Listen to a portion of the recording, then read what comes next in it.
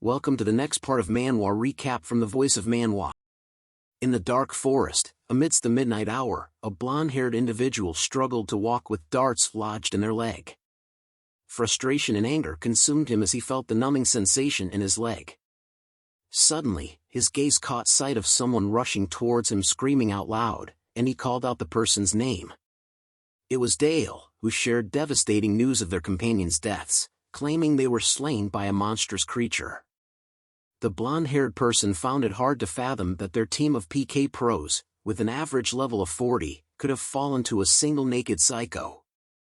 As they conversed, a hail of darts unexpectedly struck Dale's face. The darts glowed red, and soon exploded Dale's head, causing the yellow-haired individual to scream in terror. The blonde man trembled in fear at the sight of Dale's corpse. Determined to uncover the attacker's identity, he screamed out loud.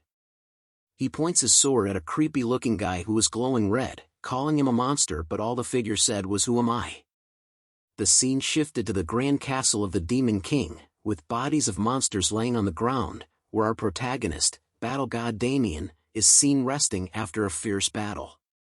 Grimacing in pain, he realized the extent of his injuries. Despite his impressive level of 904 and his top rank in the field of honor, he struggled to stay alive. Notifications flooded his screen, one after another, alerting him to abnormal states affecting his character. Damien clenched his teeth as he read each message, discovering that his character had fallen into a weakened, bleeding, and sealed state, rendering him unable to utilize any skills. Frustration and despair welled up inside him as he fought to keep his character alive. Another notification arrived, informing Damien that his character had been petrified, causing his movements to slow down. Battle god Damien pondered whether such a multitude of abnormal states were a common occurrence in the game as he tried to navigate his way out of this dire situation. Struggling to hold on, he silently acknowledged that not even the esteemed Saint Magnus or the High Heaven Immortal would be capable of healing him at this point. Suddenly, a mocking voice pierced through the chaos, likening Damien to a resilient cockroach. It belonged to none other than King Arthur, the leader of the Demon King expedition. Recognizing the voice, Damien called out Jong Yuman's name, but before he could finish his sentence, Arthur attacked him with his staff. A warning blared, indicating that Damien's stamina had dropped below the threshold, risking his potential disconnection from the game. In a state of confusion and weakened condition, Damien questioned Arthur's motives for the assault. However, Arthur appeared to be distracted by notifications regarding the Lord of Abyss, Abraxas, who was raising his mana and attempting powerful techniques. Frustrated by the abrupt halt to the battle, Arthur grumbled to himself, lamenting that things were just starting to get interesting. As Arthur prepared to cast another spell, a notification popped up, cautioning the activation of the ultimate spell, multi-leveled Weather Reversal Realm Destruction. Despite the imminent danger, Damien couldn't help but feel a tinge of admiration. Once the spell was unleashed, Arthur resumed his attack on Damien, mocking him for his perceived lowly status as a hero who originated from a lower class. Battered and bruised, Damien couldn't help but question where things had gone wrong. 10 years ago, the virtual reality game Arcia Chronicle or AC was released, captivating players with its stunning graphics and vibrant non-player characters. The game's centerpiece, the Demon King Raid, promised the first player to conquer the quest the chance to establish a kingdom, become the hero of the AC world, and claim an illustrious trophy. Damien was one of the many players who dedicated their lives to AC, investing all their time and energy into the game for a decade. Despite his family's attempts to dissuade him, Damien remained steadfast, convinced that winning the game's reward was the sole means to compensate for his shattered real-life existence. It was during the Demon King raid that Damien encountered King Arthur, also known as Jong Yuman, a devoted servant of the goddess Arya, wielding the Infinite Circle, a source of boundless mana. With his warm personality and undeniable charisma, King Arthur spearheaded the expedition that led them to the Demon King's castle. Damien's thoughts raced as he realized they were on the brink of completing the raid. Suddenly, King Arthur acknowledged Damien's significant contribution to their success. However, Damien's trust wavered as he questioned whether King Arthur had intended to betray him from the outset. King Arthur chuckled at the inquiry, but his laughter swiftly transformed into violent aggression as he mercilessly pummeled Damien once more, hurling insults and labeling him as worthless. Overwhelmed with shock and fear, Damien contemplated the possibility of perishing without accomplishing anything, all due to the treacherous nature of King Arthur. Yet, in that desperate moment, a voice reached out to him, offering a chance for revenge and a new purpose. It was Abraxas, the Lord of Abyss, extending his assistance to Damien in exchange for the task of slaying the goddess of light, Arya, and embracing chaos as an avenger. Initially hesitant, Damien couldn't resist the allure of finally achieving something after dedicating himself to the game for countless years. As King Arthur continued his taunts and relentless assault, Damien made his fateful decision. He would seize Abraxas's offer and transform into Damien, the avenger who would sow chaos throughout the land. Suddenly, King Arthur's brutal attack abruptly ceased as Damien awoke in his own room, drenched in sweat. Disoriented and bewildered, he struggled to comprehend how he had ended up there.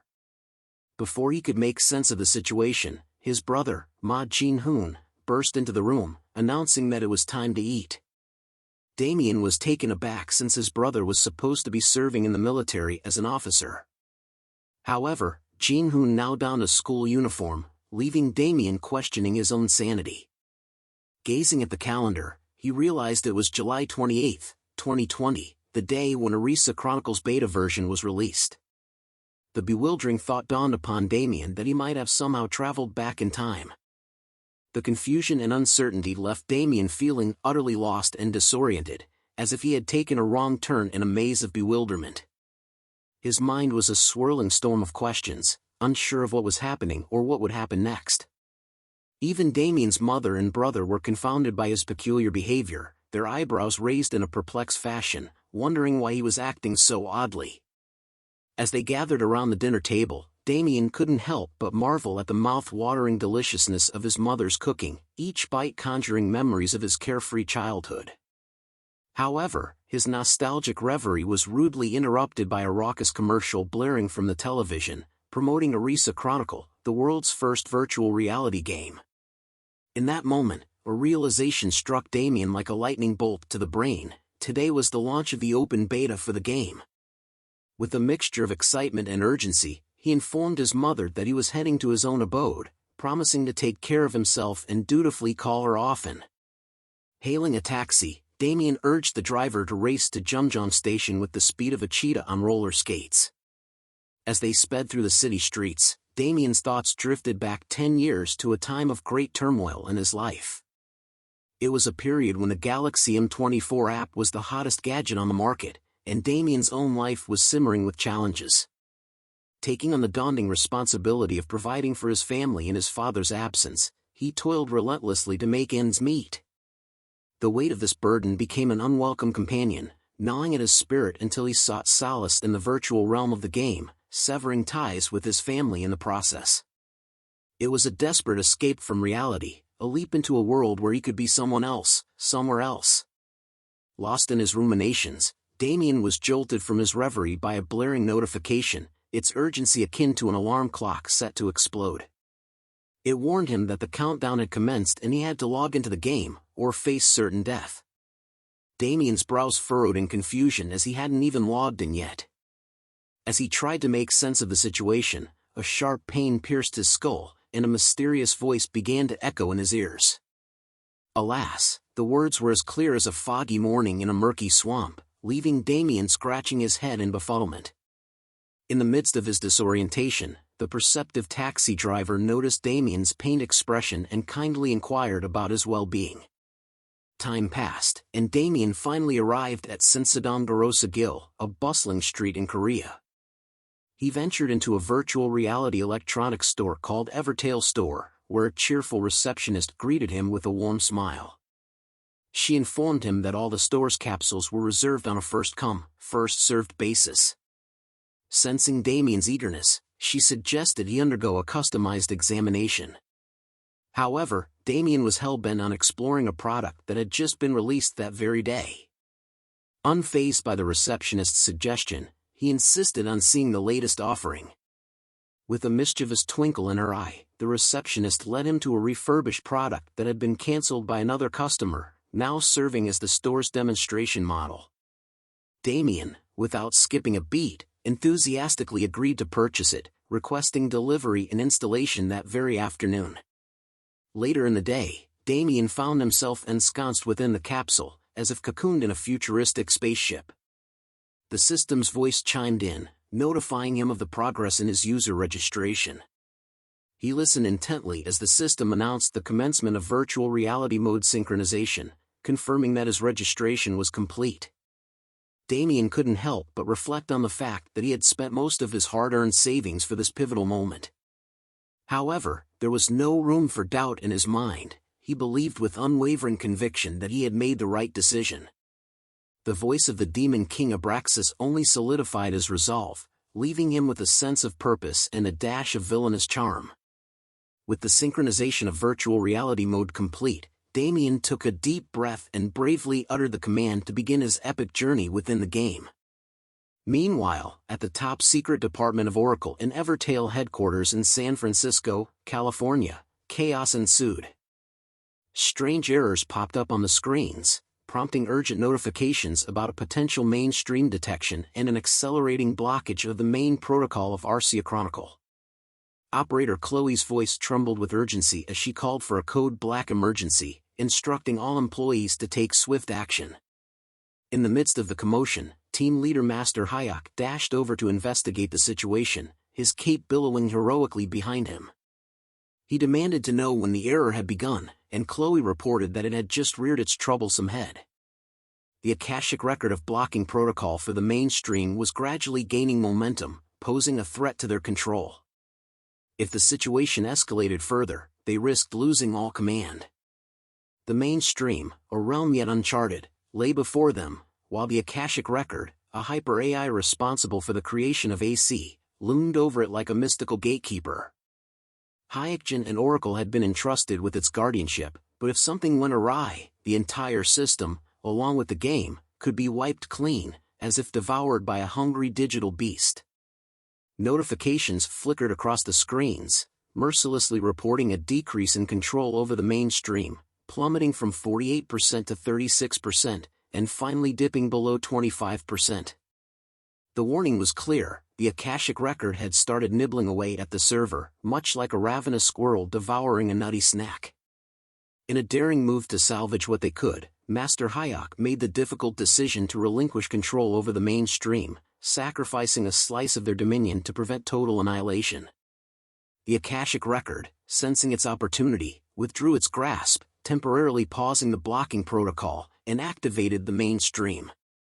Hayek confirmed that the operation was now in motion, taking a deep breath as the weight of the world rested on his shoulders.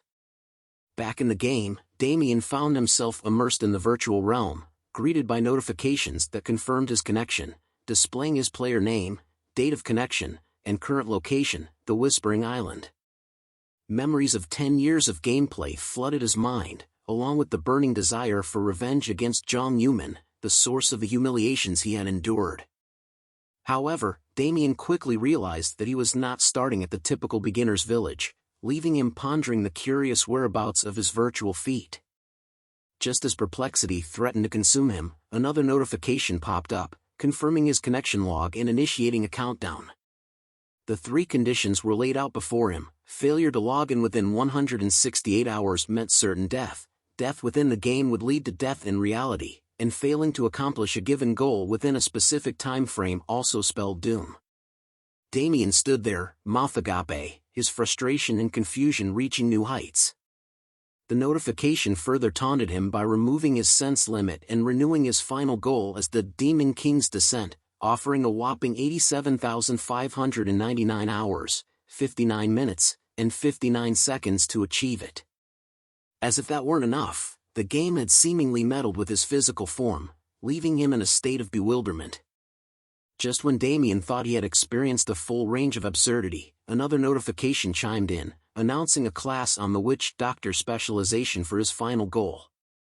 Damien could only curse the game in disbelief, hoping for a sliver of sanity to return to his rapidly unraveling reality. Witch doctors were enigmatic beings who harnessed primitive powers and had deep connections to death, ancient sorcery, and curses. Damien was taken aback to find that his in-game character, also named Damien, had become a level 1 witch doctor with abysmal stats. He felt disappointed with his newfound class, especially since it was a hidden class that was challenging to obtain and relatively unknown. The notification provided a description of the witch doctor class, highlighting their specialization in spells related to poison, curses, summoning, bones, blood, corpses, and souls. This class excelled in dealing damage over time, making them formidable damage dealers. Damien grew increasingly frustrated with his new class, particularly because the subclass of poison was his special attack, which didn't quite suit his preferences. Suddenly, notifications popped up on Damien's screen, warning him that he had committed a crime and that his alignment had plummeted to an extremely low level. As a result, a penalty had been imposed on him, which left Damien scratching his head in confusion. The penalty seemed outrageously severe, with a 500% decrease in experience points upon death, a 500% increase in the probability of dropping items upon death, a 500% increase in the probability of equipment being destroyed upon death, nullification of the safe zone shield, and the constant threat of NPC attacks. This penalty practically branded him as the Demon King, much to Damien's dismay. But since he received a second chance with his life at stake, he wondered if he should cover his face. Damien arrived at Dunvegan village and headed straight to the village head's home to receive a quest who greeted him happily. However, he had a paper bag over his head, attracting the attention of the village head, Elmore. Curiosity piqued, Elmore asked Damien why he was wearing a paper bag, to which Damien awkwardly replied that it was just a cool fashion statement. Elmore stared at him like WTF. But deep down, Damien felt embarrassed about it but had no choice but to wear it due to the compulsory quest. Moving past the paper bag incident, the Elmore commented that he respects Damien's taste. Damien asks if he could quickly get a quest, which causes Elmore to fluster around trying to find a quest. Once he found the quest, he became serious and tells Damien to listen carefully. The Whispering Island was filled with chicks, causing a problem as they've eaten all their feeds, leaving none in the storerooms. Elmore places the quest letter on the table and assigns it to Damien to catch 10 of the chicks. He ventured through the mountains behind Dunvegan village, where he spotted a lone chick. Warning, if you love baby chicks, turn away now cause it's about to get a bit weird. Now back to the story. Seizing the opportunity, he threw a dart and successfully caught it. However, the effort left him breathless, and he drops to the ground realizing that he only had 1 HP remaining. A notification reminded Damien of his quest to catch the chicks and protect the storerooms on Whispering Island. The tutorial quest required him to catch 10 chicks and retrieve 10 yellow feathers, with his progress currently at 10% after catching just 1 chick. Completing the quest promised Elmore's beginner set and a recommendation. Damien lets out a sigh, unhappy that he only caught 1, then he opens his status window. Damien checked his skill status and discovered that only 1 skill was unlocked, shooting of poisonous needles. The rest remained locked, amplifying the challenge of the quest. He thinks deeply about the skills and realizes there's no helping it as he can only learn other skills once he reaches level 10. He dusts himself off, saying that break's over. He holds his long and thin pipe, saying he now knows how to use it and is gonna do it properly, if you know what I mean, ha. As Damien continued his pursuit of the chicks, he grew more adept and efficient with his soul unlocked skill. He successfully caught several more chicks, earning valuable experience points along the way. Meanwhile, in the Yuxing Group's building, Zhang Yuman, also known as King Arthur, emerged from a virtual reality capsule after testing a new game. Satisfied with the experience, he received an update from his secretary regarding the game's popularity. Confident in its potential success, Zhang Yuman received a call from the director of the Yuxing Group, who had prepared everything he needed to dominate the game: the perfect class, the fastest leveling method, and all the necessary equipment. Excited to claim victory, Zhang Yuman eagerly anticipated his journey in the game.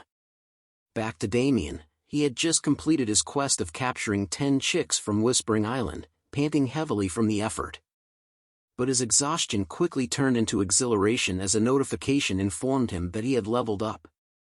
Overjoyed, he exclaimed in delight. However, when he examined his status screen, he he was left speechless by what he saw. His name was still Damien, and his class remained witch doctor, but his stats displayed a mere 1 in strength, agility, intelligence, talent, and luck. On a positive note, he had 5 remaining stat points, a significant increase compared to the usual 2. Damien couldn't believe his luck. Perhaps this was a perk of having a hidden class. Realizing that things might not be as dire as he initially thought, he became determined to dismantle Zhang Yuman and wanted to soon shred him into pieces. Damien dashed through the bustling village, clutching at his long and thin green pipe in his hand, while a rowdy group of hens trailed behind him. A player notices the noise and is shocked to see Damien run past him. He wondered what was it that went past him, but turning back shocks him even more, as he sees a whole crowd of hens chasing out Damien. The sight left other players dumbfounded, their minds spinning with speculation about Damien's true identity and intentions as well as the paper bag on his head. Some wondered if he was a tamer, but quickly dismissed the idea since tamers typically focused on a single powerful familiar. They look at him being chased by the hens, guessing he would soon die. Yet, Damien remained undeterred, fully committed to his quest of amassing as many chickens as possible. With a swift flick of his wrist, he dispatched one of the hens with a single dart.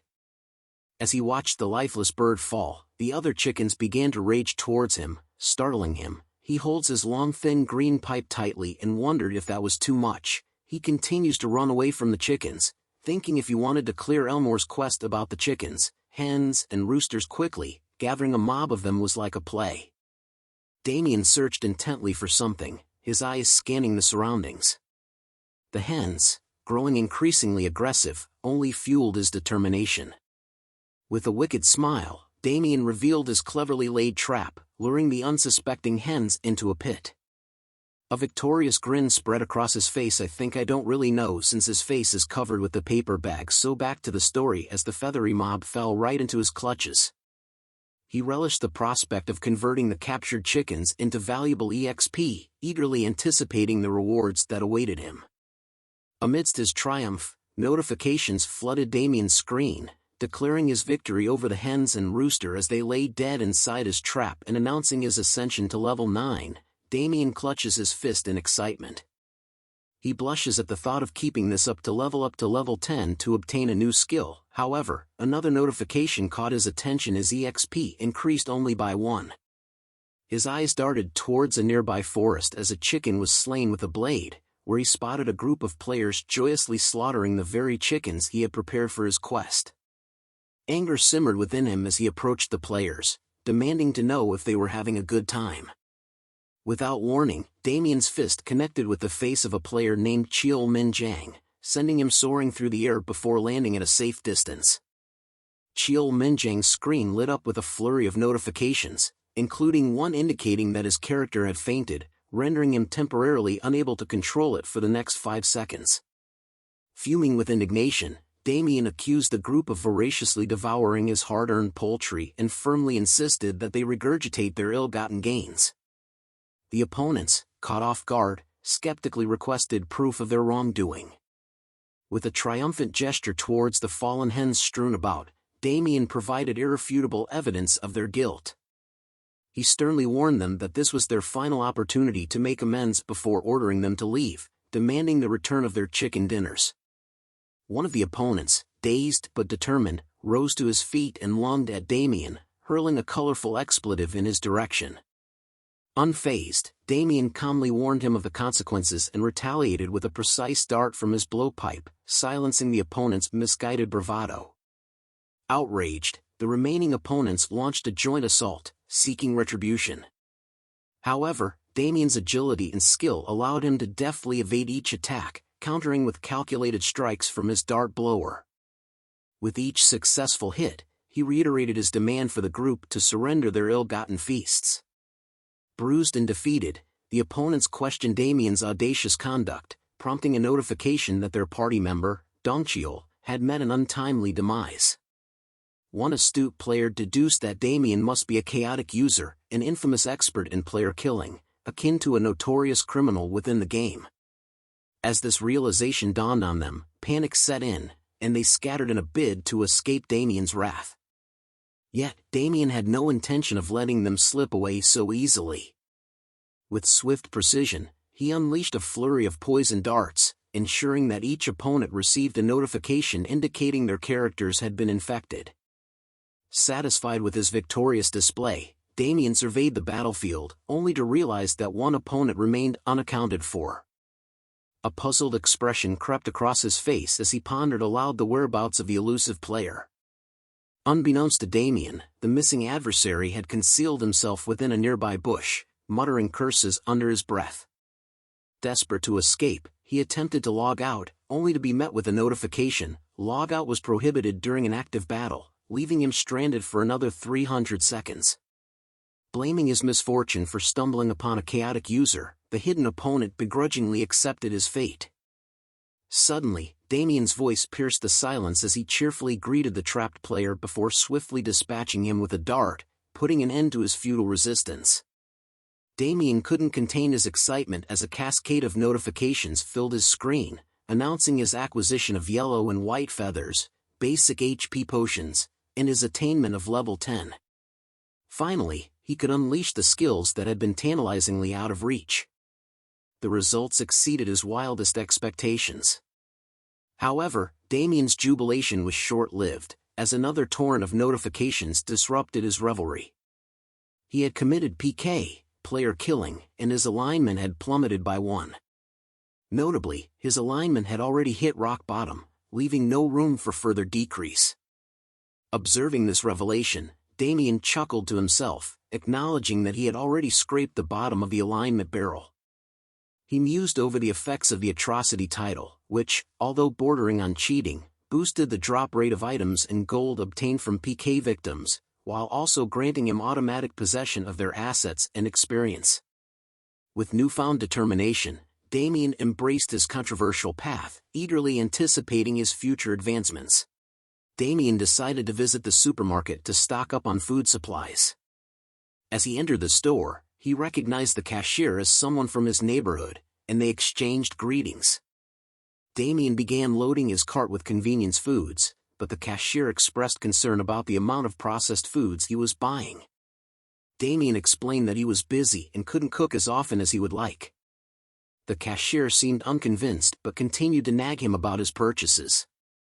When Damien pulled out his wallet to pay, the cashier told him to put it away, saying it wasn't even that expensive. He was surprised but grateful for the gesture. Damien finished packing his food supplies and was about to leave the store when suddenly a news story started playing on the TV screen by the cash register. The story was about Zhang Yuman, the youngest player of the Tempest of Time and Space, retiring from the game. Damien was taken aback by the news and repeated the name in disbelief. The cashier noticed Damien's reaction and asked if he knew the famous player. He hesitated for a moment before admitting that Zhang Yuman was indeed pretty famous. The cashier seemed surprised and started gushing about Zhang Yuman's background, describing him as tall, handsome, and amazing at gaming. However, Damien seemed lost in thought and didn't pay much attention to the cashier's words. He had a serious look on his face. In a dense forest near Dunvegan village, Damien hunted some chickens while thinking about Zhang Yuman's impending arrival. Suddenly, he received a notification saying that he had leveled up and reached level 15. But Damien was not happy because he had realized that he needed to become much stronger than he was now and could not slack off. He muttered to himself that it was somewhere around there and pulled up a quest titled The Predator of the Whispering Island, which was classified as an epic quest. The quest required him to defeat the mutated wild boar and bring back its hide. The progress on the quest was at 0%, and the reward for completing the quest was Elmore's recommendation. Damien knew that this was the last quest on the island, and if he completed it, he could go somewhere else with Elmore's recommendation. However, wild boars had a tendency to migrate frequently, making them hard to locate. If Damien didn't find the boar's lair within an hour, he would have to wait another hour for it to respawn. Damien set off on his quest, determined to complete it and become even stronger. Damien spotted the boar easily and couldn't believe his luck. The boar was a species of wild beast and an elite type with a level of 30. Damien knew he had to be careful.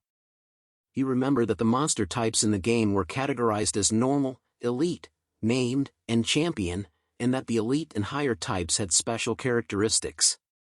There were 8 variations in each of the 3 categories: attack, defense, and crowd control, making a total of 24 variations. Damien decided to attack the boar with his skill, Corruption Elixir, to try and find out its characteristics. The elixir hit the boar, and it let out a loud squeal. The boar looked around, trying to find the attacker, but Damien was hiding on a tree. He then greeted the boar, and the boar attacked him. Damien dodged the boar's attack, effortlessly evading the creature's deadly tusks. He taunted the beast, beckoning it to come closer with a confident smirk on his face. In a fluid motion, Damien grabbed another elixir and hurled it towards the boar. The elixir found its mark, hitting the creature with pinpoint accuracy. The boar let out another agonizing squeal as the elixir took effect. Damien observed the boar closely and concluded that the boar didn't have physical immunity. He then began attacking the wild boar relentlessly to study its behavior.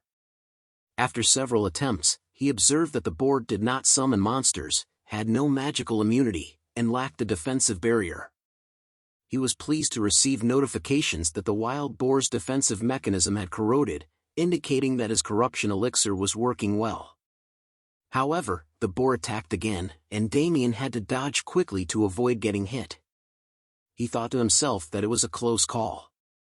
The boar was visibly angry and charged at him again, but Damien dismissed it as typical behavior for a dumb beast species.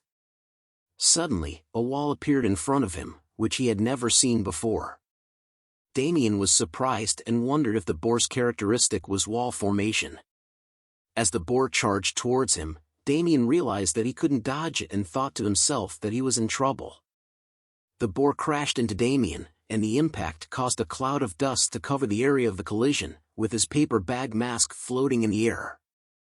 As Damien emerged from the cloud of dust, he was visibly enraged, and his entire body turned red, with a deadly aura surrounding him. This was due to the skill he possessed called zombification, which was currently at level 1 with a passive attribute of corpse. The skill allowed him to transform into an undead when his HP reached 0 and prevented his HP from falling below 1 for 600 seconds. When activated, he emitted a plague aura that poisoned and made opponents bleed within a 3-meter radius. However, he couldn't use any other skills while the skill was activated, and there was a cooldown period of 1800 seconds. Damien's anger boiled over as he shouted at the wild boar, cursing the creature for hurting him. The sudden outburst of rage startled the boar, causing it to let out a frightened squeal in response. Damien's transformation seemed to have intimidated the wild boar, which now stood frozen in fear. Despite its fear, Damien continued to lash out at the boar, blaming it for nearly causing his demise. Damien fiercely punched the boar, causing it to squeal in pain. Notifications began to flood in, revealing that the wild boar was bleeding and poisoned. Damien was informed that he only had 10 seconds left until the zombification ended, but he remained confident. With his time running out, Damien quickly activated his skill, Plague Aura, determined to defeat the boar once and for all.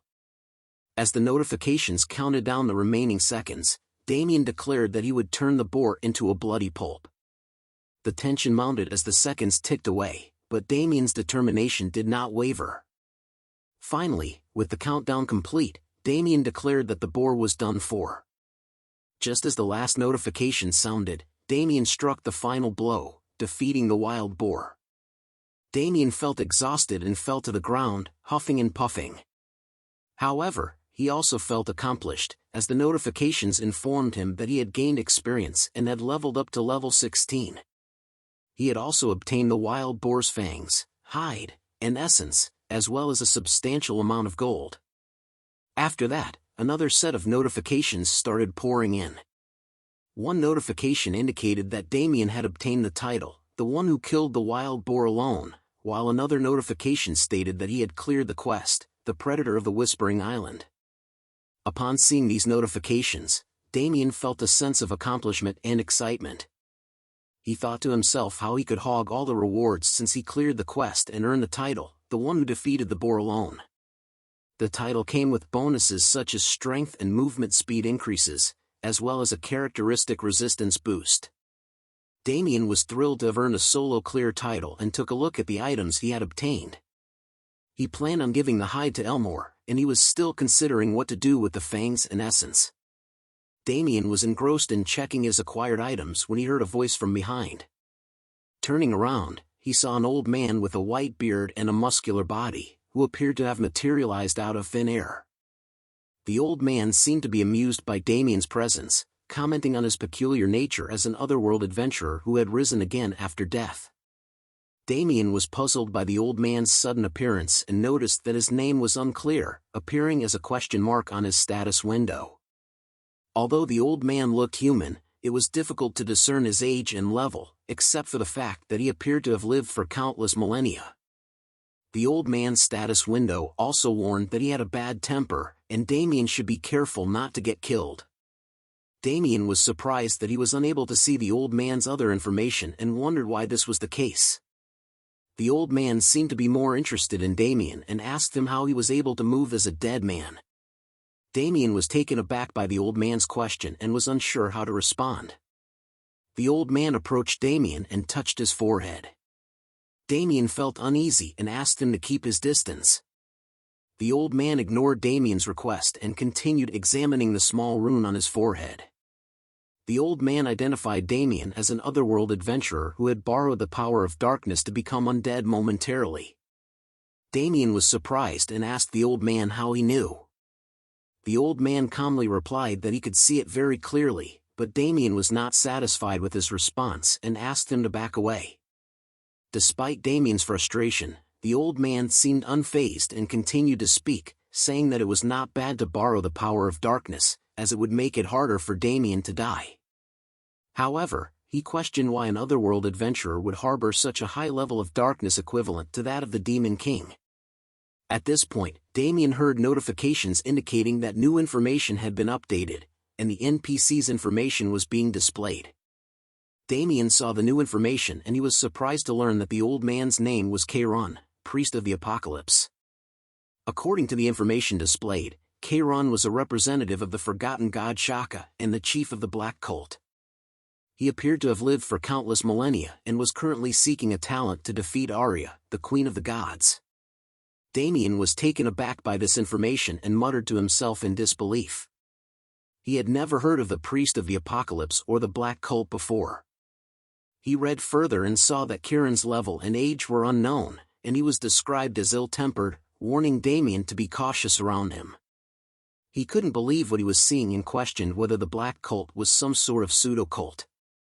Chiron, the seventh chief priest of the god Shaka, was enraged upon hearing the term pseudo-cult being used to describe his beliefs. He declared that he would spread the gospel of the apocalypse across the land after defeating the queen of the gods. Damien tried to calm him down, but Chiron ignored him and attacked. Damien managed to dodge Chiron's first attack, but he was surprised by the force behind it. Chiron attacked again, but Damien dodged once more while calling him a crazy old man, and wondered about the destructive power behind Chiron's blows. Chiron taunted Damien, impressed by his ability to dodge, and challenged him to continue dodging. Damien took a deep breath and tried to steady his nerves. He knew that he had to face Chiron, the priest of the apocalypse, and survive this trial. Chiron looked like he was on the verge of senility, and his actions were clearly that of a seriously insane person. Damien wondered what he could possibly do in this situation. As he was lost in thought, Damien received a notification that Chiron was displaying hostility towards him. He looked up and saw the old man staring at him with wild eyes. Damien braced himself for a fight and wondered how he could possibly defeat this crazy old man. But before he could even take a step forward, Damien received another notification. It was a quest, and he had to survive Chiron's trial to progress. But what surprised Damien even more was that it was a mainstream quest. Damien stood still, lost in his thoughts about the importance of the mainstream quests. These quests were only given to a select few users and could decide the future of the game. The impact of a user's actions on the world of AC was immense and could potentially change it completely. But as he pondered on this, he couldn't help but wonder what an old man had to do with the mainstream quests. Before he could finish his thoughts, Charon interrupted him, attacking him with a sharp remark, demanding to know why he was just standing there like a dumb log. Damien quickly dodged the attack, but he couldn't help but think about the old man and his possible connection to the mainstream quests. Memories of his own experience as the battle god flooded his mind, particularly the time when he was tasked with defeating Abraxas alongside the 6 masters in the treacherous Abyss dungeon. He knew that the success or failure of these quests could have a massive impact on the world of AC, and he was determined to clear them no matter what. Suddenly, Charon caught Damien off guard once again, attacking him while berating him for hesitating. Damien knew that he had to act quickly, so he chanted a mantra and activated a skill called Bloody Impulse. He made a decision to stop overthinking and calculating and instead approached Charon with sincerity and his basic impulses. Damien braced himself for the upcoming battle, knowing that he couldn't afford to lose. He was determined to succeed in the mainstream quest, no matter the cost. Charon's eyes blazed with fury as he charged towards Damien, his fist pulled back in a powerful punch. The impact was devastating. The ground shook violently, and the force of the blow sent shockwaves through the air. Charon's powerful punch caused an explosion. As the dust settled, he shouted in frustration at Damien, asking how long he planned to keep running away. Damien activated his zombification skill and managed to survive Charon's attack. But Charon wasn't done yet, he started attacking Damien again. While dodging Charon's onslaught, Damien wondered why Charon was so strong despite not being a martial artist. Enraged by Damien's ability to dodge his attacks, Charon yelled at him to hold still. Despite Charon's angry shouts, Damien continued to dodge and noticed that he could see Charon's movements better than before. As he distanced himself from Charon, Damien realized that if he could stall for time, he might survive the fight. However, his thoughts were interrupted when he saw Charon gathering energy between his hands. To Damien's surprise, Charon prepared a Kamehameha pose and taunted him, asking if he could dodge this attack as well. Damien, shocked and bewildered, exclaimed in disbelief. Charon then launched his attack, shouting "Die!" This time, Damien had no chance to dodge and got hit by the attack. After the explosion, Damien found himself on his knees but still alive. Suddenly, a notification sounded, indicating that there were only 2 seconds remaining. Charon, who was nearby, was impressed by Damien's sturdy body and complimented him on his physique. Damien responded modestly, saying it was nothing compared to Charon's. As the notification reached 1 second, the countdown ended, and another notification chimed in, saying zombification has ended. Damien felt relieved after escaping this near-death scenario. But the next notification brought him good news: you have cleared the quest Charon's trial. Charon, who had been silent until that moment, spoke up with a hint of sarcasm, remarking that Damien's mouth was still functioning despite the ordeal they had just gone through. Damien retorted with a hint of pride, saying that he now had to live life to the fullest since he had obtained this opportunity. Charon then asked about Damien's power of darkness, which he had noticed earlier. Damien confirmed that he possessed that power and asked if Charon recognized it. Charon responded to Damien's question with a smirk, indicating that he recognized Damien's power of darkness. He mentioned that as the chief priest of the 7th god Shaka, he couldn't possibly miss it. Damien asked Charon about the 7th god Shaka, and Charon praised him as the best god of Arcia. He explained that Shaka was the lord of darkness and apocalypse, incomparable to Arya, and the greatest of all the gods. Damien was a little confused, thinking that the 6 great gods were Supreme Goddess Arya of Light, Phoenix of Fire, Nyssa of Water, Tenasil of Tree, Oread of Iron, and Crowd of Earth. However, he realized that there was no way the system would lie. Damien simply nodded, and Charon took the opportunity to get straight to the point. Damien got ready to listen, thinking that Charon was finally getting to the point after causing all this ruckus. Charon then asked Damien if he wanted to become stronger, mentioning that otherworld adventurers desired fast growth and strength. Damien was taken aback by the suggestion, but before he could respond, Charon actually suggested that Damien become his disciple. Damien was surprised by Kieran's suggestion and began to walk away while bidding him farewell. This seemed to anger Kieran, who hit Damien on the head with a hand chop and demanded to know where he was going. Damien retorted, calling Kieran a senile old man. This only served to rile Kieran up more, as he boasted about the power of Lord Shaka and how even someone like Damien could become an absolute ruler if he became Kieran's disciple. However, Damien wasn't convinced by Kieran's claims and challenged him, asking if he would believe it if he were in Damien's position. Kieran was taken aback by this, but he eventually relented and showed Damien a book, hoping to convince him to become his disciple. As Damien examined the book, a notification sounded, informing him that the Apocalypse Invocation, the Book of the Black Covenant, was radiating a faint light. Damien was puzzled by this, and as he looked at the book, another notification popped up, saying that the mainstream encounter with the seventh god had been activated. Kieran then explained to Damien that the book was a divine object and the only tool that would allow him to meet Lord Shaka. Damien was skeptical, but Kieran instructed him to open the book. As Damien opened the book, Kieran warned him not to make any further movements. Confused, Damien looked back at Kieran, only to see him attacking him with a dart blower. Damien was hit by the dart and lost consciousness. When he woke up, he found himself in a cave-like structure, muttering in frustration about Kieran's actions. As Damien tried to process his thoughts, he received a notification saying, "New location information has been updated," but his current location was still showing as unknown. Suddenly, someone appeared in front of Damien. As he looked up to see what it was, he found a small boy standing in front of him.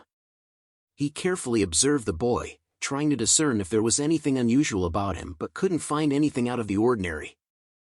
The boy, on the other hand, seemed completely unfazed by Damien's presence and started dancing around him. Damien, feeling a bit annoyed at the kid's antics, told him to stop fooling around and asked where they were. The boy stopped and looked at Damien carefully before commenting on his scent. Damien, confused, started to smell himself before the boy confirmed that he liked Damien's scent and asked if they could be friends.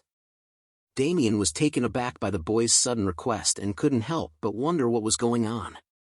Damien asked the boy if he had any friends. The boy's response was an angry one, insisting that he indeed had many friends.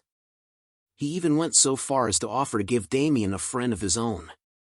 To Damien's surprise, the boy then pointed to a group of chicks pecking around on the ground nearby. They soon began to flock around him, playing and chirping with enthusiasm.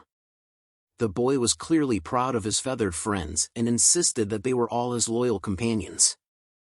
Damien was touched by the boy's kind gesture and agreed to be his friend. They shook hands, and the boy declared that they were now friends. However, after the boy declared their friendship, Damien suddenly felt dizzy and collapsed. Damien slowly opened his eyes and gasped for air. He felt disoriented and confused, trying to piece together what had happened. As his vision cleared, he noticed Kieran sitting beside him. Kieran asked how he felt, relieved to see Damien conscious. But Damien's frustration and anger boiled over, and he lunged at Kieran, catching him by the throat. Kieran struggled to break free, telling Damien to let go of his throat, but Damien's grip tightened around his throat, saying Kieran nearly killed him. Why should he let him go now? In a moment of desperation, Kieran headbutted Damien on the forehead, causing him to stumble backwards. Damien felt the world spin as he began to fall backwards. In that moment, he heard a notification alert, status effect. Your character is in critical condition. Until you have recovered your strength, your character is unable to move. Realizing that this wasn't the first time he had found himself in this situation, he thought, shit, here we go again. Damien slowly opened his eyes and saw Kieran sitting in front of him once again, asking if he was up. He winced at the pain in his head and muttered to himself about Kieran's thick skull being made of rock. Kieran asked what he had said, but Damien quickly brushed it off as nothing, knowing he couldn't afford to anger the old man any further. Damien thought to himself that Kieran may look homeless and senile, but he was incredibly strong. He knew he needed to swallow his pride and follow Kieran's lead if he wanted to survive. Kieran then asked about Damien's conversation with Lord Shaka, and Damien stumbled over his words, unsure of what to say. He eventually admitted that Lord Shaka had asked to become friends. Damien's response surprised Chiron. He explained that friendship was a relationship of brotherly affection and that Lord Shaka had internally decided that Damien should become his successor. Damien was confused and tried to ask for clarification, but Chiron interrupted him and said that he just needed to follow him from now on. Chiron laughed, and Damien wondered if it was really alright to go along with this plan. Suddenly, a notification appeared, signaling that Damien had cleared the mainstream encounter with the seventh god. Damien sighed and reassured himself that this was a good thing. Chiron motioned for Damien to take a seat, and the two of them settled down to hear what Chiron had to say.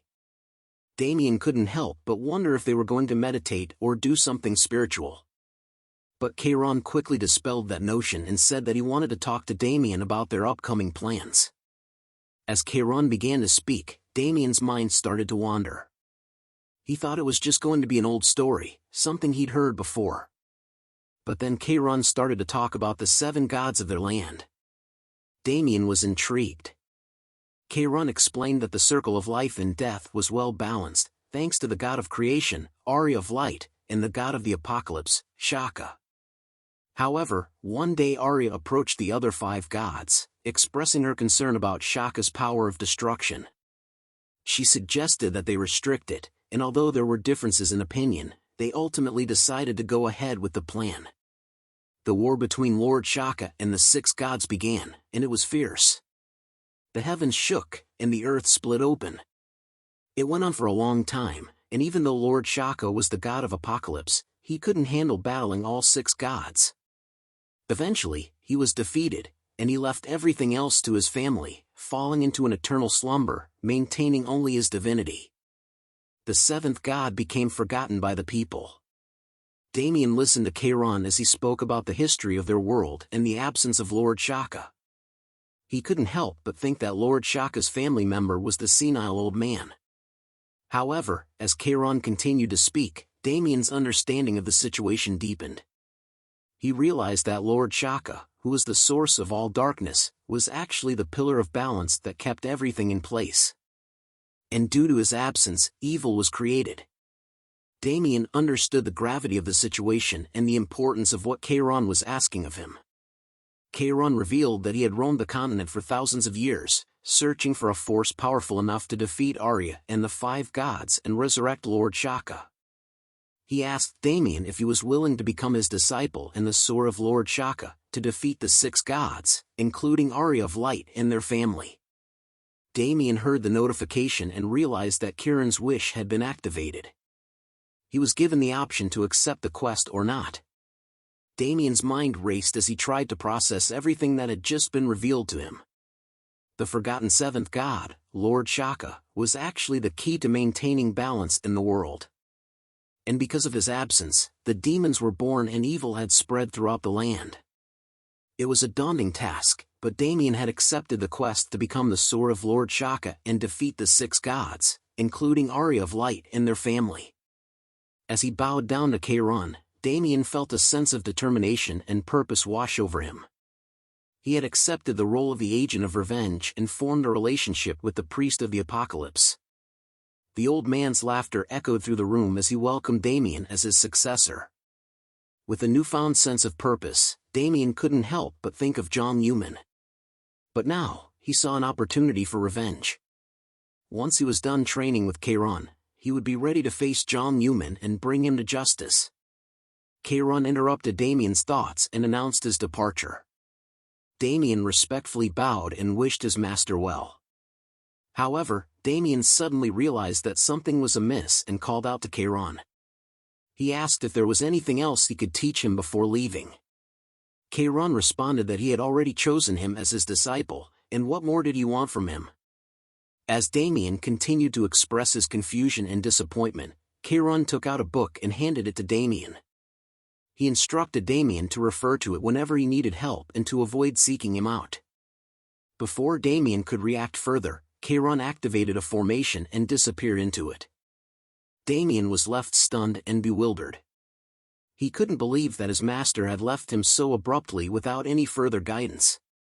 As he stood there in shock, he received a notification that he had been given a quest. The quest was to resurrect the god of darkness, Shaka, and defeat the 6 gods and their families who ruled the land. Damien couldn't believe what he was reading. He felt overwhelmed and unsure if he could accomplish such a monumental task alone.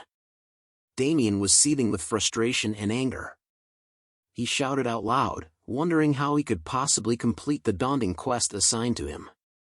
He questioned whether it was even possible to clear the task. He also expressed concern about the families of the 6 gods he was supposed to defeat, especially those who had fought alongside him before, like Crimson Agnes, Siren of the Ice, Halo of the Mind, Cyrus of Steel, and Luke of the Boulder.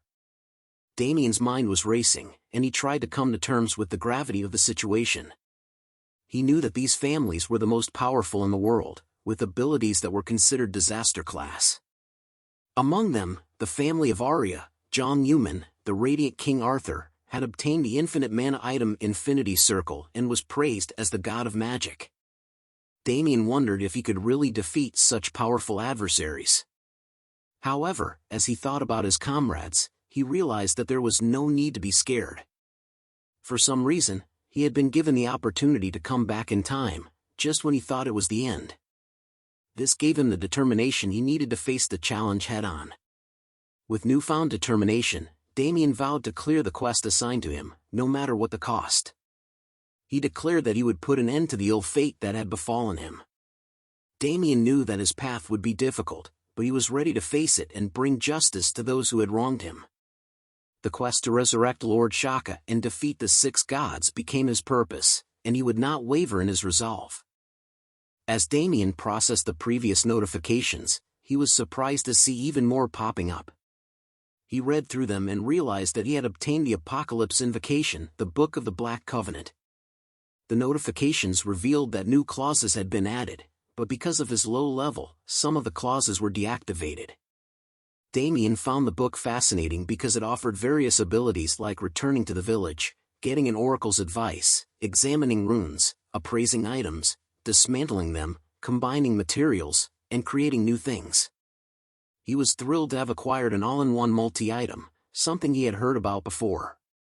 Excited, Damien opened the book and was pleased with its contents as it was a scam item with various abilities. He felt lucky and unstoppable. Curious about its capabilities, he decided to test the book's ability by starting with disassembling an item. Choosing a boar head as his material, Damien focused on the task and began the process. With determination, he synthesized and created the item. After some time, Damien excitedly exclaimed that the creation was complete. Upon inspecting the newly created item, he discovered it was a wild boar helmet, made from a giant boar head. The helmet had impressive bonuses, increasing his HP, magic power, defense, and overall stats, while also dealing extra damage to animal-type monsters. However, Damien didn't feel entirely happy about the creation of the item due to its current stats, wondering if this was the best item option he had right now. Thinking of the global game trading site, GameBank, 100 AC gold is equal to $1 and that a wild boar's head is usually worth 500,000 gold. Considering the item's value in the game's economy, Damien realized he couldn't simply create items whenever he needed money, or he might become poor. Keeping this in mind, he decided to give the leather to the village head and prioritize creating items strategically in the future. Damien went to the village head's home and handed over the leather. The village head expressed surprise, asking if Damien had caught it himself, and Damien confirmed that he did. Wearing the boar mask, Damien gave off a menacing aura as he tells the village head that he was certain it was wild boar's leather. Impressed by Damien's achievement, the village head wrote a recommendation letter, advising him to leave the island and head to the main continent. Additionally, the village head instructed Damien to go to the harbor on the eastern side of the island and take a boat to the main continent.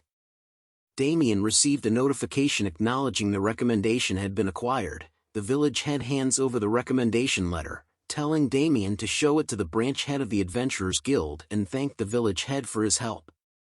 Filled with purpose, Damien left the village head's house and made his way towards the harbor, ready to embark on his journey. At the harbor, Damien took a break, eating bread and checking his progress.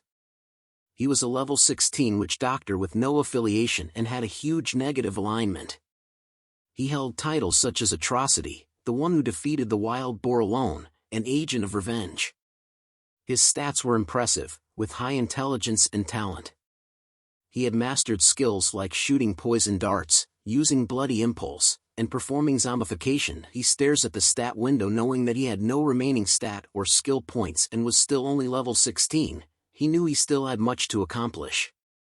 While reviewing his status, Damien pondered his Agent of Revenge title, which indicated that he was chosen by the seventh god and possessed an unknown power. The title provided significant bonuses during PvP battles, including increased attack power, defense, resistance to attributes, and resistance to status abnormalities. However, Damien was hesitant to fully utilize his title because it basically told him to become a PK player, but he didn't enjoy killing people. Damien thinks to himself that he really had joined a pseudo-religion when suddenly, Damien heard a painful scream and quickly turned his attention to the source. He saw an injured man lying on the ground, pleading for help, while a mage stood over him telling the injured man that he should have listened to the mage while he was still being nice. The mage grabs the injured man by the hair, telling him he just needed to pay, and asked why he had to make it hard for the both of them. As the injured man whimpers in fear, Damien couldn't help but wonder if they were killer mages. Killer mages were powerful mages who used their overwhelming abilities in the beginning of the game to go around and PK. The killer mage continued to speak to the injured man, saying they weren't bad people and that the mood in the area had gone dark. Daimon could tell that the mage was the leader of the group, as he had managed to block off the wharf with only 20 people. Despite the situation, the killer mage still tells the injured man to pay the toll so that he can leave. In the midst of the crowd, an English foreigner expressed displeasure with how things were unfolding. He grabs his sword and unsheathed it and, without warning, charged at the mage, telling him to go F himself. The English foreigner's action grabbed the attention of the mage, but despite the sudden attack, the killer mage remained calm and collected, wondering who he was as he casts a spell. He activated his energy bolt skill and launched a powerful attack at the foreigner, leaving him stunned and bewildered. With an evil smile on his face, the killer mage taunted the foreigner, telling him he can't win, and continued to bombard him with the same spell over and over again. The audience watched in horror and disbelief as the foreigner was relentlessly attacked by the mage. The attacks stopped as the mage laughs at the cooked foreigner, saying what a sight it was to see. The leader of the killer mages instructed his teammates to see off their departing guest, and all members began to cast their spells at once, smiling and laughing at what they were going to do. The mage turns around to say that there was nothing better to look at. But before he could say anything else, one of his teammates was abruptly beheaded. The killer mage and his teammates were taken aback by the sudden beheading of their comrade. Confusion and fear swept over them as they tried to make sense of the situation. One of the gang members pointed out a figure nearby wearing a distinctive boar helmet, wondering aloud if this mysterious stranger was responsible for the sudden and gruesome attack. As the group of evil mages turned their attention to the figure, they quickly realized it was indeed Damien who had beheaded their comrade. The sight of the boar helmet and the aura of menace emanating from Damien sent a chill down their spines. The leader of the killer mages tried to act tough, asking who Damien was, but his confidence quickly faded as Damien demanded payment for their lives. With a menacing expression, Damien gave the group a mere 10 seconds to pay up, warning them that it was their only chance to survive. As Damien faced the group of menacing evil mages, he sensed their intense hatred and disdain directed towards him. The leader of the group expressed disbelief and scorn, mockingly ridiculing Damien for his seemingly foolish actions. Unbeknownst to them, Damien had a well-thought-out plan in mind. With a commanding voice, he initiated a 10-second countdown that resonated clearly through the tense atmosphere. The mages grew increasingly irritated as Damien counted down, and their leader commanded them to go and kill him. The PK mages surrounded Damien just as he reaches the number 1, however, as the countdown reached 0 as Damien holds the blade, Damien vanished into thin air, leaving the mages bewildered and perplexed. The leader was quick to notice something above, telling everyone to dodge, Suddenly, a cascade of projectiles began raining down from above, causing the mages to cry out in pain and agony as Damien's deadly attack struck them. The leader was shocked to see what happened and wondered what was going on as the faces of his members started to melt in front of him. Damien appeared once again, with the bodies of the mages on the ground and blood everywhere. With his combination of skills of bloody impulse, poison darts, and corrupted elixir, he managed to beat most of them, and he knew that his title, Agent of Revenge, granted him greater damage in player versus player combat, and he utilized every advantage at his disposal to bring down his enemies. The leader of the evil mages could only watch in disbelief and frustration, realizing that he had grossly underestimated Damien's power. Damien approached their leader with a twisted grin, holding a corrupted elixir in his hand. He taunted the mage, questioning whether his actions had exceeded the leader's expectations. Brian slowly regained consciousness, his eyes fluttering open, and he felt a sharp pain coursing through his body. As he struggled to rise, he was surprised to find Wendy, a familiar face, standing before him. Brian called out her name and asked where they were. Wendy assisted him, helping him to his feet, and expressed concern for his well-being. Disoriented and confused, Brian struggled to recollect what had happened. Suddenly, the memories flooded back. He had been attacked by the evil mages and knocked unconscious. Anger surged within him as he remembered the assault. Vowing to seek revenge upon Thema as he recalled being attacked by the mages, he slams his fists hard onto the ground because of what happened. He began to yell out loud, asking her where the mages were so he could go and kill them himself. However, Wendy urged him to calm down, emphasizing that they were in the middle of a stream. Notifications began to pop up around him. It was a chat messages from his viewers.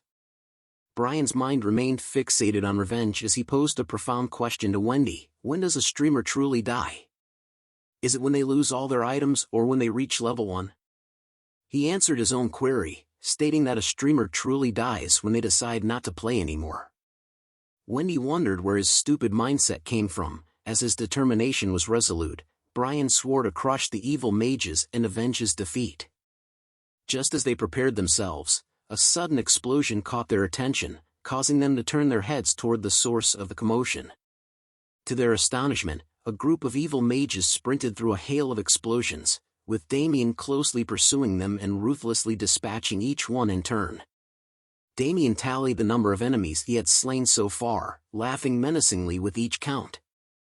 The evil mage leader observed in fear and shock as Damien displayed an unprecedented level of control and power. He commanded his teammates to cast spells and exhaust their reserve mana. The leader himself began casting spells, determined to bring down Damien.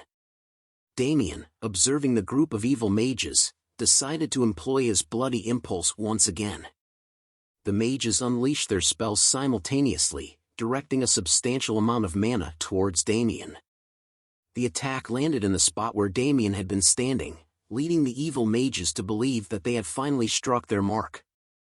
But before the leader could finish cautioning his comrades, one of them fell to the ground, struck down by Damien's dart blower.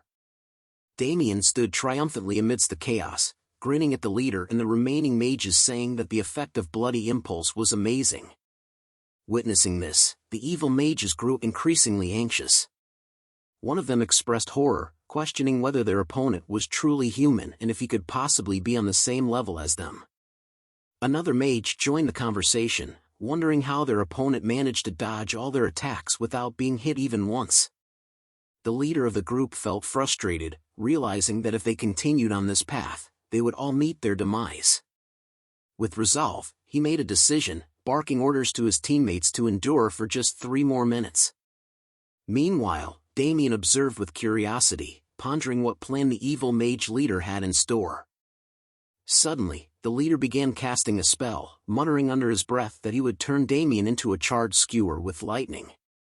On the other side, Brian sat fixated on his notification screen, his eyes darting back and forth between the flood of comments on his live stream.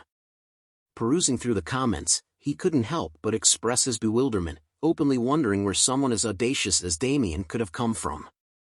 Despite his doubts, Brian found himself enthusiastically cheering on the courageous fighter, urging him to continue the battle. However, His excitement was short-lived when Wendy intervened, scolding him for getting distracted and insisting that he focus on the task at hand. Brian, swept up in the moment, paid little attention to her words. Suddenly, his attention was captivated by the viewer count on his stream, which had skyrocketed to over 200,000. A surge of adrenaline coursed through him as he realized the opportunity before him. Turning to Wendy, he asked if she was ready, to which she responded with confusion. Brian gestured toward Damien, readying himself to get Damien and seized the moment to boost his own popularity. The battle between Damien and the evil mages reached its apex. One of the mages launched an energy bolt toward Damien, yet he effortlessly evaded the attack with graceful ease. Damien then shifted his focus to the leader of the evil mages, who seemed to be preparing for something significant. Curious about his opponent's intentions, Damien charged forward. The other mages, filled with fear, started to flee, unsure of what to do next. However, the leader remained resolute, shouting at his teammates to stand their ground. Having amassed sufficient mana, he was prepared to unleash his ultimate attack. With a resounding cry, he invoked the name of his spell, summoning a powerful lightning strike that enveloped the entire area surrounding Damien. As lightning fell from the heaves, the area where Damien was covered in a huge blue explosion. As Damien was struck by the lightning and fell to the ground, Brian and Wendy watched in shock.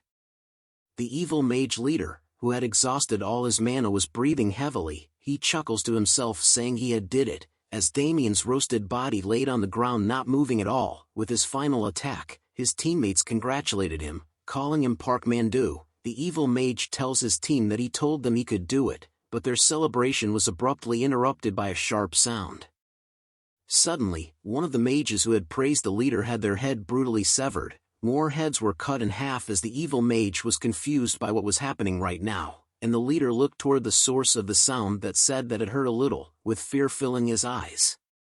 He muttered in disbelief that it was impossible, but then he saw Damien standing there. With a confident smile, Damien questioned the leader's claim of impossibility, catching him off guard. Damien commended the leader for being clever and having good instincts. As the mage leader attempted to cast a spell, Damien swiftly sliced off his arms, causing him to writhe in agonizing pain and fall to the ground as he tells him that he shouldn't have fooled around so much. Damien stood over him, telling him not to do what he was thinking of, as he can't run away now. Licking his blade with blood, Damien stated his belief in repaying kindness 100-fold and seeking revenge with a force 1,000 times stronger, was his creed. Tears streamed down the mage leader's face as he pleaded with Damien not to come any closer, but only a desperate cry echoed through the area.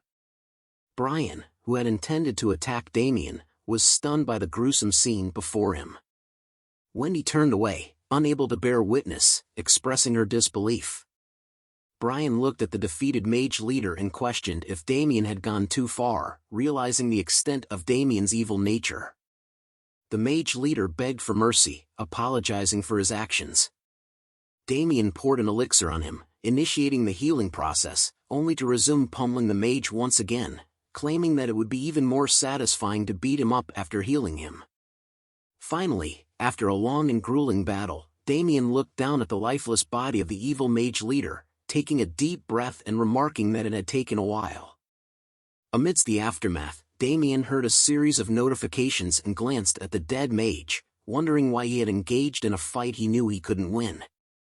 As Damien reviewed the notifications, he discovered that he had committed a PK, player kill, resulting in a decrease in his alignment.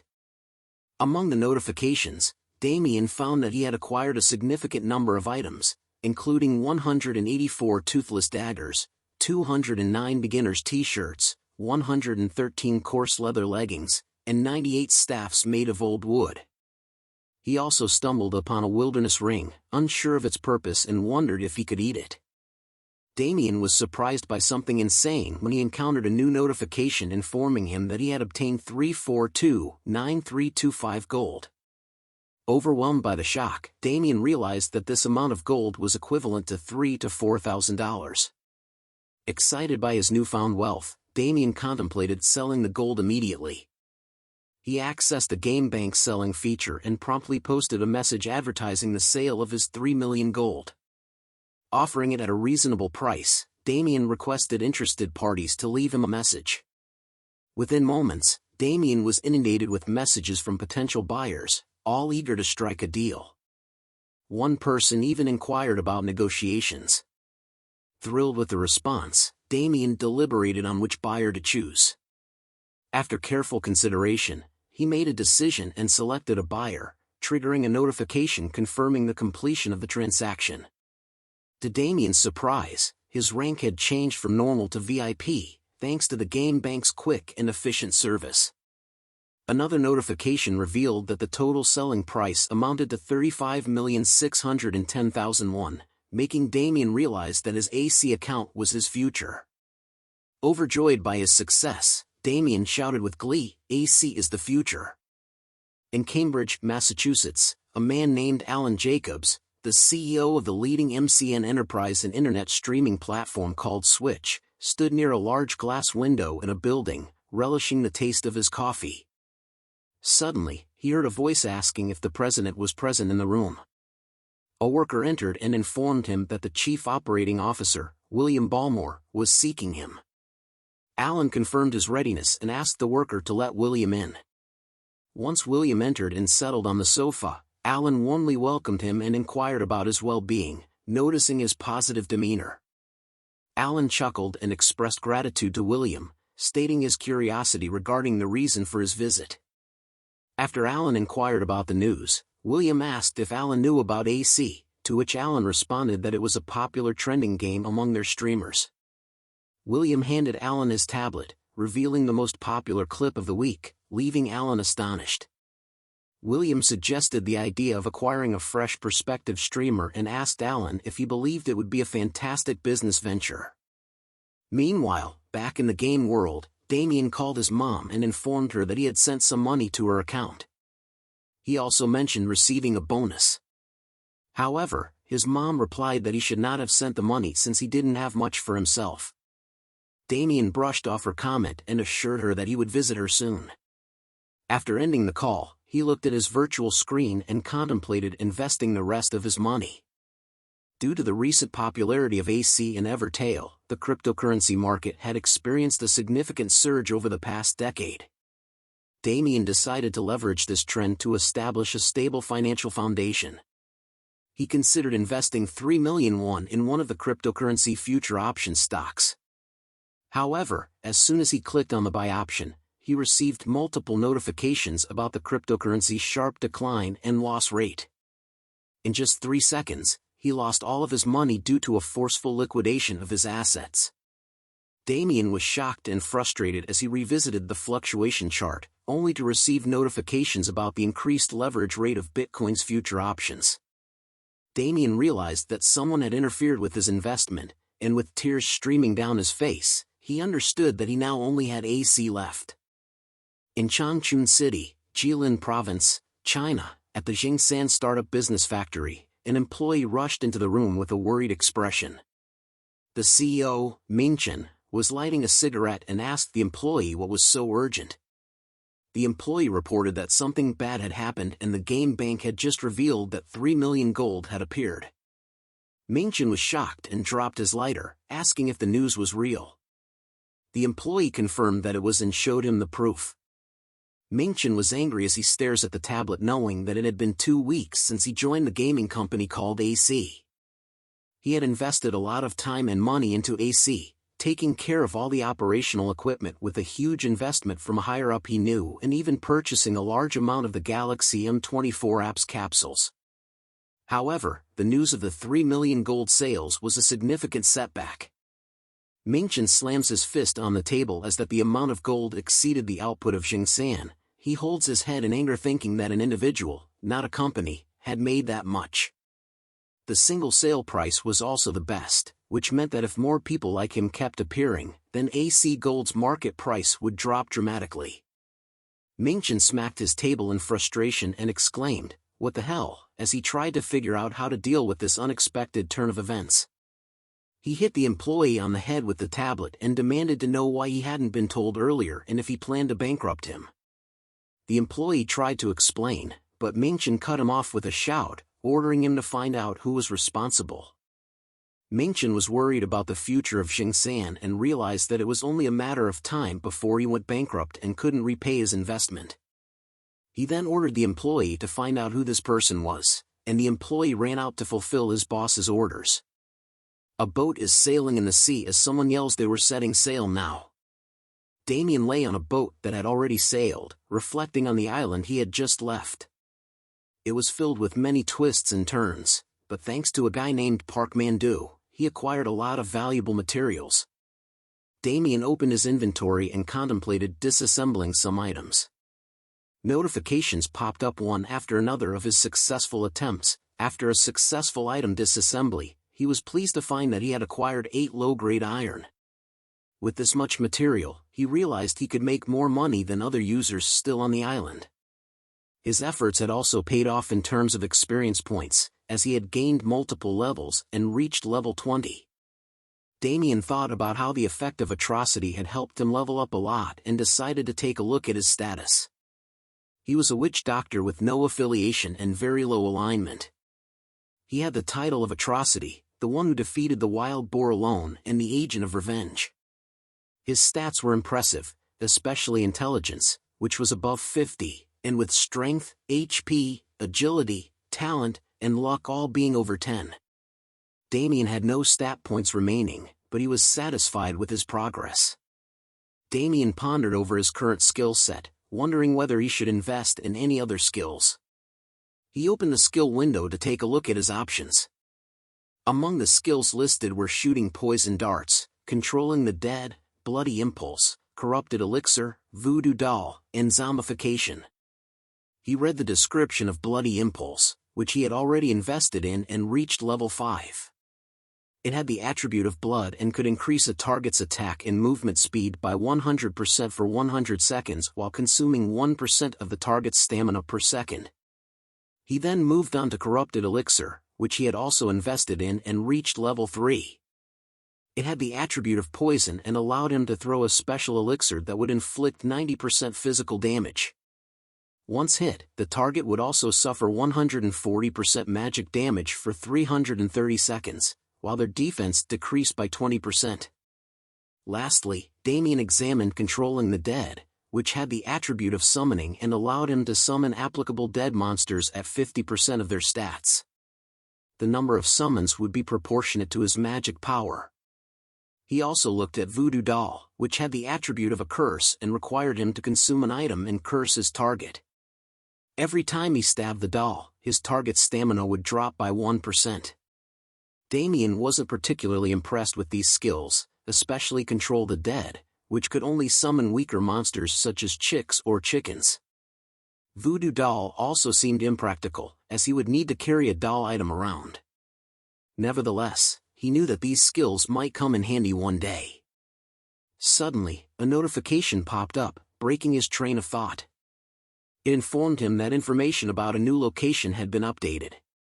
Damien looked ahead with a smile, realizing that he was finally going to a new location. The notification also informed him that the world map had been updated. Damien looked at the view and couldn't wait to start his journey in the main continent. The ship's captain bid farewell to Damien, and Damien replied with a thank you and looked ahead, taking in a familiar view. He recognized that the location he was at was one of the liveliest kingdoms on the eastern part of the Arcia continent, the center of the eastern side, Terra. As Damien walked, he saw many public notifications from other players requesting to team up for quests, grinding, and recruitments. He thought to himself that it was just as he remembered. Even though there were so many people, no one had noticed his disposition. Damien then saw 3 people standing in the middle of the street, shouting out that they were recruiting people who wanted to raid a dungeon right now. They also mentioned that they treated healers favorably and were looking for temporary mercenaries for 1 week. They would provide meals and lodging. Damien commented that guild recruitment was also the same, but suddenly he changed his thoughts and started looking for the place he had been searching. Finally, he spotted the familiar sign that marked the entrance to the Adventurers Guild. Pushing his way through the throngs of people, he made his way to the front desk where several others were discussing their schedules and requests. Realizing that he was running out of time, Damien squeezed past them as he had no time to waste if he wanted to make his application today. The manager of the Adventurers Guild in Terra Kingdom, Hat-san, called out to Maria and asked her to bring him all the adventurer applications from that day. Maria saluted and replied with an affirmative answer. While Hat-san was busy, Damien called out to him with a greeting. Hat-san looked a little frustrated at first, but Damien continued and confidently stated that he would like to get a license. Hat-san was visibly happy when Damien called him by his name and remarked that he looked like a new adventurer with good eyes who had taken the time to research him. Damien replied that he should be at least that aware if he wanted to be a mercenary. Hat-san agreed with him and thought to himself about the Adventurers Guild, its branches throughout the Arcia continent, and how it was a facility that all NPCs and adventurers utilized. He also noted that there were some people who paid to make requests and others who did the requests to make money. The Adventurers Guild's main job was to mediate between the two parties, but there weren't many people who utilized this feature properly. However, Hat-san thought that Damien was quite quick to catch on. Hat-san then confirmed with Damien that a license was needed to do that sort of work. Damien replied that he had heard as much. Hat-san then asked if Damien wanted to apply right away, to which Damien replied with an enthusiastic yes. Hat-san explained to Damien that in order to become an adventurer, one needs to take a simple test that involves 10 stages in an arena behind the lobby. Depending on the stage you pass, you will be assigned a tier. Damien asked if Hat-san thought that he should come back after preparing himself if he wanted a high grade, and Hat-san confirmed that it is normal to take a couple of days to prepare. However, Damien surprised Hat-san by insisting on taking the test right away, saying that he didn't think there would be much of a difference after preparation. Hat-san warned him that the test would be difficult to prepare for, but Damien was confident in his skills and insisted on taking the test immediately. Hat-san was impressed by Damien's confidence and led him to the arena. As Damien walked, a notification popped up in front of him, detailing the Adventurers Guild license exam quest, which required him to prove his skills by passing the exam. The quest was classified as epic, and the reward was the Adventurers Guild license. Damien smiled while reading the quest info and thought it had been a while since he had taken a test. He followed Hat-san to the arena, and as soon as he entered the arena, he saw a large crowd of people waiting there to take the exam. Maria's voice echoed through the air as she announced through her megaphone that adventurers from numbers 301 to 400 should get ready for their exam. Excitement filled the air as the participants started preparing themselves for what was to come. Hat-san placed his hand on Damien's shoulder and wished him luck. Damien nodded and replied with gratitude. Soon, a gate opened in the arena, and Damien recognized it as a summon gate, a masterpiece created by Master Arceus from the Monster Mage's Tower. Damien marveled at its beauty and wondered what creatures lay beyond the gate.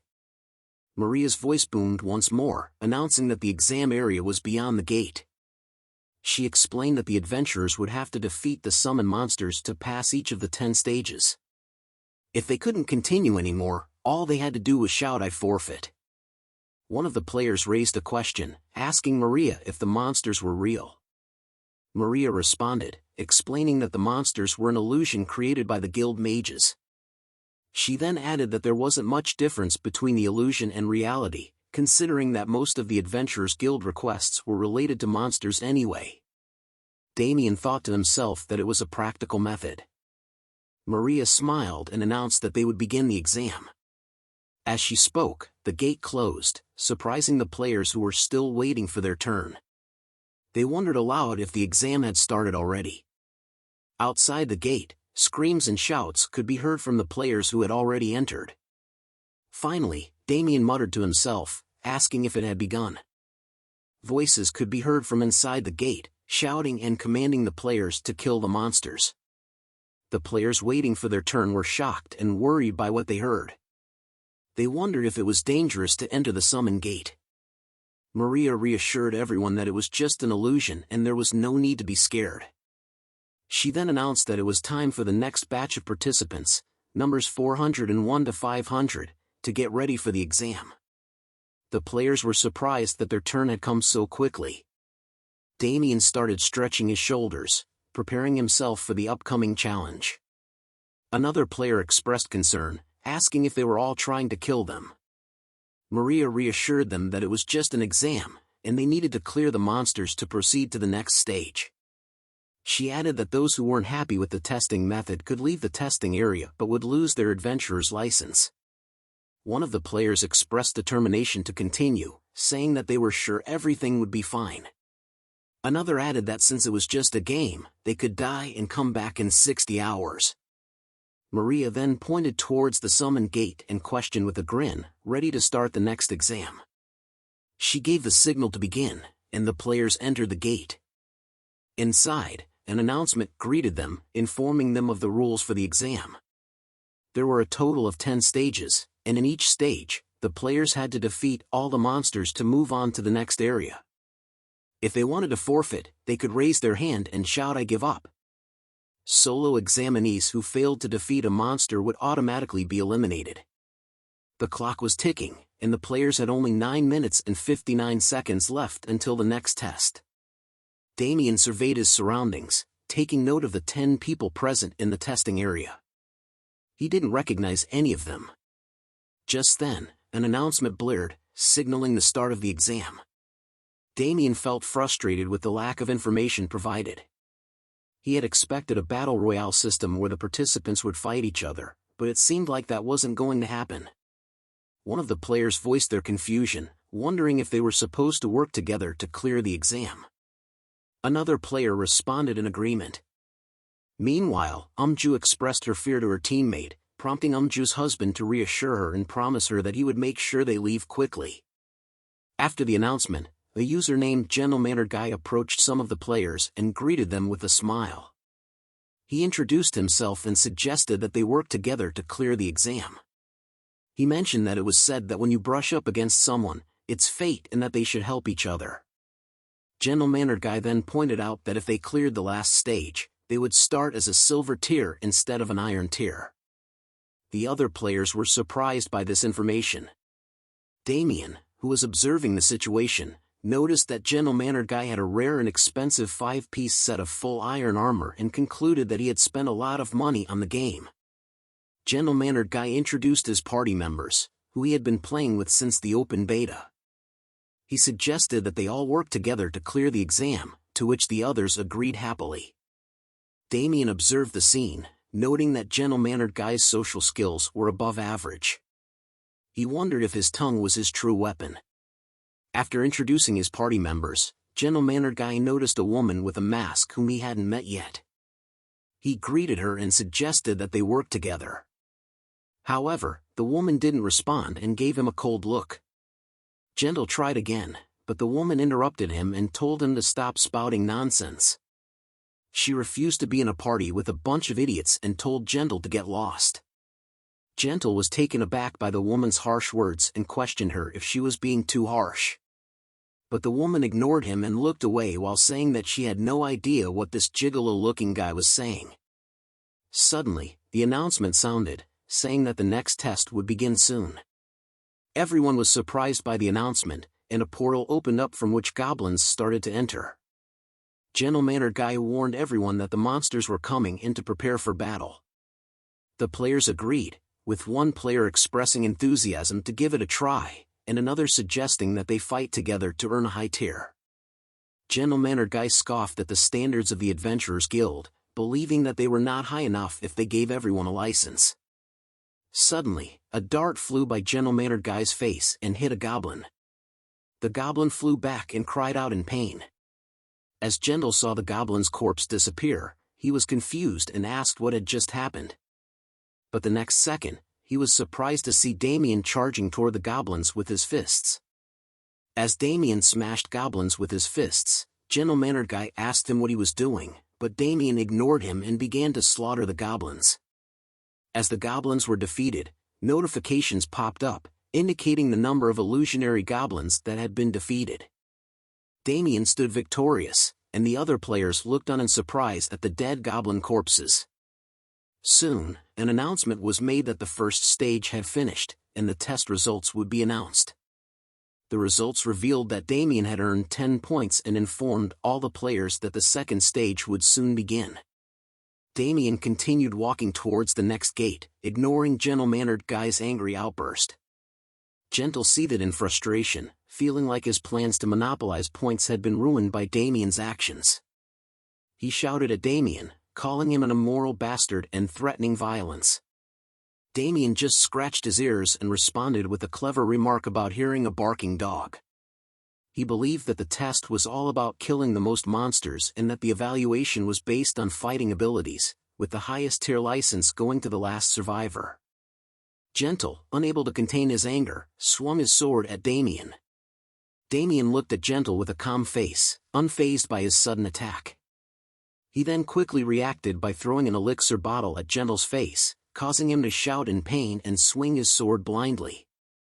Damien dodged the attacks with ease, recognizing that Gentle was not just acting desperately but was actually reading his presence and attacking accordingly. Damien realized that this was going to be a tougher challenge than he had initially thought, and he prepared himself for what was to come. Gentle turned towards his teammates and urged them to attack the enemy. The healer cast a cure spell on Gentle, while Roa attacked with Hawk's Eye, and Minky cast a fireball spell. Gentle smiled as he felt his vision getting clearer and prepared to attack Damien. Gentle then used his swordsman skill, Counterstrike. As Gentle swung his sword towards Damien, he disappeared and reappeared behind Gentle, kicking him in the back. Gentle flew back from the impact and fell down, and Damien ran towards the players' group and caught Ju in an arm lock, threatening them to try shooting if they could. And if they killed her, they would all die.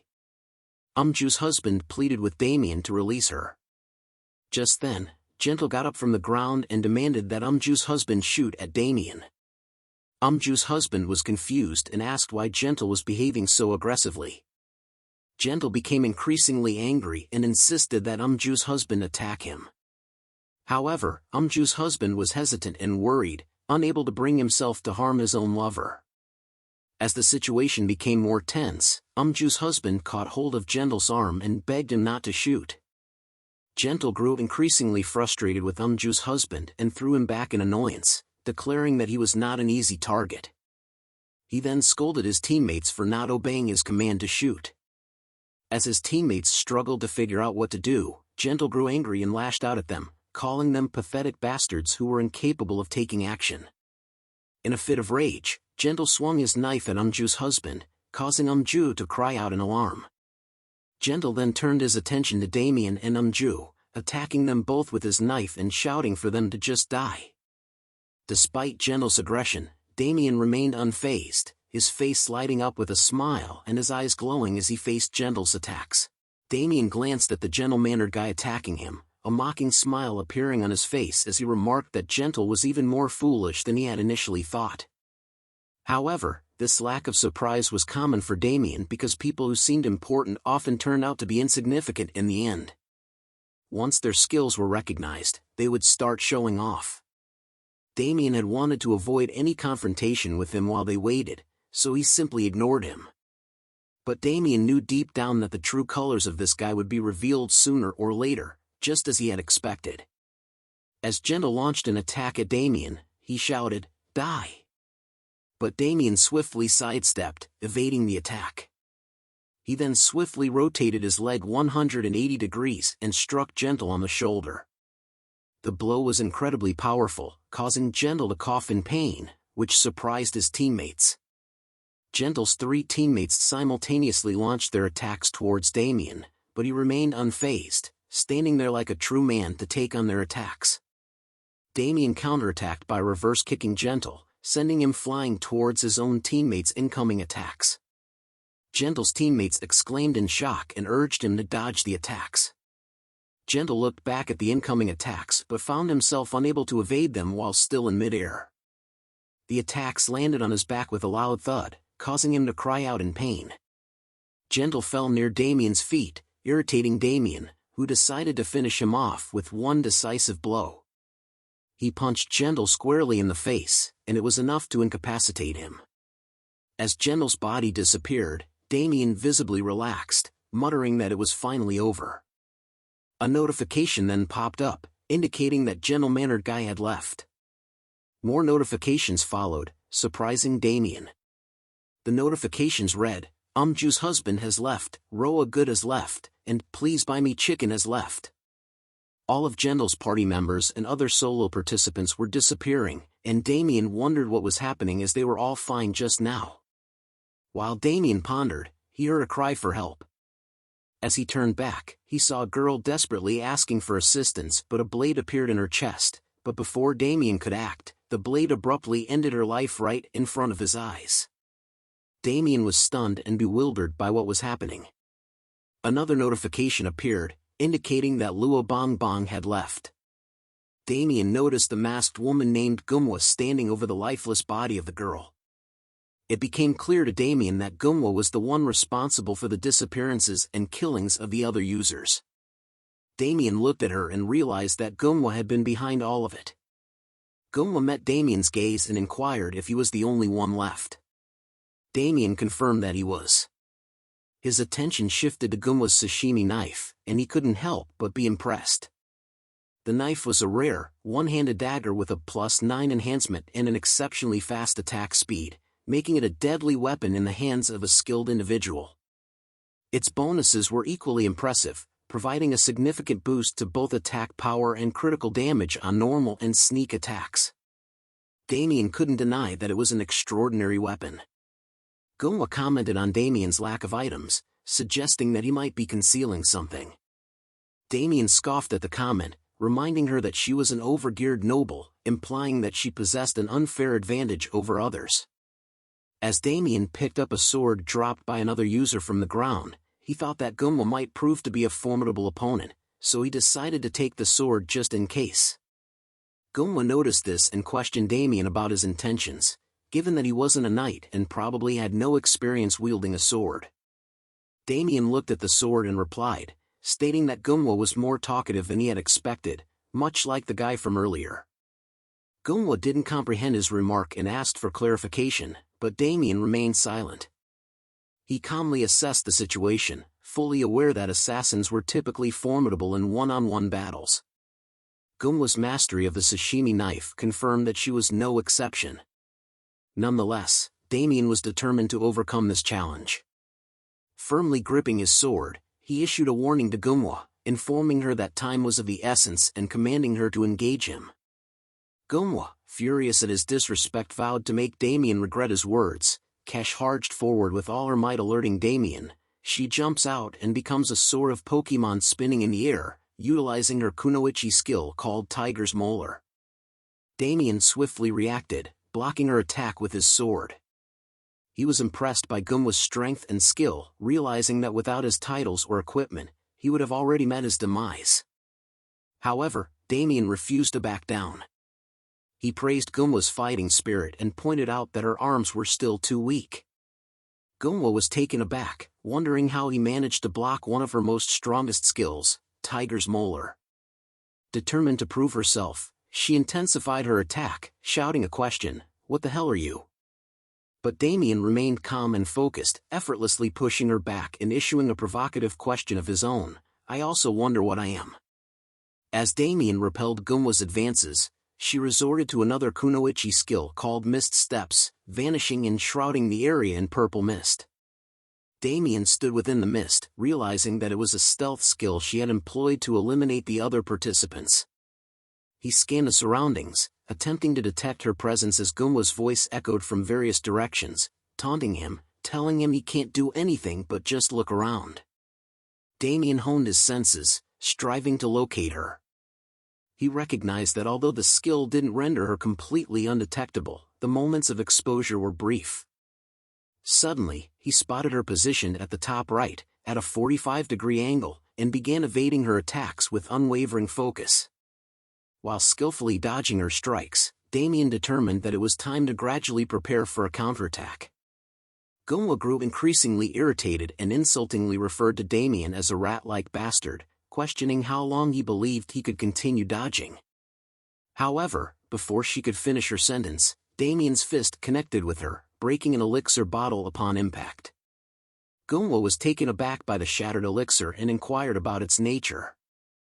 The force behind Damien's blow sent her hurtling backward, crashing into a wall.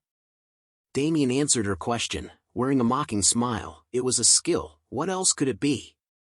Gunwa experienced a sudden pain and glanced down, noticing her clothes beginning to dissolve due to the elixir Damien had employed.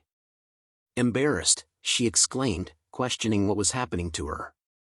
She called Damien a perverted bastard and demanded an explanation for his actions. However, as Gunwa looked up, Damien stood before her with his sword, cautioning her not to shout, or he would dispose of her mercilessly. He further threatened her, proposing that if she surrendered everything she had, he would spare her from suffering. Gunwa's expression transformed into fear as Damien approached her, brandishing his drawn sword. Gunwa closed her eyes, terrified, only to hear Damien's voice reminding her to surrender everything. He initiated a countdown from 10, leaving Gunwa with 10 seconds to make a decision, leaving her no choice but to comply with his demands. Damien looked down with a creepy smile and examined the items that Gunwa had dropped before leaving the game, hinting that they were pretty nice. Among them were many pieces of equipment that he knew belonged to a overgeared noble, making them much better than the usual loot from regular players. As he picked up a kunoichi's discreet garter belt, Damien couldn't help but wonder what it was used for. Before he could think more about it, an announcement interrupted him, signaling the start of the next test.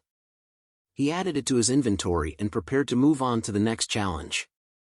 The gate opened, and Damien wasted no time, swiftly moving forward, determined to complete the challenge as fast as possible.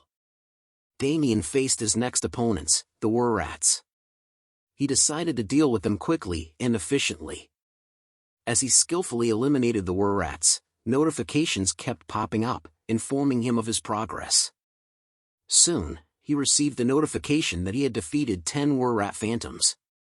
The announcement sounded, indicating that test level 2 was complete, and Damien had earned 10 points.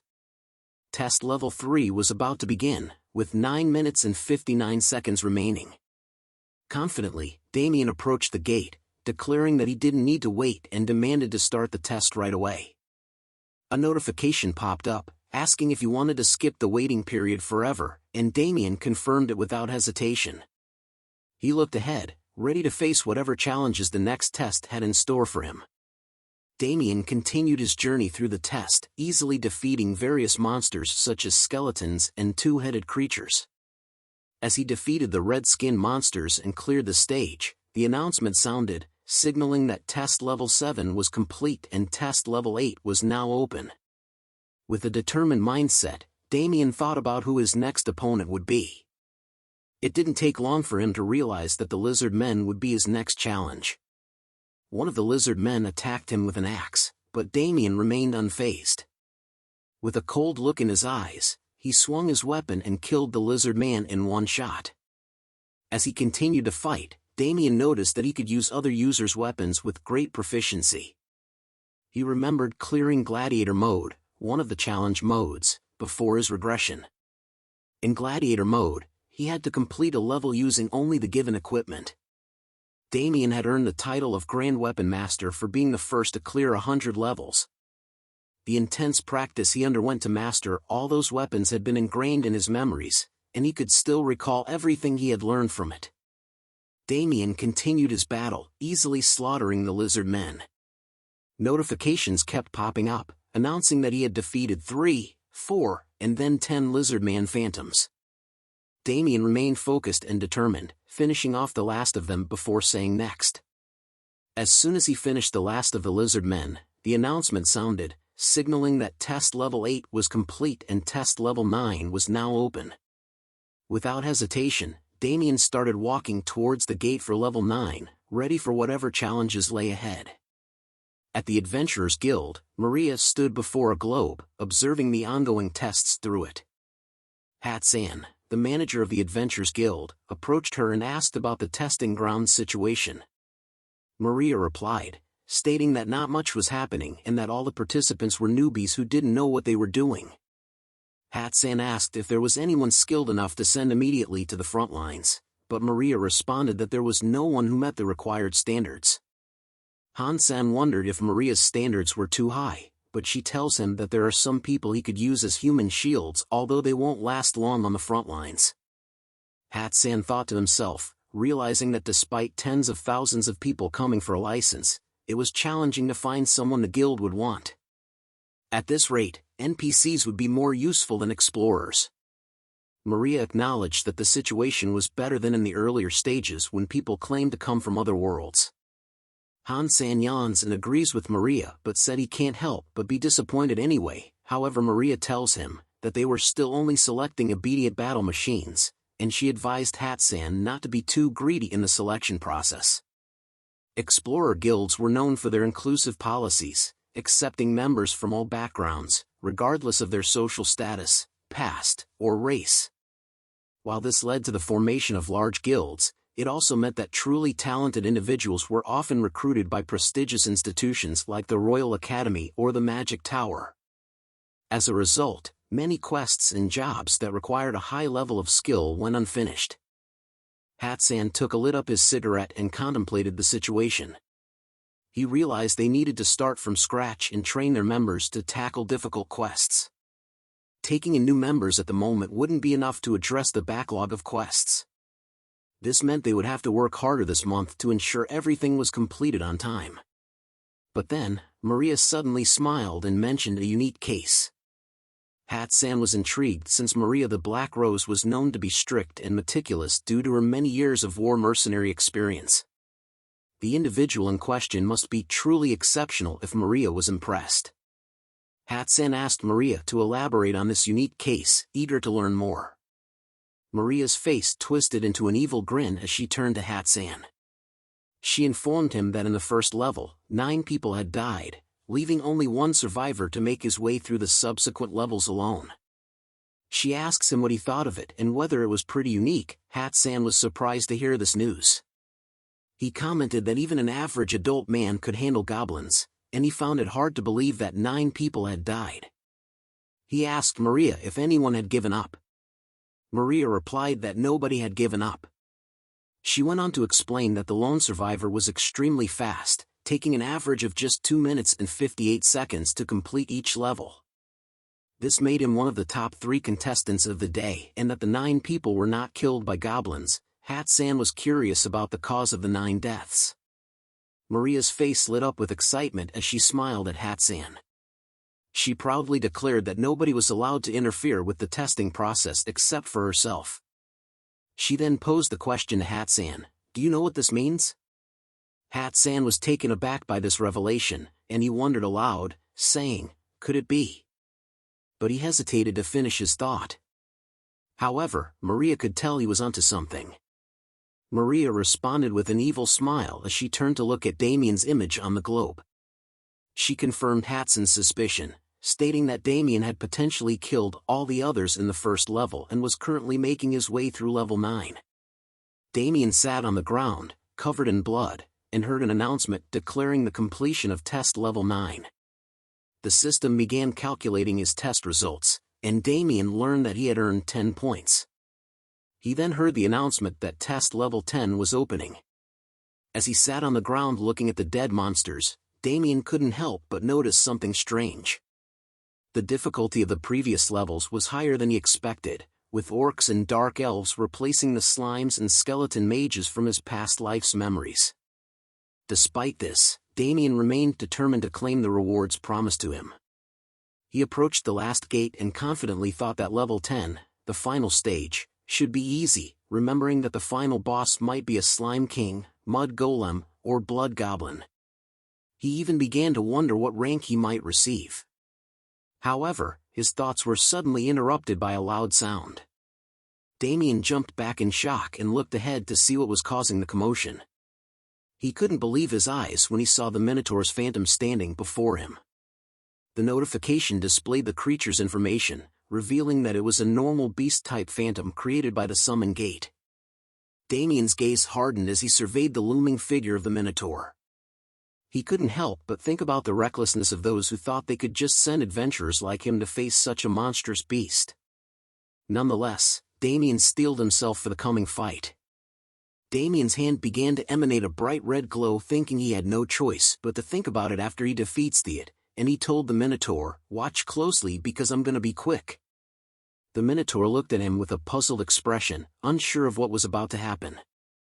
The red flaming aura appears around his feet, and in a flash, Damien disappeared from his spot, leaving the Minotaur bewildered and searching frantically for him. The Minotaur scanned his surroundings, trying to find any trace of Damien's whereabouts. Suddenly, Damien reappeared from behind the Minotaur, catching him off guard. Damien taunted the beast, saying, "Minotaurs are a bit too chewy when cooked normally, so you're gonna need to be marinated."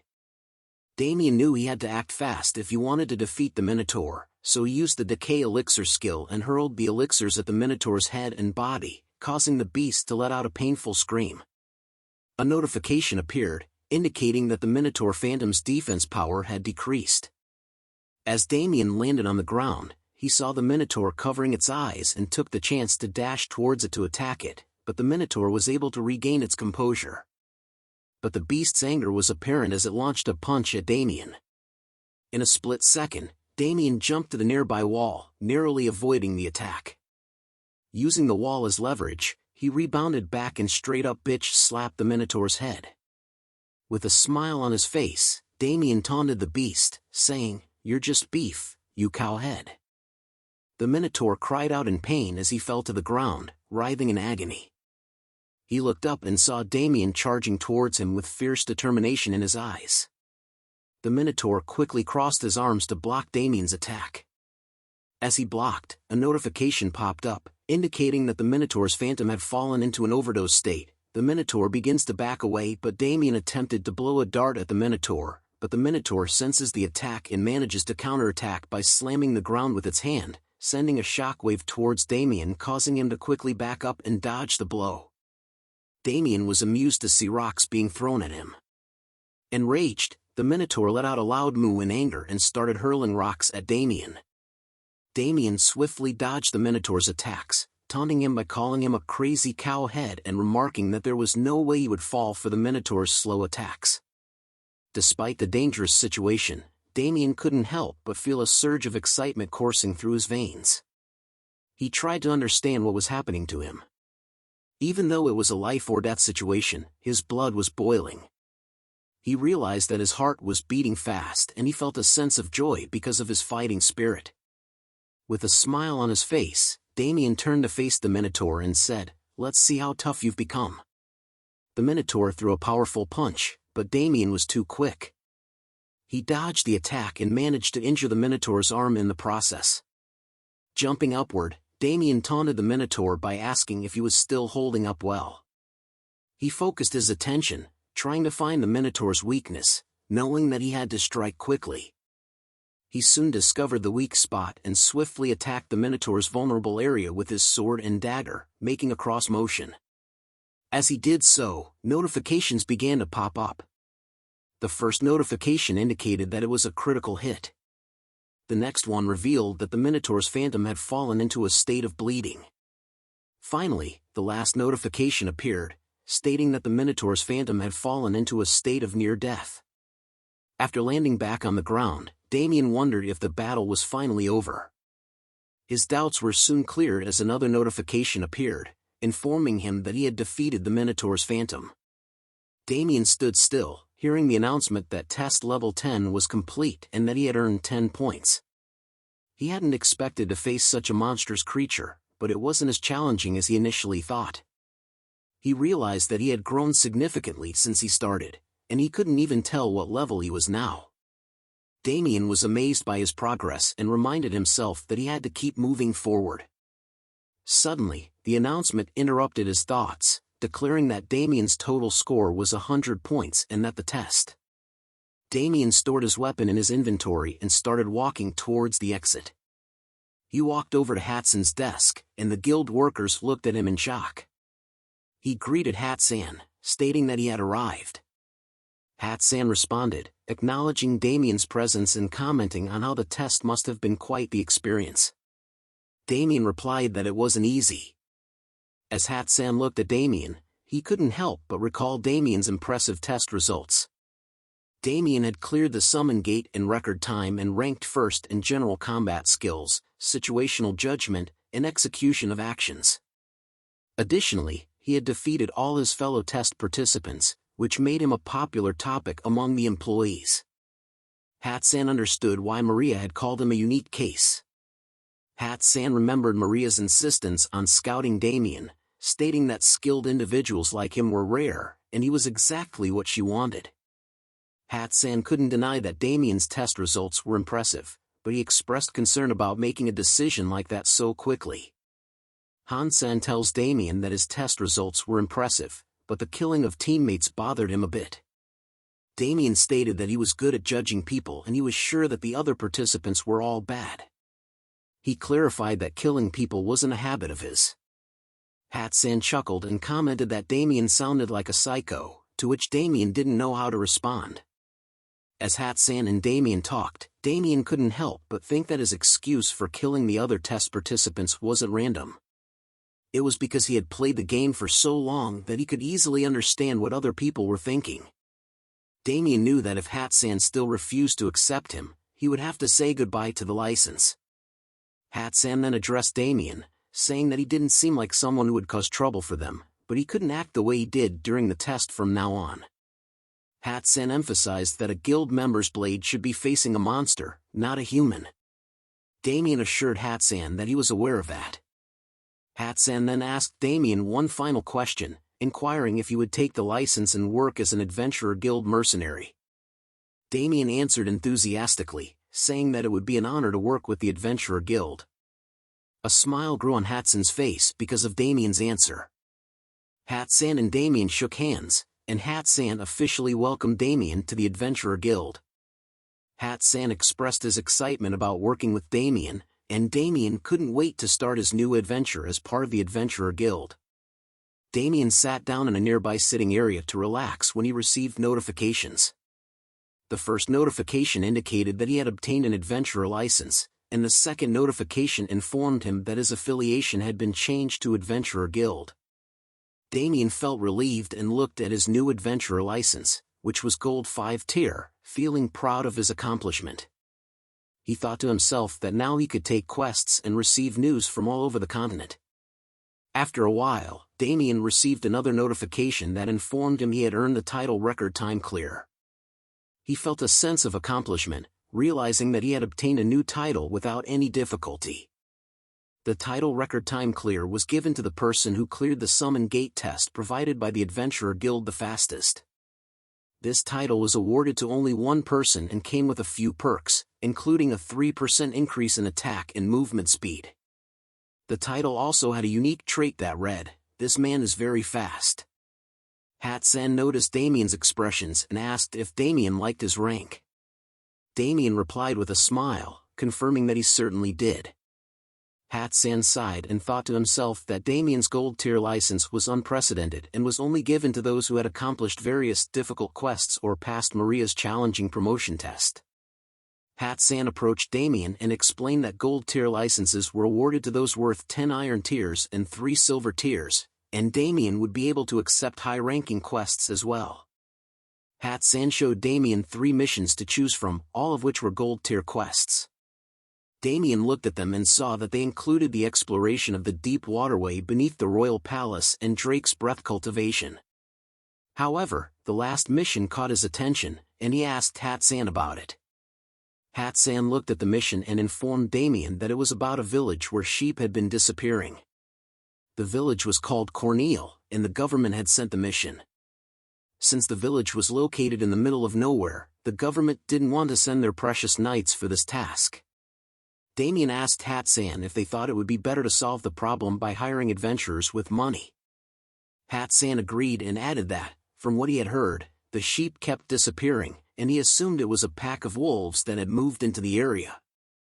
Hat-san also mentioned that the government wanted the problem solved at its root. Damien asked if he could do whatever he wanted to solve the problem, to which Hat-san replied that he could pretty much do so. Damien thought that these kinds of quests were usually not a lot of work and suspected that someone else in the village was stealing the sheep. He figured it probably wouldn't be a problem if he took care of the issue himself and made up a reasonable cost for the report. Hatsan interrupted Damien's thoughts and reminded him that he could do whatever he wanted as long as he brought forth results that satisfied both the village and the government. He asked Damien if he was willing to take on the quest, and Damien replied that it didn't sound bad and that he would do it. Damien received the quest notifications, asking him if he was willing to accept the quest, and without any delay, Damien accepted the quest. Excited about the fact that it was a gold-tier mission, Damien thought to himself that he was up for the challenge. As he started leaving the guild, he told Hatsan that he would be back, and in reply, Hatsan wished him good luck. Damien looked back with a smile and said he would see him soon as he set off on his quest. Damien looked ahead and wondered if the path was in that direction. Shortly afterward, he received notifications that the new location information and the world map information had been updated, revealing that his current location was Sala's Valley 3. Examining the map, Damien realized that he was still far from his destination. He checked the location of Cornel Village, situated between Terra Kingdom and Principality of Pharma, also known as the Ivory Tower of Truth. He thought to himself that he still had a long way to go and understood why the knights hadn't taken on this mission. Damien then realized that even though he had accepted a gold-tier mission, he didn't have any equipment or party members. He acknowledged that equipment was crucial for mercenaries and he couldn't even dream of joining a party as equipment meant the most to them. Damien said to himself that it was better to go alone than waste time searching for party members, though it wasn't because he couldn't find any. Suddenly, an idea popped into his mind, and he smiled to himself. He thought that if he couldn't find party members, he could create them. Damien decided to utilize his skill, Control the Dead, which was at level 1 and allowed him to summon applicable dead monsters at 50% of their original stats. The number of summons depended on the summoner's magic power. A summoning circle appeared, and Damien wondered if the skill had worked. He received a notification stating that he had successfully summoned a creature. Suddenly, something leaped out in front of Damien and asked if he was its owner. He soon realized that the creature was a chick fluttering its tiny wings. The chick greeted him by saying, "Nice to meet you, owner." Damien sat down and observed the tiny chick, wondering what it was. Just then the chick told him that it was his summon and Damien was surprised to hear it speak. He then placed a finger on the chick's head and wondered if it would be useful. The chick wasn't pleased with his remark and seemed to be angry, telling Damien it would kill him. Damien received a new notification asking him to choose a name for the creature. Damien found it difficult to name the seemingly useless creature. Damien asked the chick if it already had a name, to which the chick replied that it couldn't possibly have a name since it had just been born. Eventually, Damien settled on the name Bundle. The chick questioned the name, and Damien explained that it was cute, like a bundle of fur, immediately correcting himself. However, the chick didn't seem to appreciate the name and began poking Damien in anger. Taken aback by the sudden aggression, Damien exclaimed that the chick's personality was terrible. And so, this was the moment when Damien's first summon, Bundle, was born. As Damien and Bundle walked through Sala's Valley 6, Damien instructed Bundle to stay close and warned that he would abandon him if he fell behind. Bundle obediently agreed. While walking, Damien noted that this was Sala's Valley 6 and there should be a side path and quickly headed in that direction, with Bundle following closely behind. When Bundle asked where they were going, Damien replied that there was somewhere he needed to go. Shortly after, he received notifications that his location information and world map had been updated, revealing that his current location was Farber Forest and to him it was the same. Damien thought to himself that they were in a relatively unpopular field, far from the village, and without many advantages. Bundle was confused and asked Damien where they were. Damien also thought to himself that this place was not well known and didn't offer much. Damien had also started streaming and was now reading through comments left by his viewers. One viewer suggested that he should skip the Farber Forest as it was faster to buy the item instead of going through the forest. Another viewer commented that the mobs in the forest took 0 damage. A third viewer mentioned that the monsters in the forest were not worth the trouble and questioned who designed them. As Damien read through the comments, he pondered the biggest reason why users avoided the Farber Forest. And he knew that the answer was a species of insect that resided in the depths of Sayla's valley.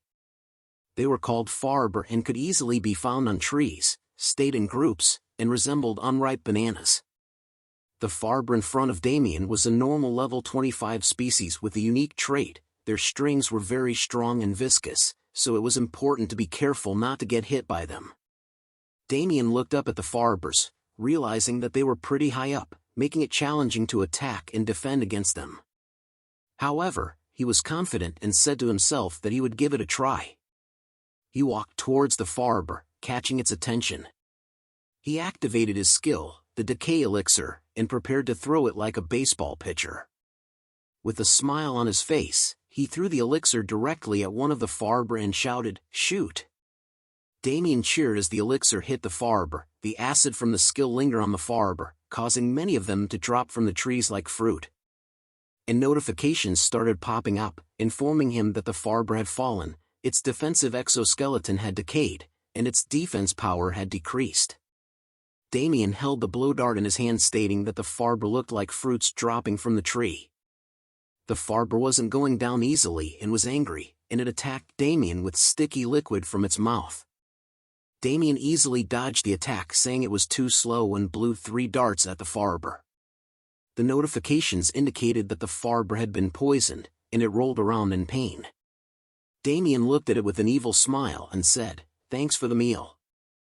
As the Farber died, notifications popped up, saying that Damien had defeated a Farber, earned EXP, and obtained a hard outer shell. Damien picked up the hard outer shell and exclaimed in happiness. He then looked at its information and saw that it was a high-rank ingredient taken from monsters. It was hard like a rock but light in weight and could be made into something great. Damien examined the hard shell in his hand, pondering its value. The demand for this item was incredibly high, surpassing its supply. He was pleased with the EXP he had obtained, but he had made the journey here for this item alone. As he looked at the comments in his stream's chat, he could see the desperation in people's requests to buy these hard outer shells. Some were willing to purchase them regardless of quantity, while others were willing to trade for mana dust or pay 300 gold. Damien couldn't help but grin at their eagerness to obtain these shells. He knew that as time passed, the demand for them would only increase, driving up their price. If he could monopolize the supply, he could become a millionaire. Damien made a decision to collect as many shells as he could. As he set out to search for more hard outer shells, he exclaimed in happiness, saying, "Let's go for gold hunting." And Bundle responded with enthusiasm, agreeing with Damien's idea. Excitement coursed through Damien as he stumbled upon a horde of sleeping Farbers. He exclaimed, "We hit the jackpot," unable to contain his excitement. Bundle asked if it was all money, but Damien didn't reply and began counting, estimating it to be worth hundreds of thousands of gold. Damien decided to take over the area, demanding that the Farbers give him their shells in exchange for sparing their lives. However, the Farbers were not pleased and began shooting liquid from their mouths in anger. Damien was taken aback by their sudden attack and quickly activated his skill, Bloody Impulse. With his heightened senses, Damien was able to easily dodge their attacks as he could see all their attack movements and how many there are. He started throwing elixir bottles at them, taunting them to come down. The Farbers started falling after getting hit, and notifications appeared indicating that they were falling and their defense power had decreased. Damien walked arrogantly towards them, announcing his arrival with the words, "Here comes the needle." However, he quickly noticed that something was off about their expressions, causing him to ask in confusion what was wrong. Before he could react, the Farbers attacked him all at once. Massive web-like substance was aimed towards him, taking him by surprise. Damien looked at the incoming attacks with a surprised face as he had never expected all of them to attack simultaneously. He also realized that he had let his guard down, and now it was too late to dodge. With the Farbers' attacks closing in on him, Damien quickly assessed his options and decided that if he couldn't dodge their attacks, he needed something to block them. That's when he spotted the little chick perched on his arm. Bundle saw Damien looking at him, and with cold sweat covering his face, he questioned why Damien was staring at him. As the Farber attacked, Damien began spinning Bundle in his hand. The dizzy-eyed bundle let out a squawk as Damien threw it toward the incoming attacks. The attacks were then sucked into a vortex created by the spinning bundle. Damien thought to himself that it was a close call, but he was relieved that everything was getting sucked into the vortex. He dashes towards the Farber to begin attacking the Farber. He leaps in front of them, telling them it was checkmate, and soon notifications flooded in, informing him that he had obtained experience points and had reached level 25. After the battle, Damien panted heavily and sat down, realizing how close he had come to death. The bodies of the Farber started glowing, and Damien thought that it had been a while since he had been pushed this close to the edge, but he fought with everything he had. Just then, Bundle came out of the fibers and flew towards Damien, questioning him about why he had thrown him. As Bundle poked him, Damien explained that he had no other choice and he couldn't come back alive if he died, but Bundle still couldn't forgive Damien for what he did to him. More notifications popped up, letting Damien know that he had obtained a hard outer shell. As the hard outer shells started dropping, Damien counted them and realized that it was basically a money rug. He smiled and called out to Bundle. Bundle looked at him suspiciously and asked what he wanted. Damien explained that for every hard outer shell that Bundle brought to him, he would give him 1 seed. Bundle asked happily if Damien was telling the truth, and when Damien confirmed that he was, Bundle went ahead instantly to collect hard outer shells. Damien thought to himself about how much faster Bundle was at collecting the shells than he ever could be. Another notification appeared, informing Damien that a Farber could sometimes drop 2 hard outer shells, and he should keep that in mind. Damien looked at the hard outer shell in his hand and thought about how valuable they were, and how it was definitely worth fighting for them even if it was dangerous. Currently, they cost more than 500 gold and were expected to double in value soon unless there was a big change in supply. Damien also realized that nothing had really changed much between the game he remembered and his current situation. He had cleared the summon gate using his memories from the game, which meant that he would have an easier life if he kept using his memories. Damien stood up and said that the Farber's levels were about 25, which was the same as his level. He was relieved that he wouldn't receive any level penalties. Bundle arrived with a bunch of hard outer shells and asked Damien what he was talking about. Damien didn't give any reply, and as Bundle gave him hard outer shells, he thought to himself that he had originally planned to reach Cornel village in 4 days, but now he wanted to change his plan.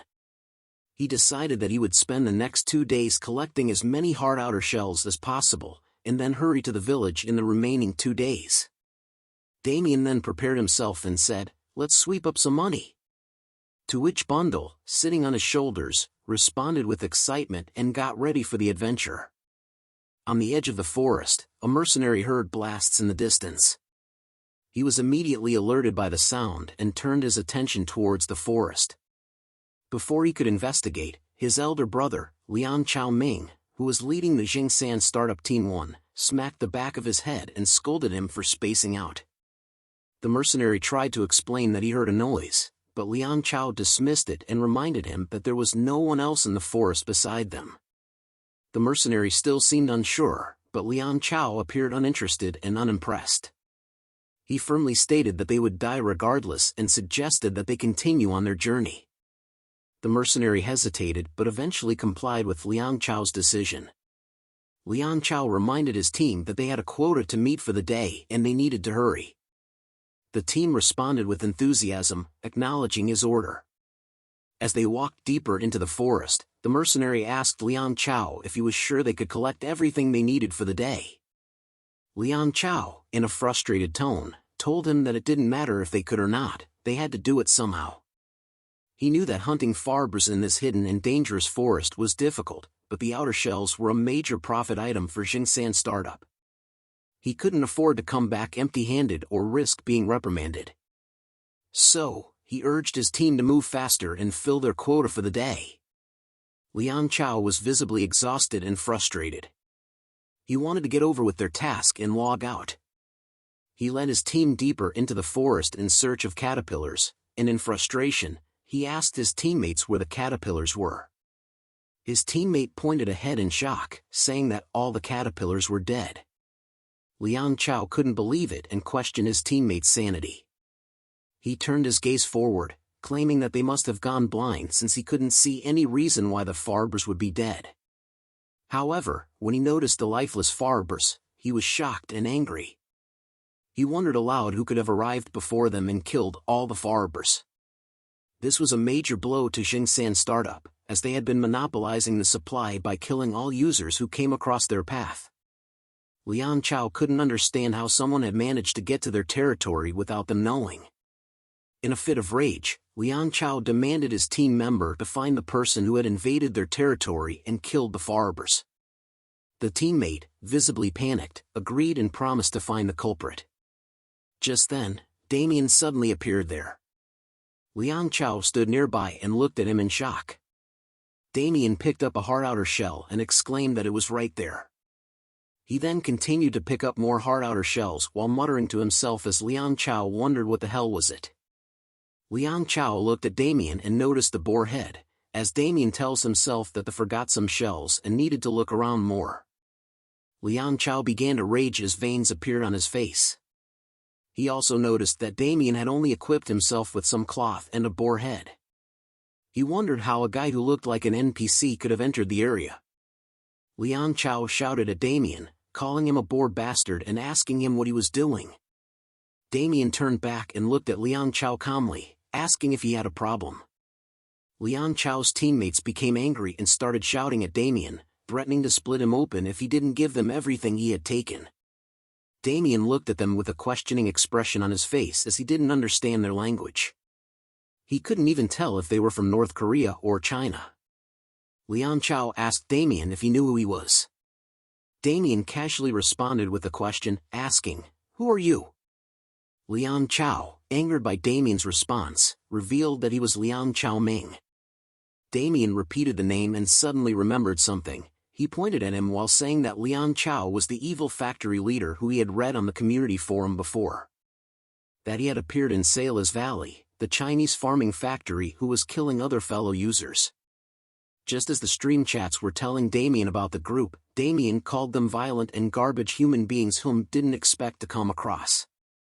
Liang Chao and his teammates smirked, and Liang Chao said that Damien had just found out, but it was too late and he was now dead and it was the end for him. Liang Chao and his teammates surrounded Damien, and Liang Chao walked towards him, asking if he understood his situation and that it was game over.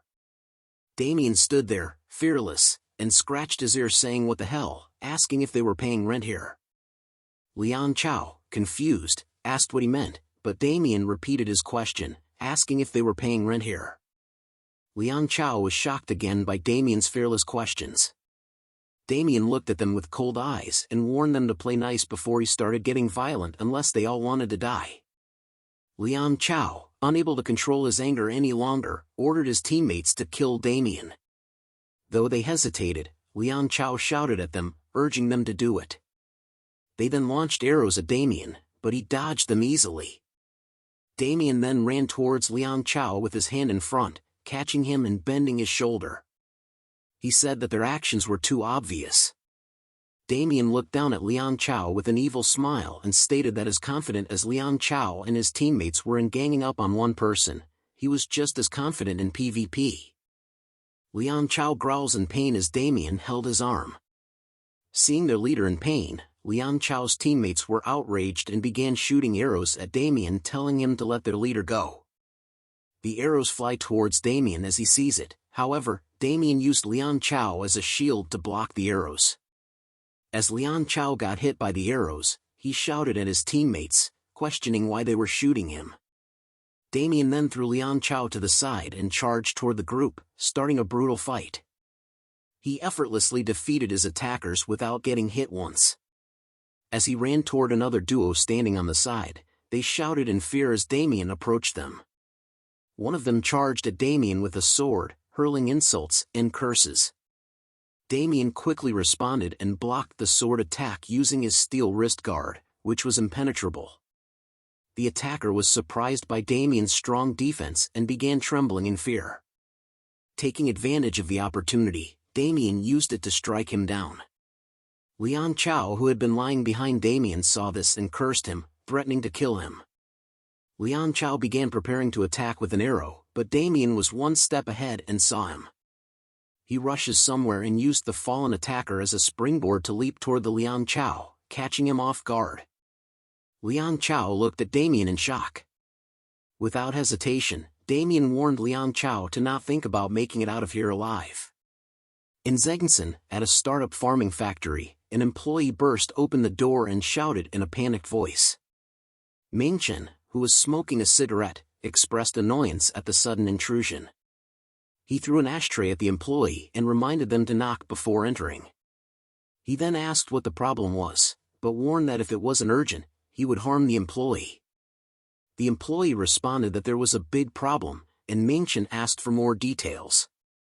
The employee explained that Team 1 of the week had just been sabotaged. Mingchen was shocked and asked the employee to repeat themselves. The employee clarified that it was indeed Team 1 of the week. Mingchen was furious and banged his fists on the table.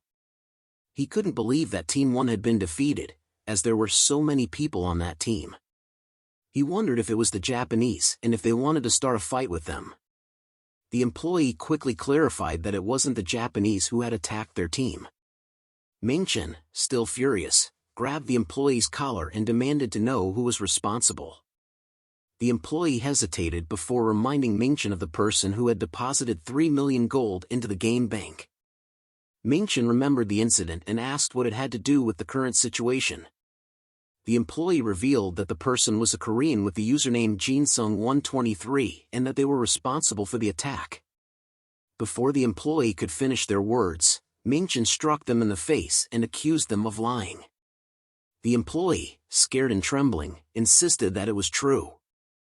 Mingchen asked if it was all the doing of one person, who had placed a nuclear-level item into the game bank and killed all their Team 1 members. The employee replied affirmatively, and Mingchen demanded a detailed explanation without leaving out any information. In the midst of the Farber Forest, Damien heard notifications popping up. He looked at the notifications and saw that he had gained a lot of experience points and had reached level 30. He smirked and acknowledged that it was expected, considering he had killed around 50 players. Then, he received notifications that he had obtained some rare items like a hard outer shell, basic steel, elven branch, and rubber tree sap, plus there were some rare items. Damien was pleased with the amount of loot he had acquired from just one fight. He knew that some of these items were stolen, but he couldn't help but feel excited. Looking at his inventory, he saw that he had collected a lot of items in large amounts, including hard outer shells, basic steel, basic cloth, basic leather, and white herbs. He also had 36 sets of hunter's leather armor, 11 light short bows, and around 192,000 gold. He realized that he would have never earned this much on his own without looting. He could exchange them for cash and get millions of bucks, or if he waited for the currency exchange rate, he could get hundreds of millions. He was relieved that he wouldn't have to worry about sending money home for a while. Damien decided that he would convert the goods into cash and wondered what to do with the items. He chose a book from his inventory, and a notification appeared saying that he had used the Apocalypse Invocation, the Book of the Black Covenant. Bundle looked at the book and asked Damien what it was. Damien replied that he was going to make some equipment. The book's features were displayed in the notification, including item value judgment, item extraction, item synthesis, item creation, and item dissection. Damien selected item dissection, and notifications appeared one after another as he dissected the superior falchion, light short bow, and hunter's leather armor. Damien looked at the items with a grin and thought that it was nice to sell all the items, but he needed some higher-grade ingredients. Damien remembered having some higher-grade ingredients before. However, as he was about to continue, a notification popped up, announcing that he had earned the title Lonely Hyena. Damien was surprised and exclaimed that he had never seen that title before. After reading the title's description, he realized that it was given to those who had looted more than 9,999 items from other users and were leading the environment cleanup movement. The title also came with benefits, such as a 100% likelihood of detecting dropped items within a 100-meter radius, a 100% likelihood of detecting someone's item, and a 100% likelihood that an opponent would drop an expensive item. However, there was a warning about the dangers of excessive looting, as it could lead to obesity and various health conditions. Damien was amazed by the condition to pick up more than 9,999 items to receive the title. He realized that before his regression, he only fought in large-scale wars with blood alliances or organizations, so he never really had the time to pick up dropped items as he didn't really need them. Despite feeling a little embarrassed about the title's condition, he acknowledged that its effects were pretty good. But before he could continue, Bundle interjected and teased him about always picking up items from the ground. Damien retorted and told him to be quiet. Suddenly, Damien had a realization. He thought aloud that with this title, it would be more beneficial to kill other users instead of hunting monsters. Damien grinned evilly at the idea and surveyed his surroundings. He calculated that there were around 50 employees, and if they worked day and night shifts, there must be more than 100 of them. He realized that this was a significant number of potential targets. Moreover, if one farming factory could produce thousands of items per week, the money he could earn would be astronomical. Damien smirked at the thought. He then started walking, contemplating the fact that after all the losses, Jingsan startup was bound to come after him. Damien knew he had to deal with them eventually. But for now, he decided to work with them as killing other users was a great plan to earn some extra cash.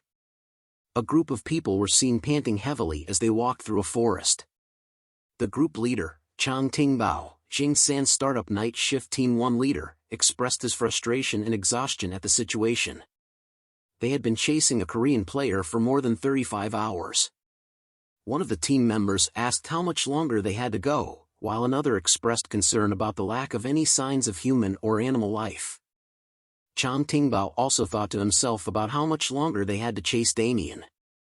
He then instructed his team to hold on for a bit longer, reminding them that all they needed to do was get rid of the Korean.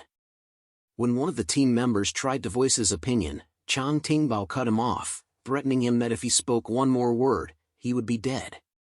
Another team member suggested using return spells to make the chase easier, but Chang Tingbao quickly dismissed the idea as buying return spells was too expensive. He urged his team to keep pushing forward and not waste any more time. Suddenly, Chang Tingbao stopped in his tracks, his heart pounding in his chest. Something felt off. He had never heard that voice before, and it was suddenly too quiet. As he looked back, he noticed that his whole group had disappeared. Fear took over him as he pulled out his sword, wondering what kind of treacherous person had done this without him hearing anything. Suddenly, he heard a voice warning him not to draw his sword. Chang Tingbao looked around and saw Damien sitting on a tree branch in front of him, with an evil grin on his face. Damien challenged Chang Tingbao to come forward and then threw a punch, suggesting that Chang Tingbao take a little nap. Chang Tingbao slowly opened his eyes and tried to shout, but quickly realized that his mouth was gagged with cloth. He looked around and saw several people, whom he referred to as chicks, standing over him. Some of them were tightening the ropes that bound his hands and legs, making it impossible for him to move. Chang Tingbao felt confused and disoriented, unable to understand why he was tied up and surrounded by these unfamiliar individuals. One of the chicks, who was standing on his arm, informed the others that Chang Tingbao had woken up and suggested informing the captain. Suddenly, a voice spoke up, questioning whether Chang Tingbao was properly secured. Chang Tingbao recognized the voice and turned his head towards the source. He realized that it belonged to the Korean he had met before. Damien told Bundle to think of better lines next time, but Bundle refuted back saying Damien sucked at acting. Panic started to set in as Liang Chao realized he needed to find a way to escape. Damien noticed that Chang Tingbao was awake and commented on it. He then ordered Bundle to pull up Chang Tingbao's sleeves. Bundle complied and started pulling up Chang Tingbao's sleeves. Damien revealed 3 poison darts and taunted Chang Tingbao, assuring him not to be scared as they hadn't even started yet. As Damien attacked him, he told Chang Tingbao that it would sting a little.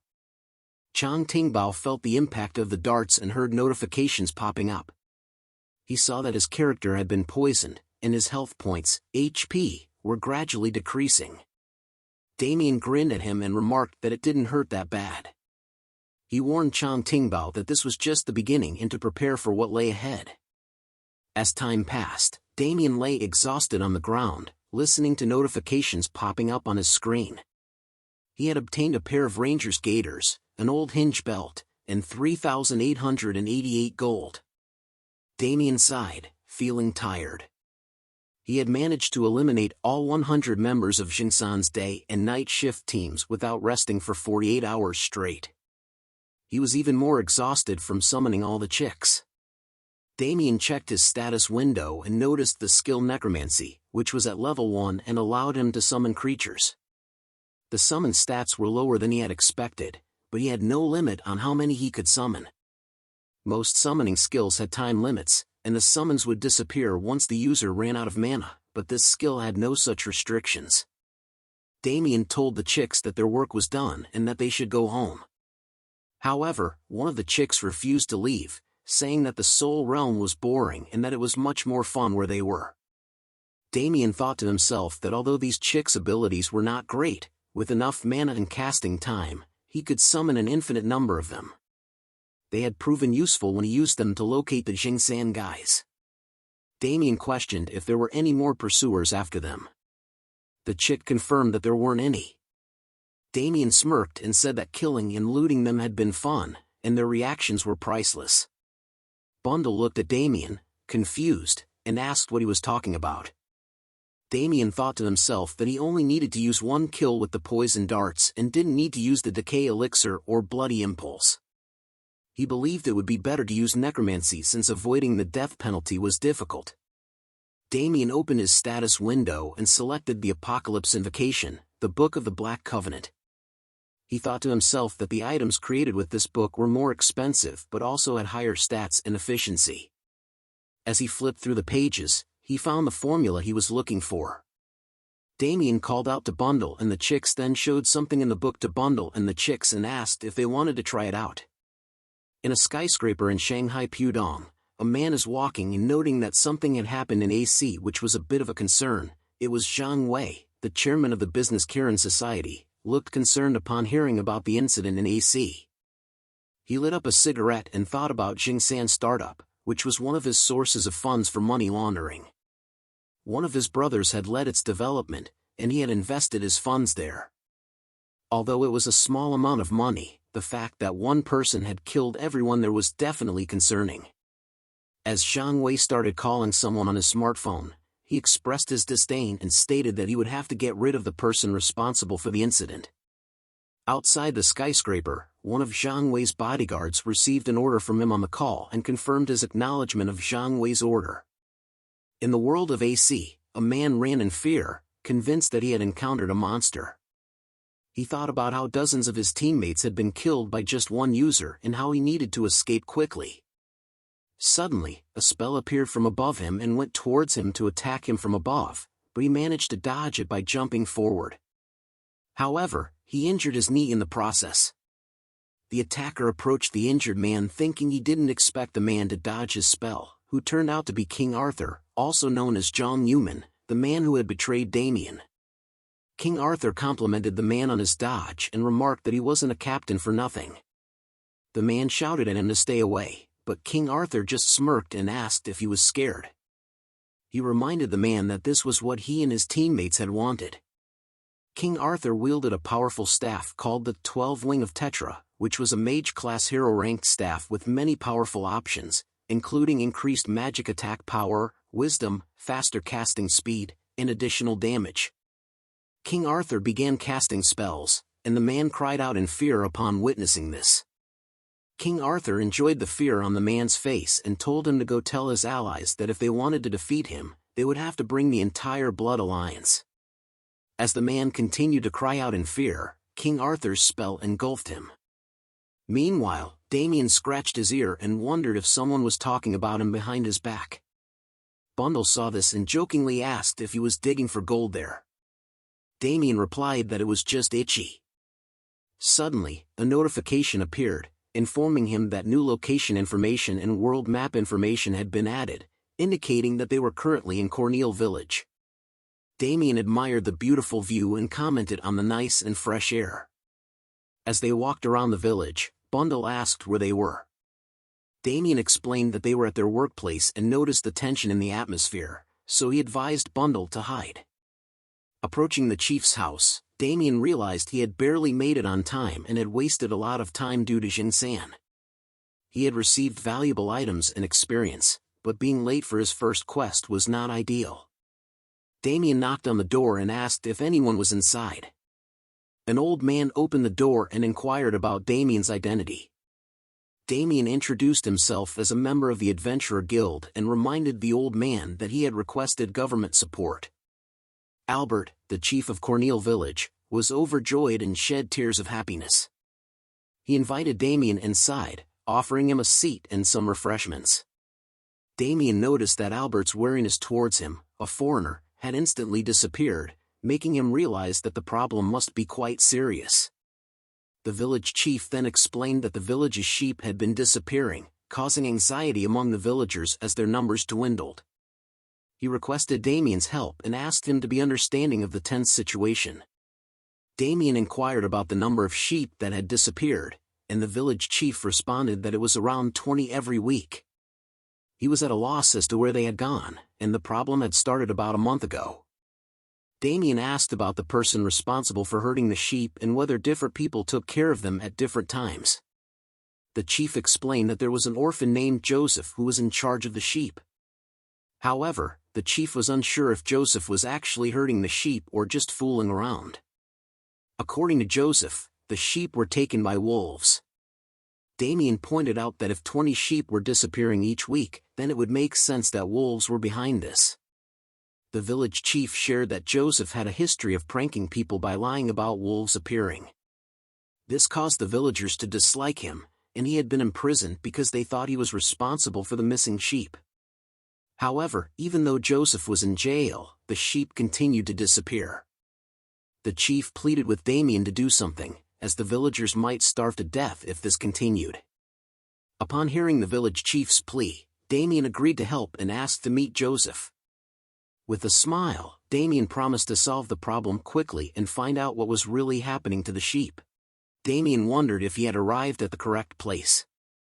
Bundle asked where they were, and Damien looked ahead, spotting 2 guards near a small house with a locked door. Inside, someone was banging on the door, claiming their innocence. The guard instructed them to be quiet, as Chief Albert wanted silence until the issue was resolved. Bundle inquired about the villagers' behavior, and Damien speculated that they probably believed Joseph was responsible. Though Damien was primarily interested in his reward, he found the circumstances unexpected. Joseph's guardian had recently passed away, and Joseph had been taking on odd jobs like herding sheep. Damien felt this was insufficient treatment for an orphan shepherd, particularly when the sheep were disappearing. He also noticed that this village appeared more reasonable than expected for a rural area in the middle of nowhere. Despite everything, he decided to meet the villagers. Damien approached the guard and greeted them with a simple hello. The guard recognized him as someone who had been speaking with Chief Albert. Damien confirmed that he had indeed spoken to Albert and inquired about Joseph's well-being. The guard replied that Joseph was doing the same as always. Inside the house, Joseph shouted for someone to open the door urgently. The guard pointed to the room and explained that Joseph was fine but had endless energy, which exhausted the guard. Realizing time was running short, Damien requested the guard to step aside for a moment, expressing his desire to meet Joseph. He then addressed Joseph with his fist aiming towards the door, cautioning him to move away from the door. Damien prepared to swiftly punch the door, causing the guard to shout in worry, questioning his actions. The door blasted open, revealing a boy inside as Damien asked him if he was Joseph, while Bundle tells Damien it appears so. Damien informed Joseph that he wanted to ask him a few questions and asked if he had the time. Joseph looked bewildered and asked who he was. Damien introduced himself as a mercenary from the Adventurer Guild. Bundle chimed in, introducing himself as Bundle. Damien reassured Joseph not to mind the talking chicken and the broken door, acknowledging the unusual circumstances. Joseph found himself frozen, wondering what was happening before him. Soon, Joseph found himself sitting on a bed as Damien began questioning him. Damien had heard about wolves hunting Joseph's sheep, and Joseph confirmed the truth of the matter. He explained that there was an enormous wolf, much larger than a human, which he had seen hunting a bear. As they conversed, the guard burst into the room, filled with anger. He objected to Damien listening to Joseph's account, finding it absurd that a wolf bigger than a human would hunt bears. Joseph, however, insisted that he was telling the truth. Damien pondered the situation, considering the possibility that such occurrences could exist. Mountainous areas like this often housed various monsters and beasts. Damien decided to delve deeper into the matter and asked Joseph where he had witnessed this remarkable event. Joseph informed him that it happened at the peaks of the Caliph mountain ranges. He had seen a pack of these wolves there, and if Damien followed the peak and headed north, he would reach a wide plain. The location was situated at the end of the forest, making it relatively easy to find. Taking all this information into account, Damien nodded in acknowledgement.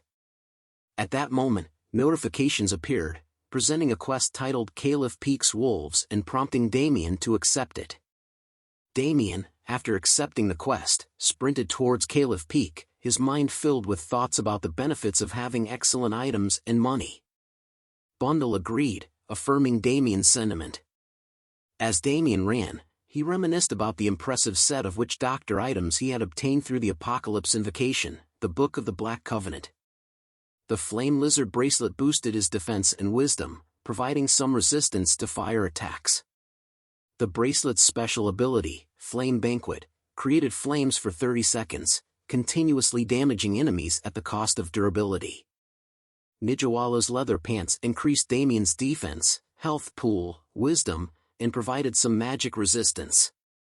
By consuming durability, the pants activated Dark Green Blessing, which increased casting speed, mana regeneration, and stamina recovery by 100% for 1 minute.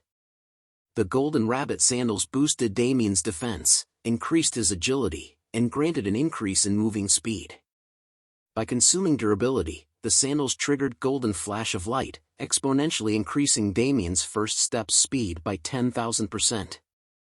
Damien recognized the rarity and value of such exceptional equipment, emphasizing that they couldn't be simply purchased with money. It had required a significant investment of hundreds of thousands of gold, as well as rare ingredients not readily available on the market. Damien realized the importance of having superior equipment, especially since the area he was heading towards was inhabited by monsters with levels exceeding 30. Damien came to a stop, a smile spreading across his face as he gazed ahead, saying he had found it. A notification appeared, indicating that new location information had been added, revealing their current location as the peak of the Caliph mountain ranges. Taking in the surroundings, Damien noted that it resembled a place where a wolf den would be and that the place was huge. The area was filled with boulders, creating numerous blind spots, and that there were cliffs several meters tall. He looked at the gap in front of him, which seemed too small for a wolf larger than a human to pass through. Nevertheless, he acknowledged that Joseph had claimed to have seen them with his own eyes. Without hesitation, Damien commanded, "Come out." A notification appeared, introducing a witch doctor skill called necromancy. As Damien activated the skill, multiple summoning circles materialized in front of him. Meanwhile, a group of adventurers was climbing the same peak as Damien. The party leader, Seo Hyun, urged her team to prepare, assuring them that they were close and would reach their destination soon. However, user God from afar questioned if there was anyone already present.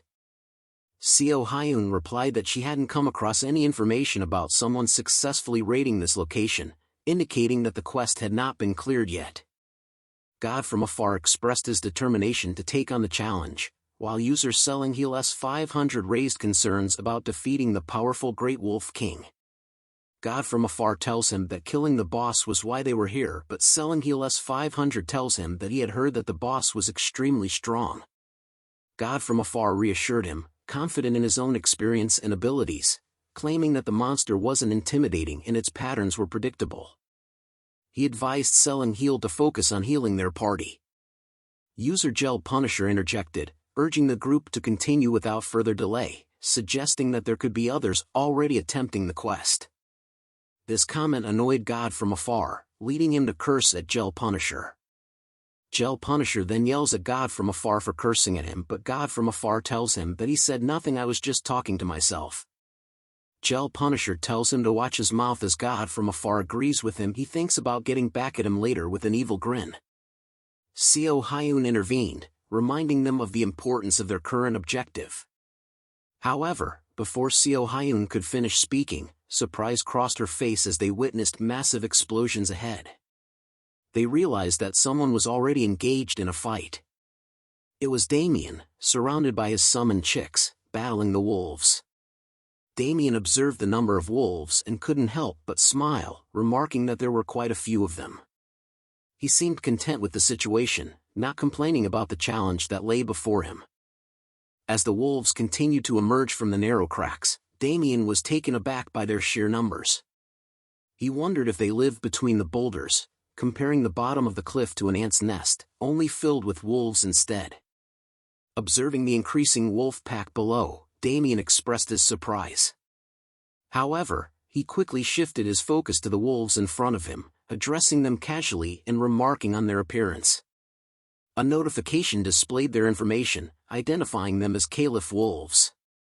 The notification described Caliph wolves as creatures that inhabited the peaks of the Caliph Mountains. Typically found in packs of 20 to 30, they were known to hunt in groups of 5 to 6, displaying high mobility and a tenacious nature when pursuing their prey. As the wolves attacked Damien, he swiftly reacted by summoning a decay elixir in one hand and fire in the other. He threw the concoction at the wolves. The attack hit its mark, causing one of the wolves to whimper. Shortly after, notifications appeared, indicating that the Caliph wolf's defense had decreased and its HP was gradually diminishing. Damien expressed satisfaction with the outcome, acknowledging that his strategy had proven effective. His stats windows were on point. Assessing his current situation, Damien felt confident in his abilities and equipment as he had reached level 34. He listed his current setup, including a +9 sashimi knife as his weapon, Bon Clay's poison-darted rooster as his shield, a wild boar helmet, Nijawala's leather pants as his bottoms, and golden rabbit sandals as his shoes. As Damien turned around, he noticed the wolves still behind him, which mildly surprised him. He commanded his soldiers, ordering them to prepare for an attack. The wolves growled at him in confusion and are surprised to see a figure appear on top of the mountain. Bundle, his loyal companion, confirmed readiness, and numerous chicks surrounded the wolves under Damien's orders. The chicks, armed with dart blowers, were poised for combat. Damien smirked, pleased with the effectiveness of his strategy. He mentioned the Bon Clay's poison-darted rooster shield, a rare item he had obtained. This shield had the special ability to transform the chick's default attacks into level 10 poison dart attacks, making it ideal for dealing with groups of enemies. Damien had invested a lot of money into turning the chicks to hold weapons using the Apocalypse Invocation, the Book of the Black Covenant, making it the best item to deal with groups of enemies. Damien acknowledged that he could handle the situation on his own but expressed a preference for letting his soldiers handle the task, as he was feeling a bit lazy. Bundle agreed, affirming Damien's sentiment. Damien aims a finger gun at the wolves, telling Bundle and his chicks to not allow even a single one to be alive. Damien then started the attack with a bang. As Damien unleashed his power and the chicks attacked the wolves with poison darts, the wolves started to fall one by one. Notifications flooded in, informing him that the Caliph wolves had been poisoned and defeated. Damien couldn't help but be impressed by the efficiency of his strategy, eliminating the wolves without even lifting a finger. He also noted that using the Bloody Impulse skill on the chicks compensated for their lower attack power and specs. Damien contemplated the skills he had mastered, shooting poison darts, decay elixir, and Bloody Impulse. He acknowledged that these skills had initially seemed ineffective or came with significant penalties, but now they proved to be quite useful as their levels increased. Bundle proudly declared that they had taken care of all the wolves, and Damien commended their efforts. He received notifications of items obtained, including wolf canines, gray eyes, and gray fur. However, Damien knew that there must be an alpha wolf somewhere, as Joseph had mentioned a massive wolf. He decided to check the quest details once more. Examining the quest information for Caliph Peak's wolves, Damien discovered that he needed to defeat 200 Caliph wolves, with 20 already defeated, and also defeat the Great Caliph Wolf, with 0 progress so far. The completion percentage stood at 0%, and the rewards were listed as the Adventurer Guild's mission completion package. The quest also carried a warning that failure could lead to the Terra Kingdom blaming him if the people of Cornel Village were harmed. Realizing the magnitude of the task at hand, Damien acknowledged that it wouldn't be easy. Suddenly, a notification appeared informing him of Chick 34's death. He turned his gaze behind him as a massive shadow towers over him and saw a massive wolf growling at him, and another notification appeared, indicating the appearance of the Great Wolf King. As the Great Wolf King howled, yet another notification appeared, warning Damien to prepare for an ambush as the Wolf King summoned its pack. Stunned by the sight of the Great Wolf King, Damien exclaimed, "Holy shit! This many at once?" Bundle, filled with concern, asked Damien what they should do. Examining the information about the Great Wolf King, Damien learned that it was the dominant figure in the Caliph mountain peaks, having grown larger due to unknown causes. As the leader of the Caliph wolf packs, it possessed enough strength to take down a bear. The creature was categorized as a beast and held the status of an elite, with a formidable level of 45. Its enormous size left even retired hunters like Gertha astounded. With determination, Damien activated his skill, Bloody Impulse, and devised a plan. He assigned Bundle to take care of the Great Wolf King's minions while he focused on facing the formidable creature himself. Bundle promptly organized the chicks into position and ordered them to attack with their poison darts. As the darts landed on the wolves, Damien prepared himself for the encounter. Seeing that the chicks were handling the wolves, he realized they weren't a threat. Damien braces himself with a red aura covering his body as he readies himself for the upcoming battle. He utilized the defensive capabilities of his golden rabbit sandals and unleashed his skill, Golden Flash of Light, as he shouts "Go!", propelling himself into the air towards the Great Wolf King. He catches the attention of the beast by asking it where it was looking. With confidence, he addressed the Great Wolf King, stating that it was up against him. Amid his preparations, Damien received several notifications. His defense was enhanced by Nijawala's leather pants, and his casting speed, mana recovery speed, and stamina recovery speed all received significant boosts through the skill Dark Green Blessing. Damien couldn't help but smile, feeling an overwhelming sense of power. However, a warning notification alerted him that the Great Wolf King had recognized him as the most threatening enemy and cautioned him to be cautious of its attacks. With agility and precision, Damien skillfully dodged the Great Wolf King's attack, narrowly evading its ferocious assault. He leaps onto the Great Wolf King's body into the air. Taking advantage of the opening he needed to first melt the fur, he swiftly threw the decay elixir at the creature, aiming to weaken its defenses and inflict damage. The elixir hit its mark, causing the Great Wolf King's defense to decay and decreasing its overall defensive power. Additionally, the elixir ignited the wolf, leaving it burned. Observing the situation, Damien couldn't help but notice that something seemed off. The Great Wolf King, being an elite-type monster, should have already unleashed its powerful attack or utilized defensive skills or commands to its pack. Yet, it had not made any such moves despite enduring a barrage of attacks. Undeterred, Damien brandished his knife, knowing that he had inflicted enough damage to potentially defeat the Great Wolf King before it had a chance to employ its skills. With determination, he prepared himself for a final, decisive strike, aiming to end the battle swiftly and emerge victorious.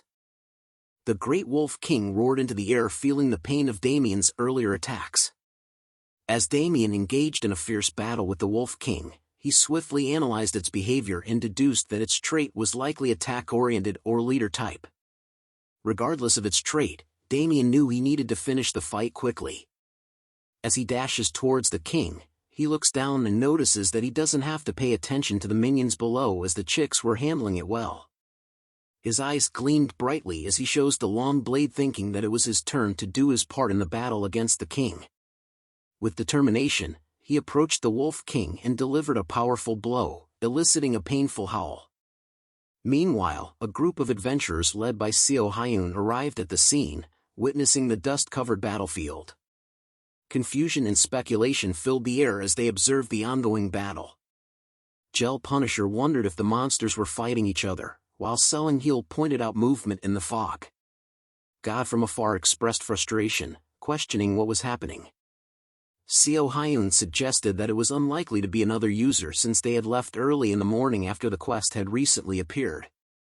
Selling Heel speculated that it might be monsters fighting over territory.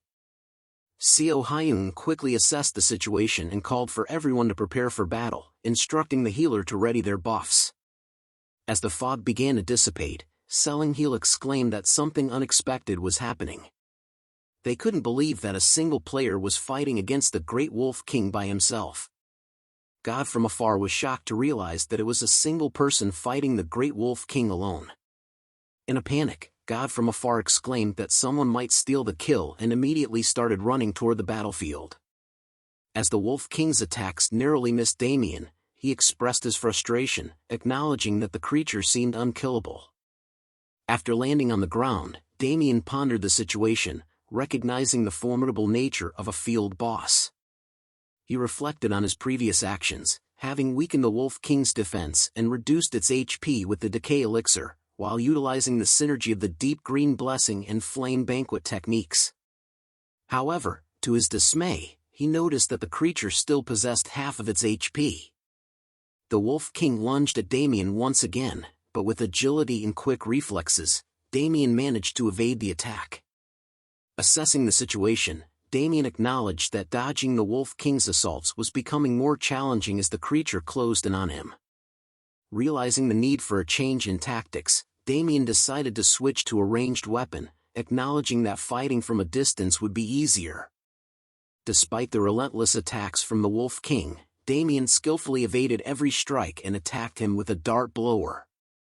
Observing the situation, Damien noted the advantage of fighting from a distance but remained cautious of the Wolf King's unknown trait. Damien taunted the beast, blowing darts at it while confidently questioning its abilities and asking what it was looking at. Suddenly, the Wolf King let out a fierce howl, and to Damien's surprise, he found himself surrounded by a pack of wolves coming from the shadows.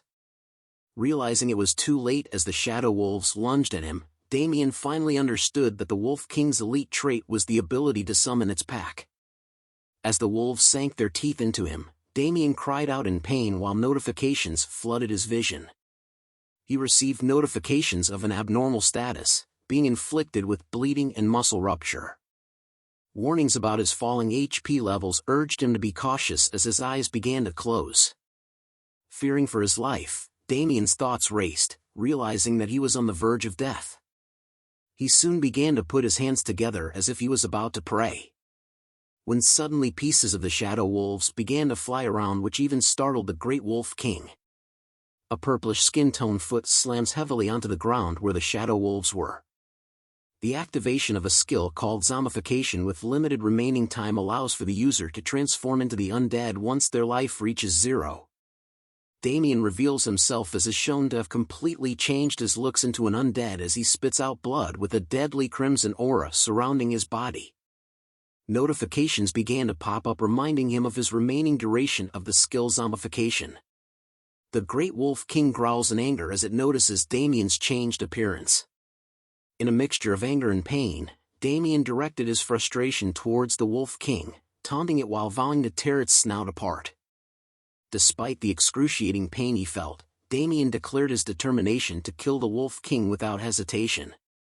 One of the wolves tried to attack him from behind, but Damien swiftly caught it by the neck, lifting it high in the air and telling it if they all wanted to die that badly and finally slamming it forcefully into the ground. As the whimpering wolf lay defeated, a notification appeared, indicating that the Caliph wolf had been inflicted with bleeding and poison. Finally defeating a Caliph wolf. Damien's victory over the Caliph wolf was because of Plague Aura, a poisonous curse that affected opponents within a 3-meter range. The severity of the abnormalities depended on Damien's mana amount and the opponent's level. With grim determination, Damien readied himself for the next phase of the battle and challenged the Wolf King. Recognizing the urgency of the situation, he warned the Wolf King that time was of the essence, demanding it to come at him or face his wrath. Meanwhile, God from afar, who was en route to Damien, couldn't help but feel frustrated with his teammates' doubts and reluctance. Recalling their conversations, he remembered them questioning whether they should give up, expressing their unwillingness to proceed. God from afar couldn't accept the idea of retreating without any gains. Upon reaching the scene, God from afar was taken aback as he witnessed Damien relentlessly smashing the Wolf King. He couldn't help but exclaim in disbelief at the sight before him. As Damien delivered the final blow, notifications flooded in, signaling his victory over the Great Wolf King. Experience points were gained, and Damien's level increased to 36.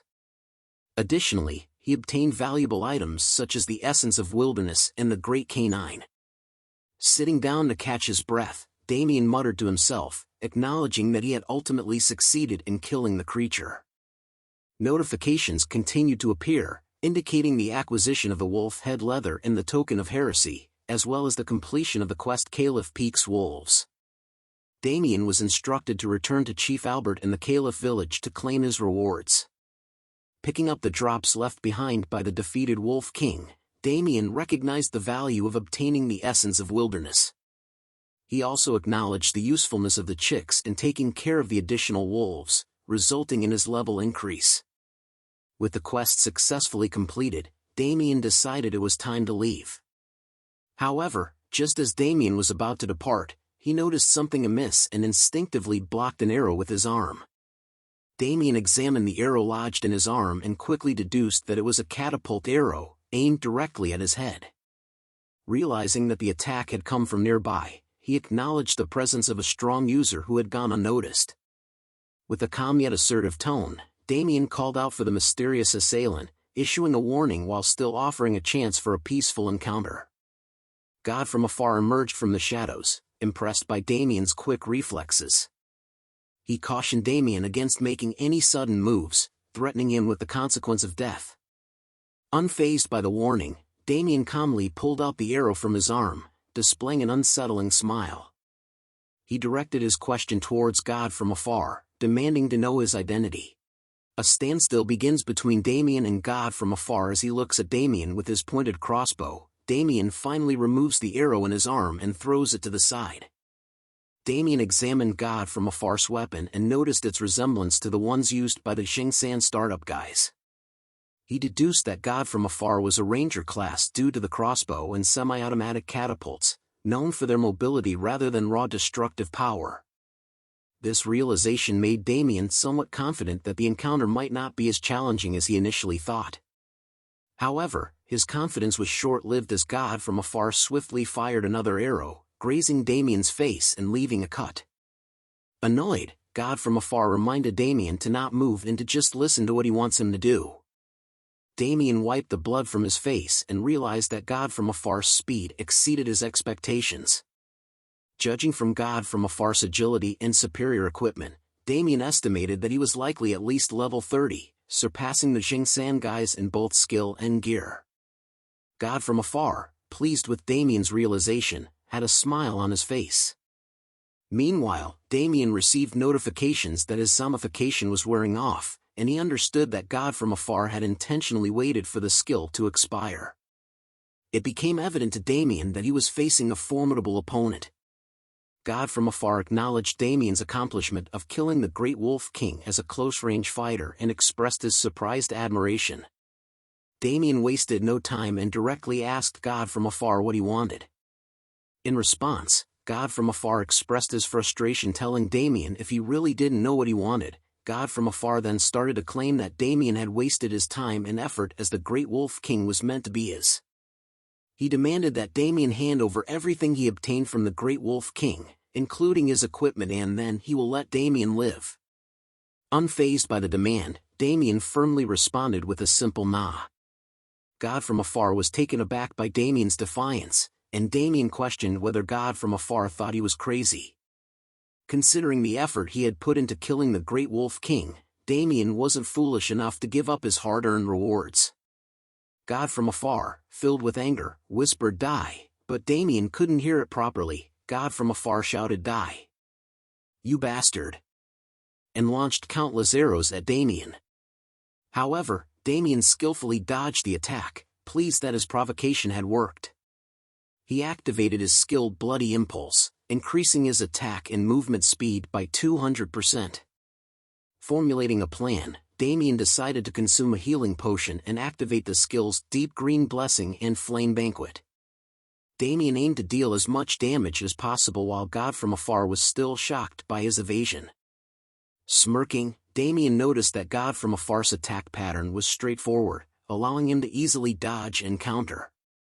He considered God from afar a loser and observed the reload time between shots and the brief pause before each fire.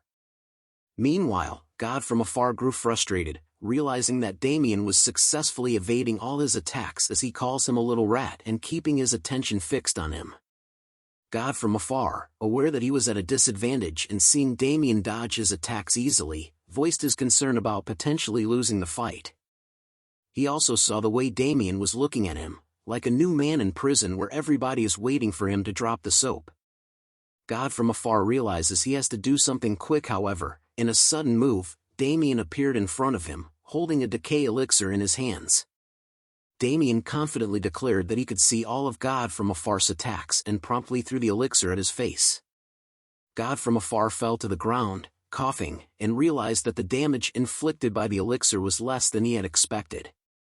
He received notifications indicating that he had been inflicted with poison, his armor had corroded, and its durability had decreased. Frustrated, God from afar exclaimed in frustration, shouting, "What the hell is on me?" Realizing that Damien had damage over time and defense debuff skills, despite being a close-range fighter. He couldn't help but wonder how Damien, initially perceived as a close-range dealer, possessed such debilitating skills. Damien, once again equipped with a decay elixir, confidently approached God from afar, warning him that he would need to soak him once more, warning him that he was gonna die if he doesn't block this attack. As Damien struck him with the elixir, another set of notifications appeared, indicating that God from afar's armor had further corroded and he was now inflicted with the burn abnormal status. Additionally, God from afar's elite hunter bow gun was destroyed. Looking at God from afar, Damien taunted him, asking if he was ready to die. Enraged, God from afar retrieved his crossbow and declared his intent to kill Damien. Damien, noticing the weapon in God from afar's hands, recognized it as a heavy hunting arbalist typically wielded by high-ranking adventurers. Damien questioned whether a ranger like God from afar, whose best skill was speed, could effectively use such a destructive weapon. Damien continued to taunt God from afar, questioning him if a ranger with his weak skills could pull off using that weapon. Fueled by anger, he wonders how long Damien can stay arrogant for with his new weapon pointing at him. God from afar takes a shooting stance and attacked Damien with an arrow, but Damien managed to dodge the attack, narrowly avoiding harm. To his surprise, the arrow exploded upon impact, creating an unexpected blast. Confused by the unexpected nature of the attack, Damien realized that this weapon was different from the heavy hunting arbalist he was familiar with. He couldn't see the arrow, and even the system didn't detect it. Suddenly, God from afar appeared behind Damien, asking where he was looking at, catching him off guard. Damien turns around and swiftly reacted, jumping to the side and evading another arrow attack. As God from afar appeared at another location, taunting Damien, he asks if Damien has trouble seeing him as God from afar body has smoke coming out of it. Damien deduced that God from afar's ability to become invisible was not due to an invisibility cape or potion, as those advancements were not yet possible. He concluded that it must be an exclusive skill. God from afar mocked Damien, stating that he should have used a weapon to stab him instead of relying on punches, claiming it would be the reason Damien would die. Unfazed by the taunting, Damien dismissed God from afar's words, remarking that he talked too much. God from afar retorted, saying that Damien wouldn't even have the chance to hear him speak once he was dead. As God from afar started disappearing, he provocatively urged Damien to try holding on for longer, confident that Damien would not be able to endure. Damien, now aware of God from afar's skills, including the invisible bow shot from the Dark Hunter skill set, dodged multiple arrows. He realized that these skills allowed God from afar to remain invisible while rolling on the ground and made use of the heavy hunting arbalist much quicker. Damien understood that the key to overcoming this challenge was to end the battle swiftly. The intense battle between Damien and God from afar reached a critical point. Damien, utilizing his defense, golden rabbit sandal and the skill golden flash of light, swiftly closed the distance between them, surprising God from afar. In a swift movement, Damien plucked some of God from afar's hair, causing him to shout out in pain. God from afar, in a mixture of anger and disbelief, questioned Damien's actions, calling him a psychopath. Damien maintained a serious tone and offered him one final chance to apologize, urging him to think wisely and consider his actions carefully. However, God from afar responded angrily, questioning Damien's sanity and expressing his refusal to apologize. But before he could finish his sentence, he experienced a sharp pain and realized something was wrong with his heart. Damien, with a smile on his face, remarked that the effects of his actions were indeed quite effective. Holding a voodoo doll in his hand, Damien asked mockingly where he should stick it. God from afar, filled with horror, asked Damien what he was doing. Damien, with an evil smile, responded that it was quite obvious, it was God from afar's own body that he was manipulating with the voodoo doll. Seo Hyun and Selling Heel were reflecting on recent events. She asks if that was God from afar who had been launching a series of arrows and what has happened, but now there was an eerie silence. Suddenly, a piercing scream startled them, and a notification appeared, showing God from afar's diminishing HP. Observing the situation, Seo Hyun expressed her concern about God from afar's rapidly decreasing HP. The group realized that something was wrong and feared for his life. Gel Punisher voiced his frustration, questioning what was happening. Selling Heel added that if things continued this way, God from afar would meet his demise. Seo Hyun decided to investigate the situation firsthand, disregarding Gel Punisher's advice to think things through. She refused to stand by and watch God from far die without taking action. Gel Punisher pondered the situation, wondering if Seo Hyun was thinking clearly. He acknowledged that God from afar was a strong player and unlikely to be easily defeated by another user. The rapid decline in his HP indicated the presence of a formidable adversary. Soon, they received a notification stating that hostility was detected from a user. The notification further indicated that the user's strength was immeasurable, signaling a dangerous opponent. They were surprised to learn that Damien's strength couldn't be quantified. Gel Punisher, still concerned about Seo Hyun's impulsive decision, reminded her of Damien's impressive accomplishments, including single-handedly defeating the Great Wolf King.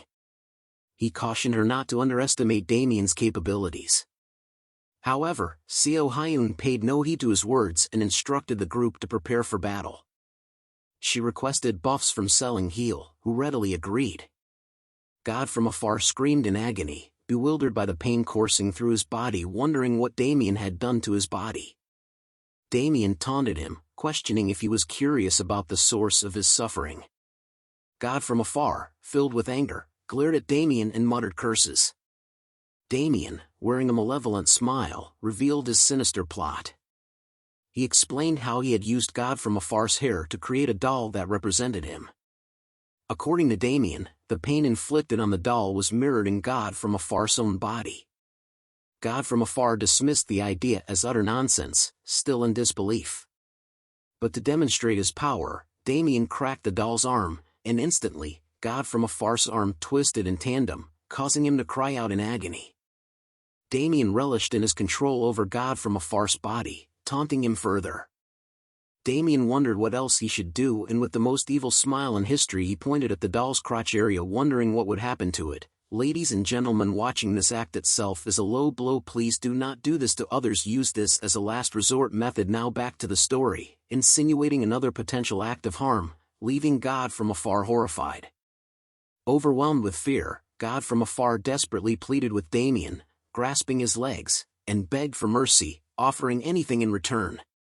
He apologized profusely and begged for a chance to redeem himself. However, Damien ignored his pleas for mercy and simply said goodbye while he smiles happily and heartlessly flicked his finger at the doll, indicating the end. Damien observed God from afar, who had collapsed while clutching his injured crotch, expressing disappointment that he had passed out so quickly. He sat down beside him, lightly touching him, and questioned if he was truly dead, reminding him that his HP hadn't reached 0. Suddenly, a voice commanded Damien to stop, causing him to turn around. Seo Hyun and her team had arrived at the scene. Seo Hyun urgently ordered Damien to move away from God from afar. Selling-Heal expressed concern for God from afar and asked if he was alright.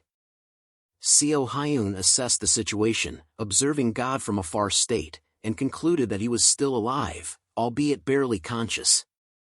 Damien assessed Seo Hyun and her party members, recognizing them as intermediate-level players likely connected to God from afar in some way. He wondered why God from afar had been so confident and realized it was because he had a party supporting him. Curious about their affiliation, Damien asked if they were party members of God from afar.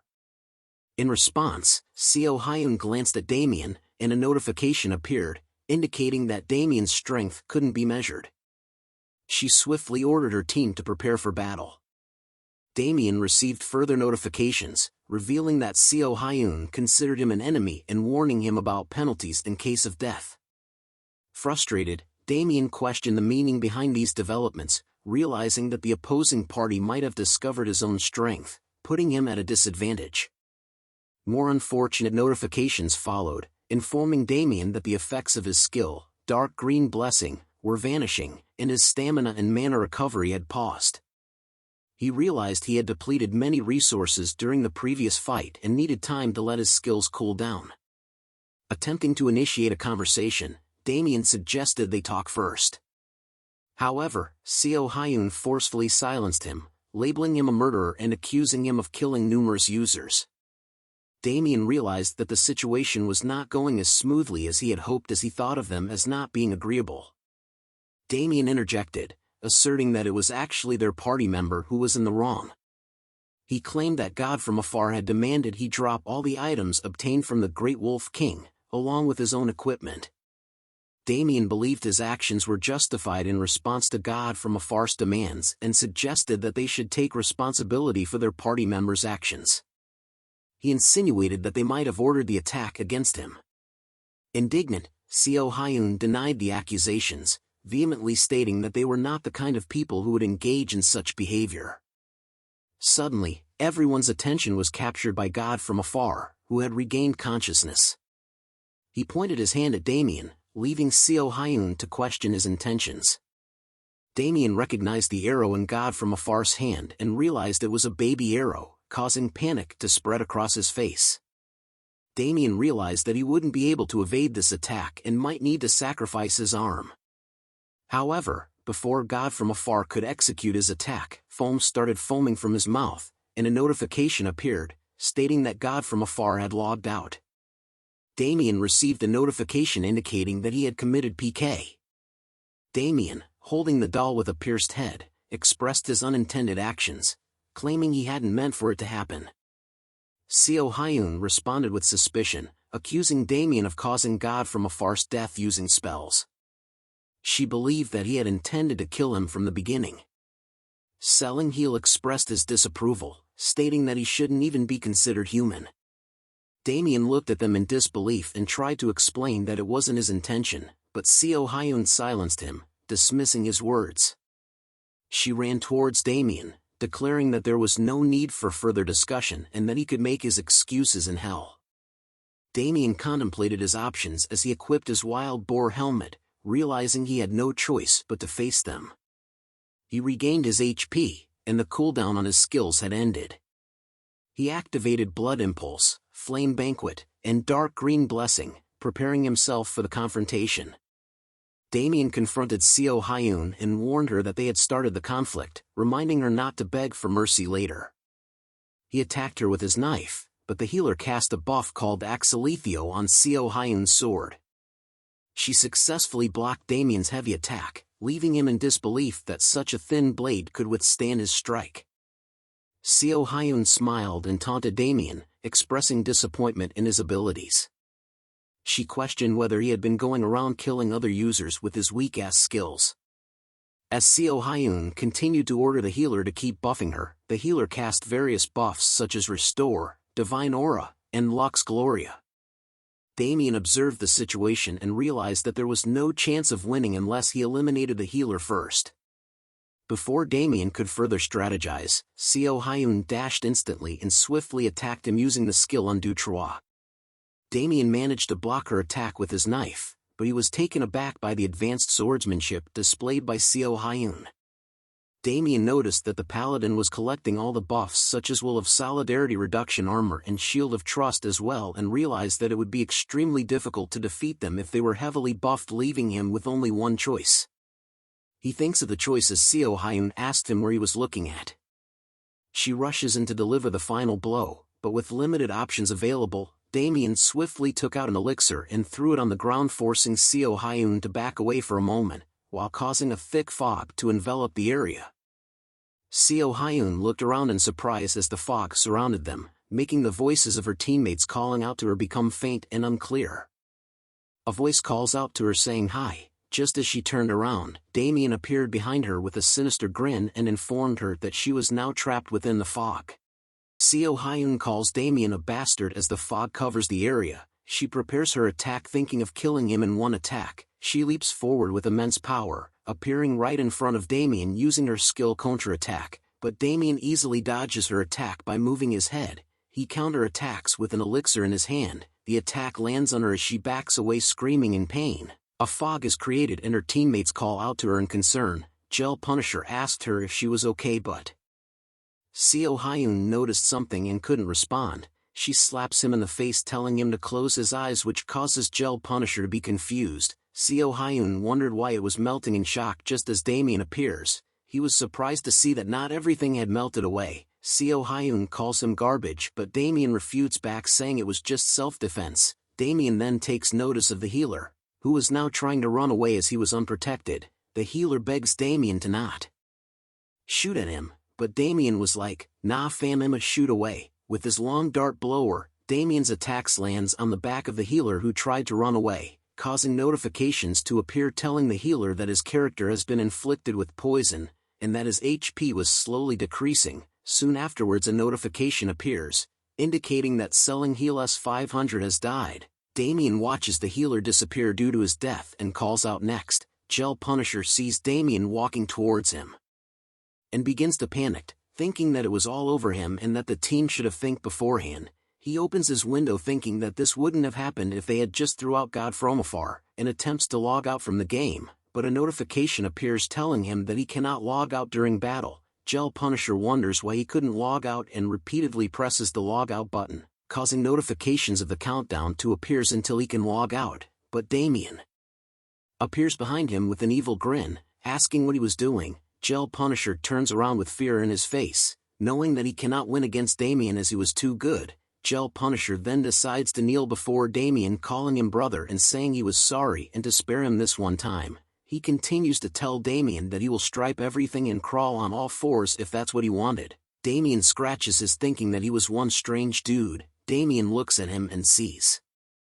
that he was fully equipped with full plate armor and a kite shield. If Damien attacked, not even a single dart would hit, and yet the guy was begging for his life. Damien thinks that it was lame, but Gel Punisher thought of giving Damien what he wants in order for him to leave. Damien then asks if Gel Punisher could give him everything he has. Gel Punisher was alarmed to hear this as Damien tells him to give him everything he has and to not leave anything out. Damien reaches for Gel Punisher's face as he thinks of Damien as a demon. Back at the village head's house, Damien had brought by the Great Wolf King's body, which surprises the villages. The village head realizes that a wolf this size could kill a bear. Damien tells him that people do the most unexpected things. The village head was upset that they had treated Joseph as a criminal and didn't feel good treating a young kid like that. Damien then tells him to treat Joseph better from now on, as he seems to be the type to not hold grudges anyway. The village head holds his Damien's shoulder and thanks him for his advice. Notifications popped up telling Damien that he has cleared the first mission of the Adventurers Guild,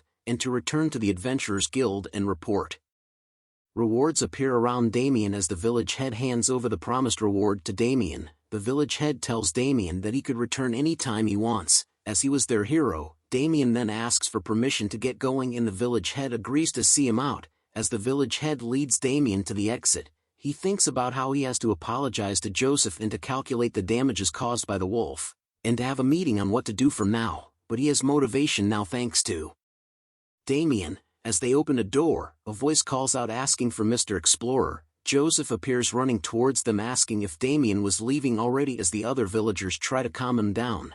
Damien tells him that he had gotten rid of the wolf he had mentioned and that the sheep would no longer vanish anymore. Joseph was breathing hard from running all the way and was happy to hear that. Damien walks to leave and tells Joseph to stop lying as liars would get their hands cut off. As Damien tries to leave, Joseph calls out to him once again. Joseph bows his head to thank Damien for saving his village. Damien simply let out a deep breath and smiled. He waves them goodbye and walks towards the sunset telling them to have a good life. At the Terra Kingdom Golden Lark lodgings, Damien was finally resting on a bed belonging to a 4-star lodging. Notifications pop up telling him he feels comfortable in the cozy bed and that his exhaustion level has decreased largely. Damien opens his window seeing that lots of his stats had recovered and asks Bundle how he felt about the suite's room blankets. Bundle replied that it was so soft while enjoying his snacks. Damien checks on his loot that he had gotten from the field boss, quest completion and SEO Hyun's party equipment. It was due to his title of atrocity that allowed him to gain all these numerous items. He then opens the trade center, revealing all the equipment he had gotten and noting they were worth hundreds of thousands of gold combined. Bundle asked if these were stripped from the party before, but Damien tells him that he never stripped them. Damien was happy to see this as he had spent a lot of gold on his equipment, and that selling these things would cover his costs for the month, but a notification appeared telling him that he had an unread message. Damien was confused and wondered who the message came from. He opens it and sees that it's from Wiz Entertainment. A masked man wearing a hood says that it's over as he looks at a window. A dark figure asks him about the progress. The masked figure replied that there was some progress but that he couldn't completely conquer the body, but was able to manipulate them to start a fight, and that sense exchange became possible too. The dark figure wonders if that was worth observing and if there was nothing else. The masked figure tells it that it would be great to conquer without a medium, but that he hadn't succeeded yet. The dark figure says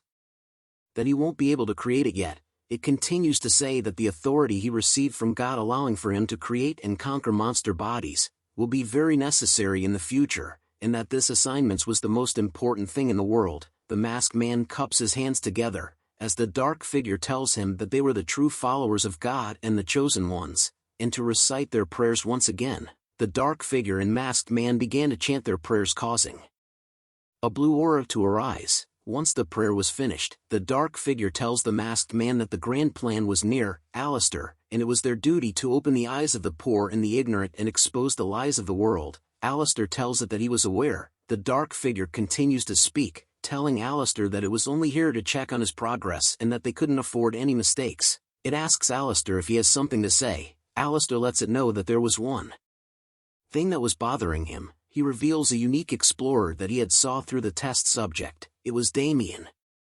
A message from Wiz Entertainment asked Damien if they could meet. Damien looks at the message and wonders if it was the same place he knew. Wiz Entertainment was the world's biggest internet streaming platform. They were also connected to Twitter and were superior in terms of marketing. Before Damien's regression, there were countless streamers and Korean rankers who were part of the company. In short, it was a place where all streamers wanted to go. Damien thinks deeply about why the company was contacting him. He continues to look at the message on his phone, remembering that he had never recorded any gameplay, and that the only people he met were thieves or people who wanted to fight because they knew he was a chaotic user. He thinks deeply and wondered if there was streamer or gamer with was among the users he came across. He taps his finger on the table repeatedly, thinking about how good Wiz takes care of their streamers. He thinks about the fact that any player who made enemies of a Wiz streamer ended badly, but a call cuts off his thinking. A voice spoke out from the phone asking if this was Damien and that he was Young Song-hoon from Wiz Entertainment Korea. We arrived at Seoul Gangnam Cheongdam-dong, where Damien was meeting someone.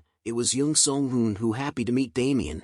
Damien tells him that he agreed to meet as he was curious about something. Damien then asked how he knew about his nickname. Song-hoon tries to clear the misunderstanding by saying that he didn't find his nickname through bad means, and that they had no bad intentions. He explains to Damien that they came across him because of a player called Brian. Damien was surprised to hear the name of Brian, a streamer. Seong-hoon hands over a tablet to Damien asking if he had seen this video before. Damien grabs the tablet to view the video and recognizes it. Seong-hoon explains that the video was part of the hot clips of the week, and that Brian was escaping the island due to some evil users that Damien fought against. 165,000 people were watching that scene. Seong-hoon continued to explain that they wanted to get into contact with Damien and asked Brian for his game logs, and that the reason he was here was to thank Damien for his help at the Whispering Island, and to ask if Damien would like to join with Entertainment, and presented him with a contract, and asked Damien if he was interested in being a streamer. Soon after, Song-hoon says goodbye to Damien. As Damien left, he thinks about how convenient it was for Seong-hoon to explain the conditions of the contract and the support and management contents. He smiles happily at the contract, as the other contracts he had gotten was poop compared to this one. Damien takes out his phone thinking to get other stuff now that one thing has been taken care of. He calls a brother thinking of repaying his debts. Notifications started popping up one by one telling Damien that the items he had placed for sale has been sold. He looks at the notification and says finally. A notification pops up saying the money from the trade center has arrived. It was 595,7100 gold in total. Damien laughs as he walks, thinking that he got this much gold from just 1 month of gaming. He begins to think that it was around this time that he got addicted to gaming and neglected his family and financial matters. But a red window interrupts his thoughts. It tells him that if he does not log into the game within 168 hours, he will die, and that if his character dies, he will die too, and that if his character has not reached the goal by midnight, he will die. A warning is given saying if he forcefully removes the system, he will die alongside the character. Damien couldn't believe that it was happening again. Damien stares at the red window, thinking that he still doesn't know what the system was, or how he regressed 10 years back. He slaps himself back and forth trying to forget about it, and to focus on his family right now, but he knew that he still had some problems to tend to. Damien viewed the recent activities of King Arthur, seeing that he was becoming more famous each day, and that he was the weekly hot topic. Damien couldn't believe that his rate of growth was this fast, as he was already ranked first in magic, ahead of millions of people. Damien grew angry upon seeing this and starts to recall that Arthur forms the Blood Alliance half a year after starting the game, and that it didn't take him more than a year for him to get within the top 10 of the Blood Alliance. Along with the 6 masters, Arthur had obtained the hidden class Dragon Mage, and became one of the 6 masters as Radiant King Arthur. Damien needed to keep an eye on what Arthur was doing and to think about when the 6 masters would appear. It was important to think about what had happened to him too, but he decided against it as he had received the hidden class Witch Doctor, and the mainstream Kieran's wish. He also needed to keep track of the 6 masters' growth. Thinking back, Damien realizes he knew something about the day he and Arthur survived and had only the Demon King Abraxas to kill. Arthur had stabbed Damien in the back, but the reason for it but not be as simple as him being a psychopath. Damien thought about what if he had not regressed 10 years back and lived the life he had instead. Would Arthur deal with the consequences of having betrayed the entire raiding party? But Damien knew there was no way unless that rat bastard has no brain cells. Arthur would have gained a ton of popularity from being the last person to defeat the last boss, but there would be questions about the whole team being with him when the raid began. Had Damien not regressed, he would have opened a press conference with the raid members, or sued the Evertail headquarters for their rule of not interfering with users. Since Damien had lost everything, clenching his fist, Damien vowed to never let go of that betrayal. Damien was determined to find out the reason behind the betrayal. At a convenience store, Damien was eating and checking his notifications when he wonders why there were so many messages about him selling gold. Damien realized that it was messages about the item he was selling. His friend asked if he makes good money playing games, and Damien tells him that there were a lot of people asking to buy, making it difficult for him to choose who to sell to. 2 notifications appear telling Damien that the deal was complete and the money was transferred into his bank account. Damien takes a sip of his drink thinking that he will be able to pay off his father's nursing home, and that the rest of it will be for the family's living cost. Damien receives a phone call from his mom wanting to hear his voice, but Damien tells her he was a bit busy right now. He tells her he loves her and to take care. While thinking that hearing her voice made him more determined, Damien then asked his friend about him wanting to get into AC, and his friend tells him that he thought about reducing his working hours to play instead, as it seems to bring in more money. Damien asks if he needs a capsule as one was needed to play the game. The friend refuses his offer as he knew that Damien was broke. Damien raises his drink, telling his friend not to worry about the capsule, and to take it as a form of repayment for a debt that he had for him. The both of them laugh and drink as his friend tells him that there was no debt between them.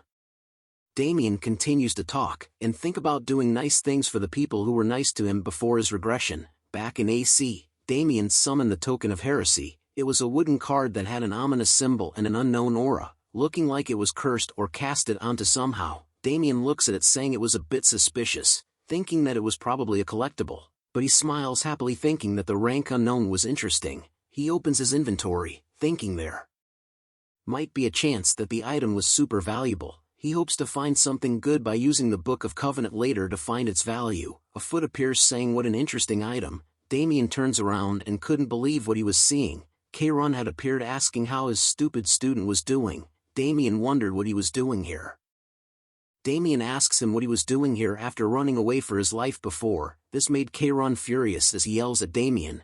Damien tells him it was nothing and just has been a long time since they saw each other. Chiron tells him to mind his manners, asking where he got the thing he was holding. Damien explained to him that he went to the Caliph mountain range to do a gold tier rank quest from the Adventurers Guild and got the item after killing the boss monster there. Chiron was impressed by this and tells him to hand it over. Damien did so reluctantly. Chiron then decides to see what the item was and to look at Damien's stat. He stares at Damien and sees his stat window, revealing that he was now level 38 and had impressive stats. His equipment was also off the charts. Chiron laughs out loud being impressed by Damien's stats, but he tells him he still had a long way to go. Damien wonders if his standards were too high, but Chiron tells him he needed to reach a level where he could withstood 3 of his punches without dying. Chiron then gives him a piece of advice, saying that if he couldn't make the things inside him his own, he will end up being eaten by them. Damien was startled at the things inside him, but Chiron points out that it was about the darkness, which was comparable to a demon king,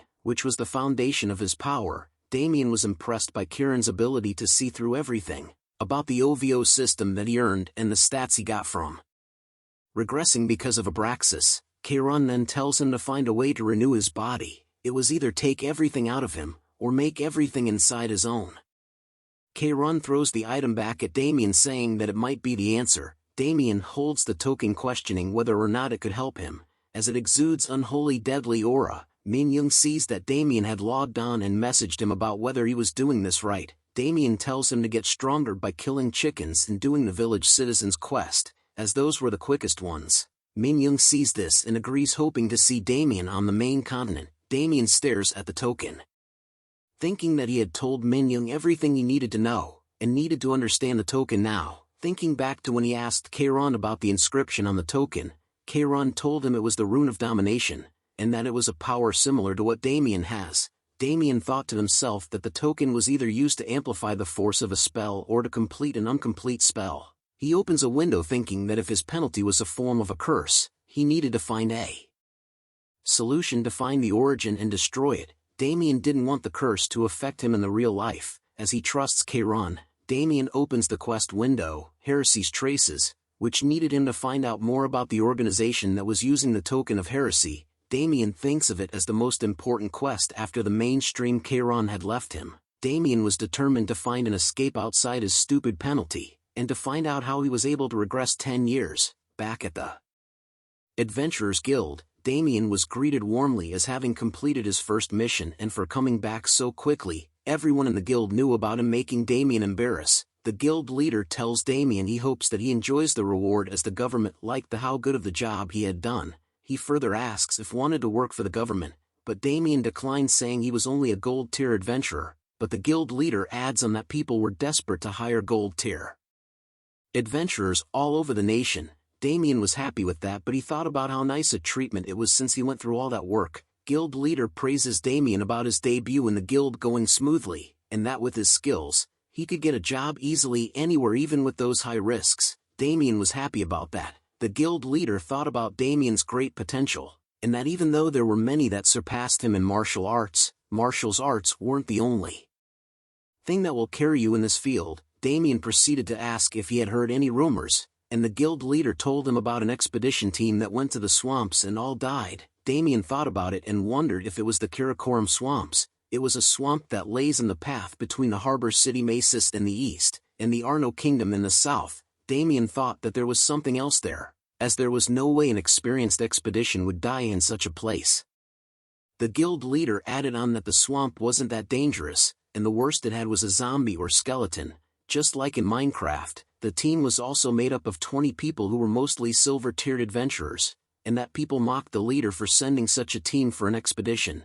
Damien hinted that it was strange. The guild leader then said that a dungeon might have appeared. Damien became more curious and asked if there was an extra expedition, but it hasn't been decided as they needed to bring in a more experienced team. Damien slams his hand on the table, asking Hatsan if he could do it, but Hatsan was confused on what Damien wanted to do. Damien smiled brightly, telling him he wanted to figure out what happened at the swamp. Damien checked on his window, and sees the quest mission, thinking that it was strange. He looks at it and sees that even the system was telling him that the quest was difficult, and that he needed a party, even so as the Karakoram swamp was a place where hidden streets and dungeons popped up often even before his regression. Damien thinks that he needs to do what he needed to do. As Bundles lets out a peep upon seeing the window, Damien looks at the recording wondering if it was working.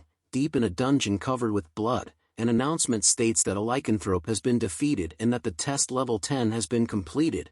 A player says how lame in Chinese, where a group of men bow their head towards him, congratulating their older brother, who was Chang Wei, the first dragon of the Eastern Five Dragons. An employee tries to tell him that the test has ended and what the results were, but a man interrupts him. It was Lu Lei, the second in command, who tells the employee that he can speak to him instead.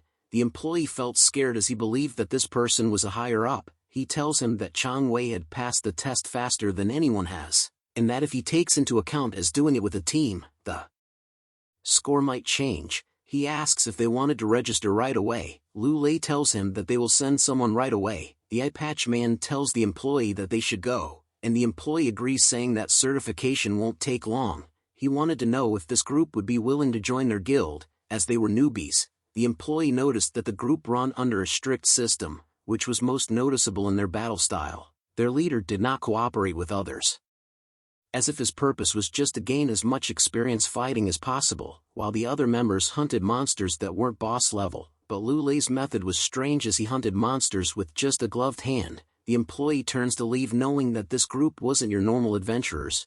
Just as Lu Lei asked how Chang Wei was feeling, he grasped his bloodied hands, saying it was not as bad as what that guy had said. Chang Wei had previously received a capsule from a friend and tried the game for fun, but the feeling of killing the monsters felt too real, as if he couldn't differentiate between this and reality. Though all games were child's play, Lu Lei informs him that he had received some news upon opening his window. He tells Chang Wei that everyone in the Rising Dragon Assembly group had died. This made Chang Wei angry. Chang Wei asked if it was the Black Tortoise Society who went after the Azure Dragon Society, as the fifth dragon was not strong enough to win against the fourth, but Lu Lei apologizes as he meant that the members died in the game. Chang Wei smokes a cigar, asking if he was kidding and if he had forgotten the meaning behind all dead or something.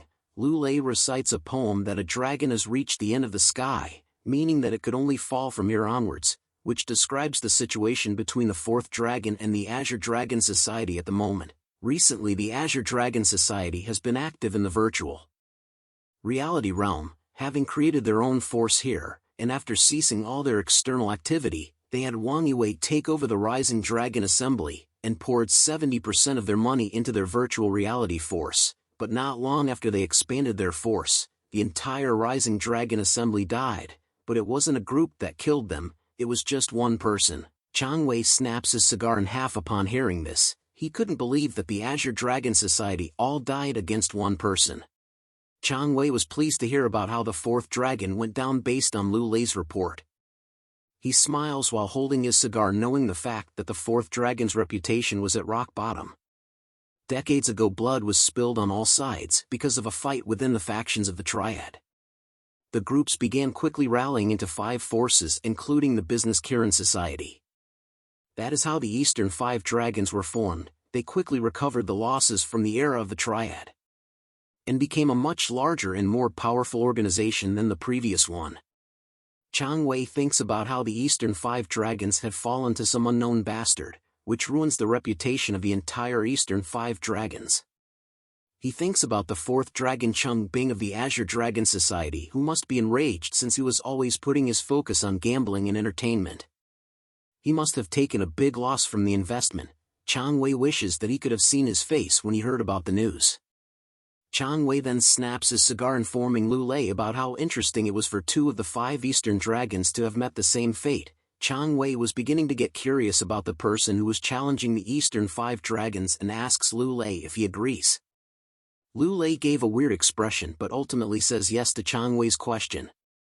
Chang Wei grips his hand hard while thinking that the deaths of the Jingsan startup and the Rising Dragon Assembly could not have been done by the same person. He did not have a good feeling about this but knew that he could not let it go. He releases the crumps the cigar left and looks at Lu Lei, asking him to reveal who the person responsible was. At the Shinsadong Barossa Gil Road, a person is seen snapping a clapperboard close as a voice yells out, "Cut." Okay. The direction tells the actors standing together that they had worked hard and had done a good job as the people around cheered them on. This was the last scene filming of the Friday and Saturday K-drama called Why Am I the Only One Not in Love? The drama became a big hit and the actors gained popularity. Arthur was the man who had benefited the most from the drama. He smiles at the crowd, causing them to go crazy and wild while telling him that they love him. The film director Kong Mansik, who envious of Arthur, asking whose son that is, but he sure is popular, while assistant director Kong Jae-ha commented on how he was incredibly good looking too. They then commented on the guy wearing the brown coat as he takes a photo with the actors and crew. They talked about how the director has a big smile on his face but was usually extremely strict, plus the fact that he couldn't even yell at Arthur because he was the only chance for the director to have a connection to the Yushin group. They then talked about how Arthur was so bright even after 15 hours of filming a day. They had heard rumors that he used to be a pro gamer, plus he was a great actor belonging to a rich family while being multi-talented and kind too. They remarked that Arthur had everything and how life was so unfair. The crew decides to get drinks later on in the day, while the cameraman was done taking photos and told everyone that it was good work. The actors bow and the crowd cheered. The female actress asks Arthur if he was going to go to the after-film party. Hearing this made Arthur ask what time the after-party was. She blushes while telling him that she would like him to, as she was probably going to go as well. Her thoughts were filled about why she was feeling this way towards him, as she had never felt this way with a fellow actor before. Arthur was happy to hear her reply and told her that he will go if his schedule permits it.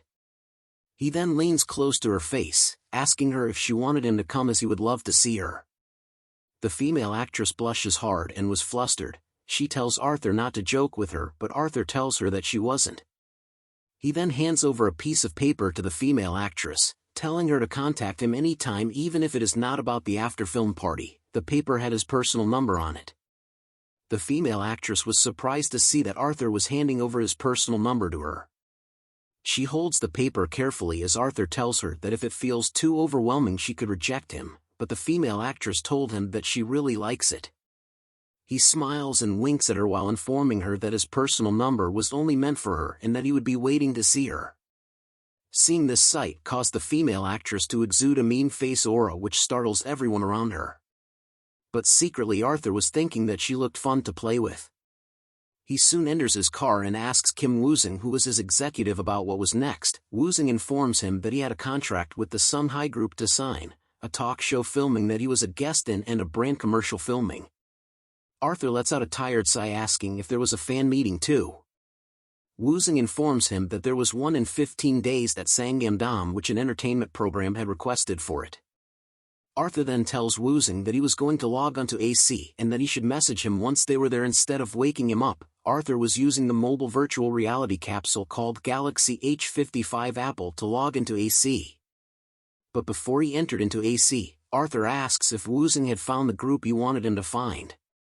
Woozing turns around to inform Arthur that the group of guys belonged to a hefty organization and that they were called the Rising Dragon Assembly, which was connected to the Triad, but he didn't think that they were directly connected, only that part of their group was funded by them. Woozin further explained that the group had been doing anything to expand their forces in the game, but it seems like the reason why they ambushed Arthur was to get some valuables. Arthur questions if it was because he was equipped with expensive items. Woozin agrees and tells him that the group probably wanted it to reinforce their strength. Arthur smirks and commented how the group was a bunch of funny guys who came at him like dogs without even knowing who he was. Arthur taps on the chair repeatedly, as Woozin warns him that the group was pretty annoying and based on their past behavior, they might come for Arthur once again. Arthur takes note of it. He then thinks about a gang that was related to the Triad, and that it was likely that the Yushin group's influence won't work on them, since they were an overseas organization and he had no clue what kind of people were in it. But Arthur was happy to know about those facts as he finds it interesting and was the reason why he couldn't quit the game. He places the equipment on his head and tells Woozin to make it the Force. Back into the world of AC. Damien was waving towards a stream saying, "Hi guys, it's Damien, this is my first time streaming."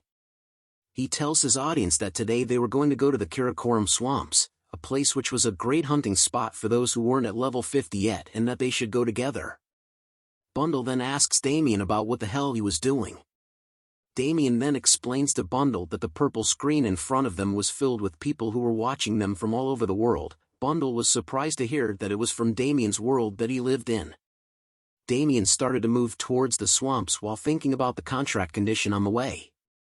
He recalls his meeting with the agent back in the car, who explained to him that since Damien had signed an exclusive contract, it was recommended that he streams 40 hours a week while uploading 3 videos a week. Damien was worried that it sounded like he had to work really hard, but the agent assures him that they will provide the best treatment and support as his value was definitely very high. As Damien was heading towards the swamps, he tells the audience that it was easy to find the swamps if they had a map from the Academy or the Adventurer Guild, but decides to explain the directions anyways while thinking of the contract with Wiz Entertainment as a great boon, making him unable to sit around and do nothing. Damien then explains in detail about how they could go around the Great Guys mountain range and to go down the opposite side, that they can find a very creepy swamp area in the northwest region. He then remembers that going into the Great Guys mountain range was an act akin to suicide. The Great Guys mountain range, it's called the continent's roof because it's in the middle of the Arcia continent. It was hard to traverse because of the terrain and weather. The deeper you go in, the worse the terrain and the monsters become. Even before Damien's regression, the Great Guys mountain range was one of the most dangerous places in the Arcia continent. Even an ancient dragon's nest was found there. Bundle was becoming scared and asked Damien where they were going. Damien comforts him and tells him not to worry as they won't be going anywhere scary. Damien lands on a tree branch. Notifications pop up informing Damien that a piece of new location information has been created, that his current location was the Karakoram swamp and that his world map information has been updated. Damien was glad to have finally arrived at the swamps quickly as he had taken a shortcut.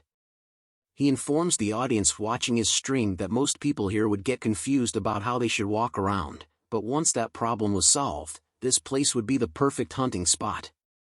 Bundle yells at Damien wondering if he was going to drown as the water he was stepping on looks super deep. But Damien tells everyone that it was okay as it was just an illusion. The lake they were on has a different index of refraction than other lakes. If they had the route down, then going around this swamp was a piece of cake. As Damien and Bundle ventured deeper into the swamp, Damien couldn't help but think that there were still very few people who came here, as it was hard to get to the swamps even if they knew about the shortcut. Add on to the fact that there weren't any popular farming items, and most of the monsters were pretty difficult. Just as he was thinking of the monsters in the swamp, a fierce growl catches their attention. A monster had appeared behind him, but Damien manages to kick it away while warning the viewer that monsters like these could pop out of nowhere like this, so they needed to be careful. The monster that had tried to attack them was a swamp alligator, an alligator that resides in the Karakoram swamp. It possesses triple the amount of jaw muscles and teeth. Its jaw strength is strong enough to drag most beasts, has a protective coloring unlike normal alligators, can swim underwater without creating a single ripple on the surface. Its species was a beast and type normal with a level of 40. Its unique traits would be to have the ability to completely blend in with its surrounding environment when underwater. The swamp alligator continues to attack Damien and leaps toward him. Damien then summons an item in his hand. He rushes towards it with a smile on his face, calling the alligator a primitive bastard. Damien was able to pierce the skull of the alligator, causing blood to spill out. He then grabs a toxic potion, aiming it directly at the alligator's eye.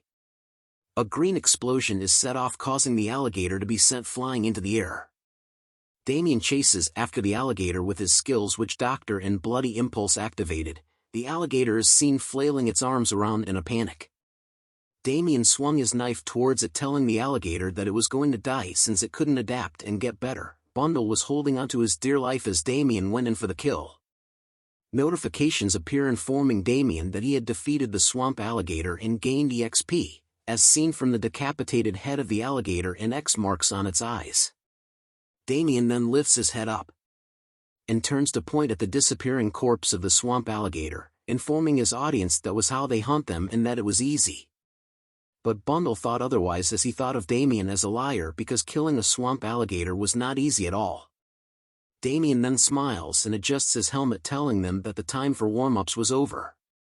He rushes forward with a mad look in his eyes, telling his audience that they were gonna do this for real now. A man is seen typing on a keyboard with cigarettes all over his desk, complaining that it was so damn tiring.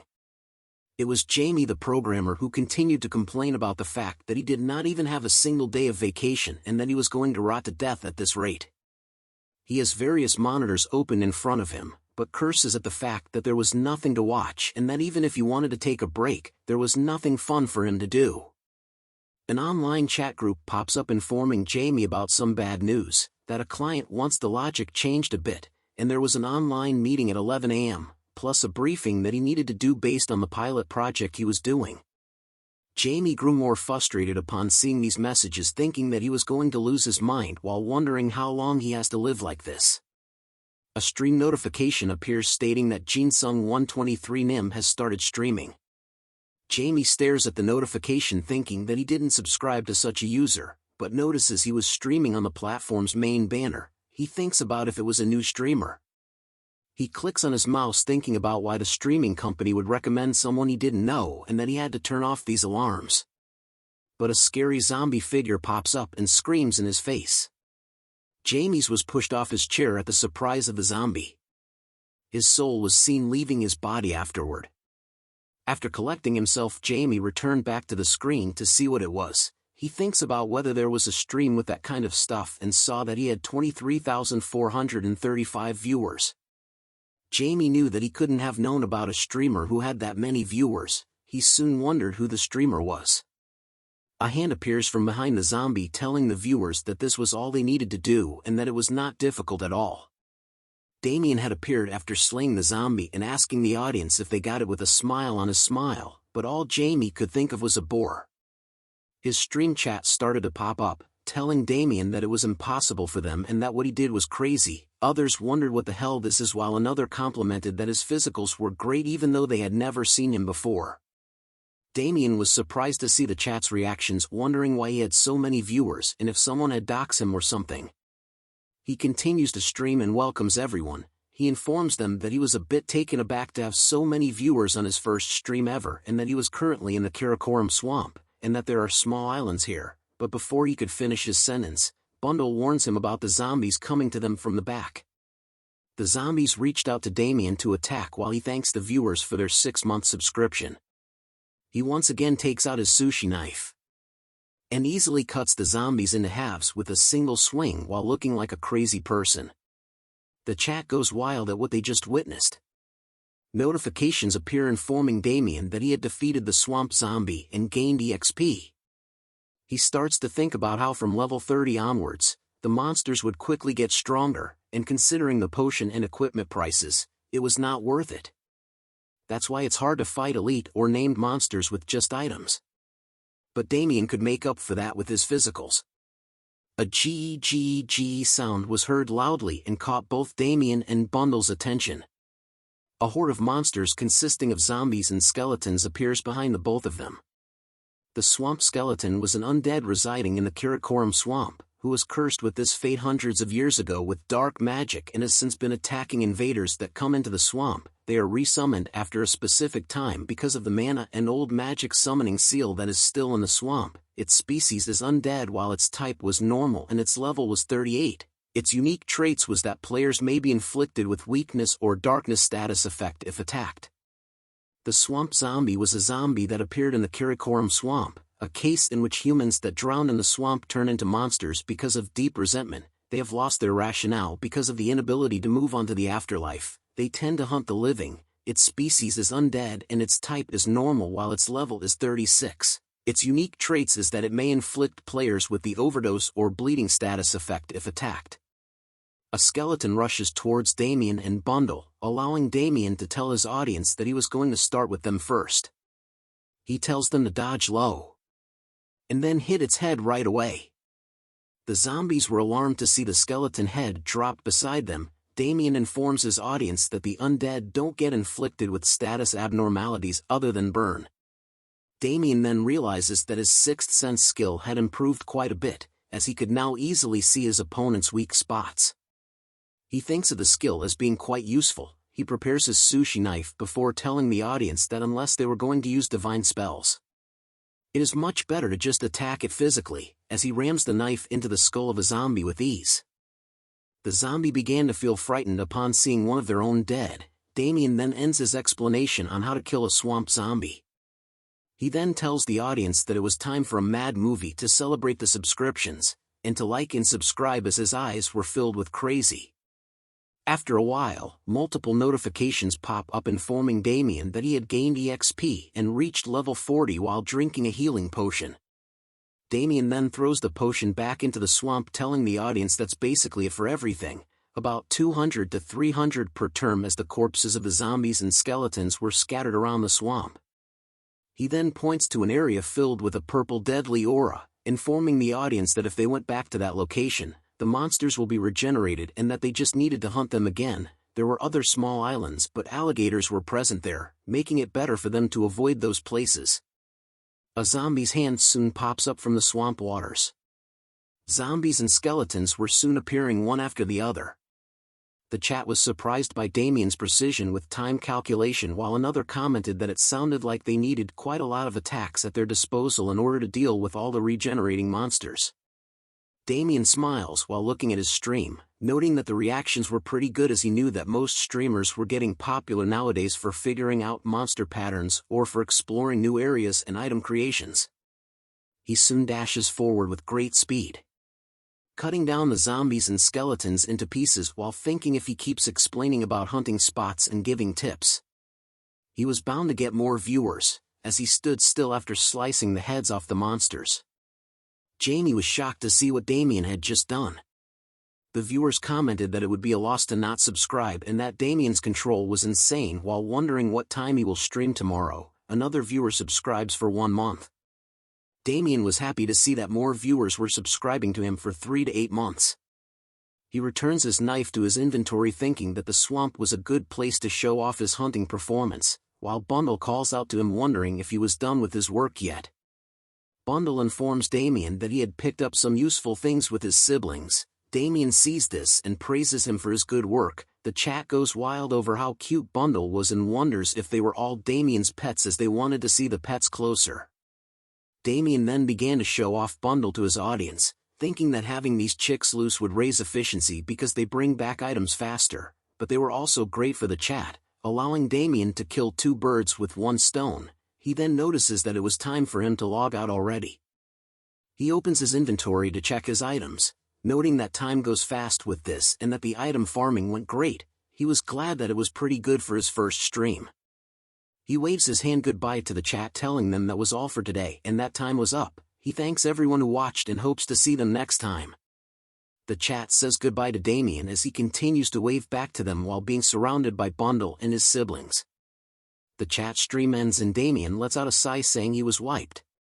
He sits down at a nearby tree, thinking that the swamp was a good hunting spot, but the monsters were stronger than in other places, and that the monsters could regenerate in the mud. He then recalls the unique traits of the zombies and skeletons, noting that their default attacks could cause status abnormalities, meaning that he had to be more careful when using Bloody Impulse next time. While chilling on his shoulder, Bundle asks Damien if he was tired and why he didn't give him and his siblings any weapons. Damien explains to him that his attacks won't work on the zombies and skeletons and that there was no need to show everyone all of their skills, as it was a scary world where they needed to have a few aces up their sleeves. Damien continues to look through his inventory, thinking that he couldn't expose the fact that he has a hidden class as he might get betrayed like before his regression. Damien didn't expect these many items, but he had also leveled up twice and got a bunch of items. Damien had obtained swamp alligator leather, the Dead's energy, and 38,154 gold. Damien laughs at the fact that these items and results were pretty good compared to the other dungeon. He then closes his inventory wondering how the expedition team that Hatsan mentioned died, as Damien could have hunted in this place alone if he just fulfilled a few conditions. A quest notification appears in regards to the Karakoram swamp, whose purpose is to head to the swamp and find out what happened there. Its difficulty was high and recommends players to form a party who will be helpful. Damien sees the quest and wonders if he was wrong since it was not a dungeon. He holds the token of heresy thinking that Kieran's warning and the token might not be related to the quest at all. He stares at the token deeply wondering if he came to the swamp for nothing, but wanted to check something else. Bundle was feeling afraid at the presence of the token, when suddenly a bunch of random characters started to feel the air. Damien looks up and sees spirits floating up in the air. He was shocked at the fact that he couldn't see them until now. He notes that the atmosphere of the place changed when he took out the token. He looks at the token of heresy releasing a deadly red aura, knowing that something was wrong, while Bundle hides behind his shoulder away from the token itself. Thanks for watching the latest part from the voice of Manhwa. Subscribe for more content and don't forget to comment below what you want to see in the future. Like and share for more.